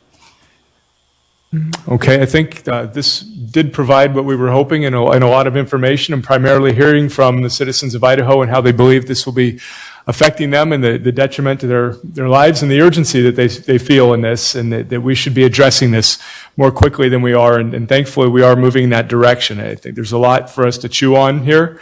There's some great ideas already being formed in draft legislation that's out there that we need to digest and go over as a committee. I believe we're going to continue doing this as a full committee. There was maybe some discussion of breaking up into subcommittees, but the co-chair and myself talked about this, and that everything we're hearing today, and we have another meeting next week as well, and it seems more relevant for us to stay in this group and move forward in this manner. So we do have a meeting next Tuesday on the 28th. The first portion of the morning will be on a different subject, but the second portion in the afternoon will continue to touch upon this topic so that we can continue to explore this and look for some solutions and start to discuss some things. But I would like to also bring up perhaps a meeting in early October for us. We're looking at the first 2 weeks. If you can bring out the calendar that was provided to you, if that's something we can have a discussion on. Or we can put it off also, but if we can maybe get a rough idea of people's schedules. It's in the back of the packet that we started with this morning.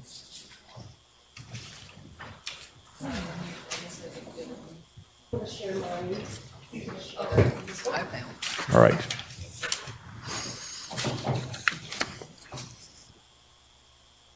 So there are a few things in the 4th through the 8th, primarily redistricting. The Joint Millennium Fund is on the 4th. And then the second week is wide open with the exception of Columbus Day on the 11th. But my preference, I believe, is sooner rather than later. So if we can agree on something between the 5th through the 8th. 5th's wide open. Okay, we can plan on the 5th. How does everybody feel about that? Mr. Chairman, I have meetings all day on the 5th and the morning of the 6th. So the 7th would work better for me. We could do the 4th if there's no conflict for anybody on the committee. The 4th would work. Senators? Well, yes. Well. Right. This is Senator Nelson. I do have a noon conflict on the 4th, but I probably will attend remotely, and I guess I could skip an hour for that. All right. Thank you. Jennifer, and Kristen, is the 4th working out for LSO as well? Yes, I got the nod from Kristen, so we'll go with that. The 4th. Yeah, it would be another an excellent day to meet. I think we have lunch plans then. It's National Taco Day. Mr. Chairman. Yes, Senator Harris. Sorry. I'm preg testing cows that day, but I can. Do you need help? Is that going to work for you, Senator, or do we need to look for a different day? No, that'll work. That'll work. Do you test them for COVID when you test them for pregnancy? Senator Harris, the 7th has been suggested if you'd rather. If that's going to cut into your business, I don't want to do that. Let me look real quick here.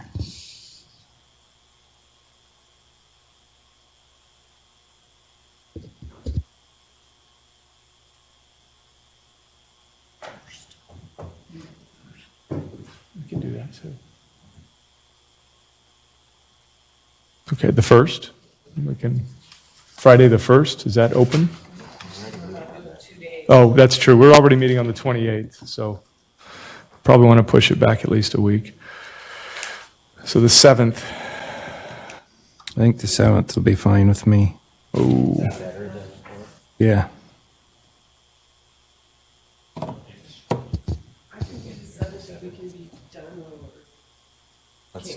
It sounds like the 7th has some conflicts there. So Senator Harris, do you mind going back to the 4th? No, that'll be fine. All right.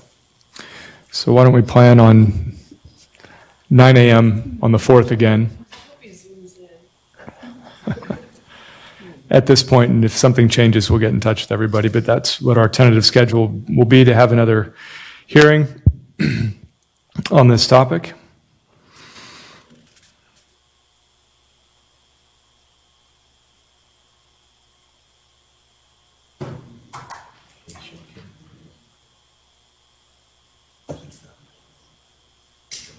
Right, no. Okay, committee, is there anything else that needs to be addressed? Seeing nothing, thank you, LSO, for your help today. Thank you, everybody who showed up to testify, and those remotely. We do Appreciate your participation greatly. So we are adjourned.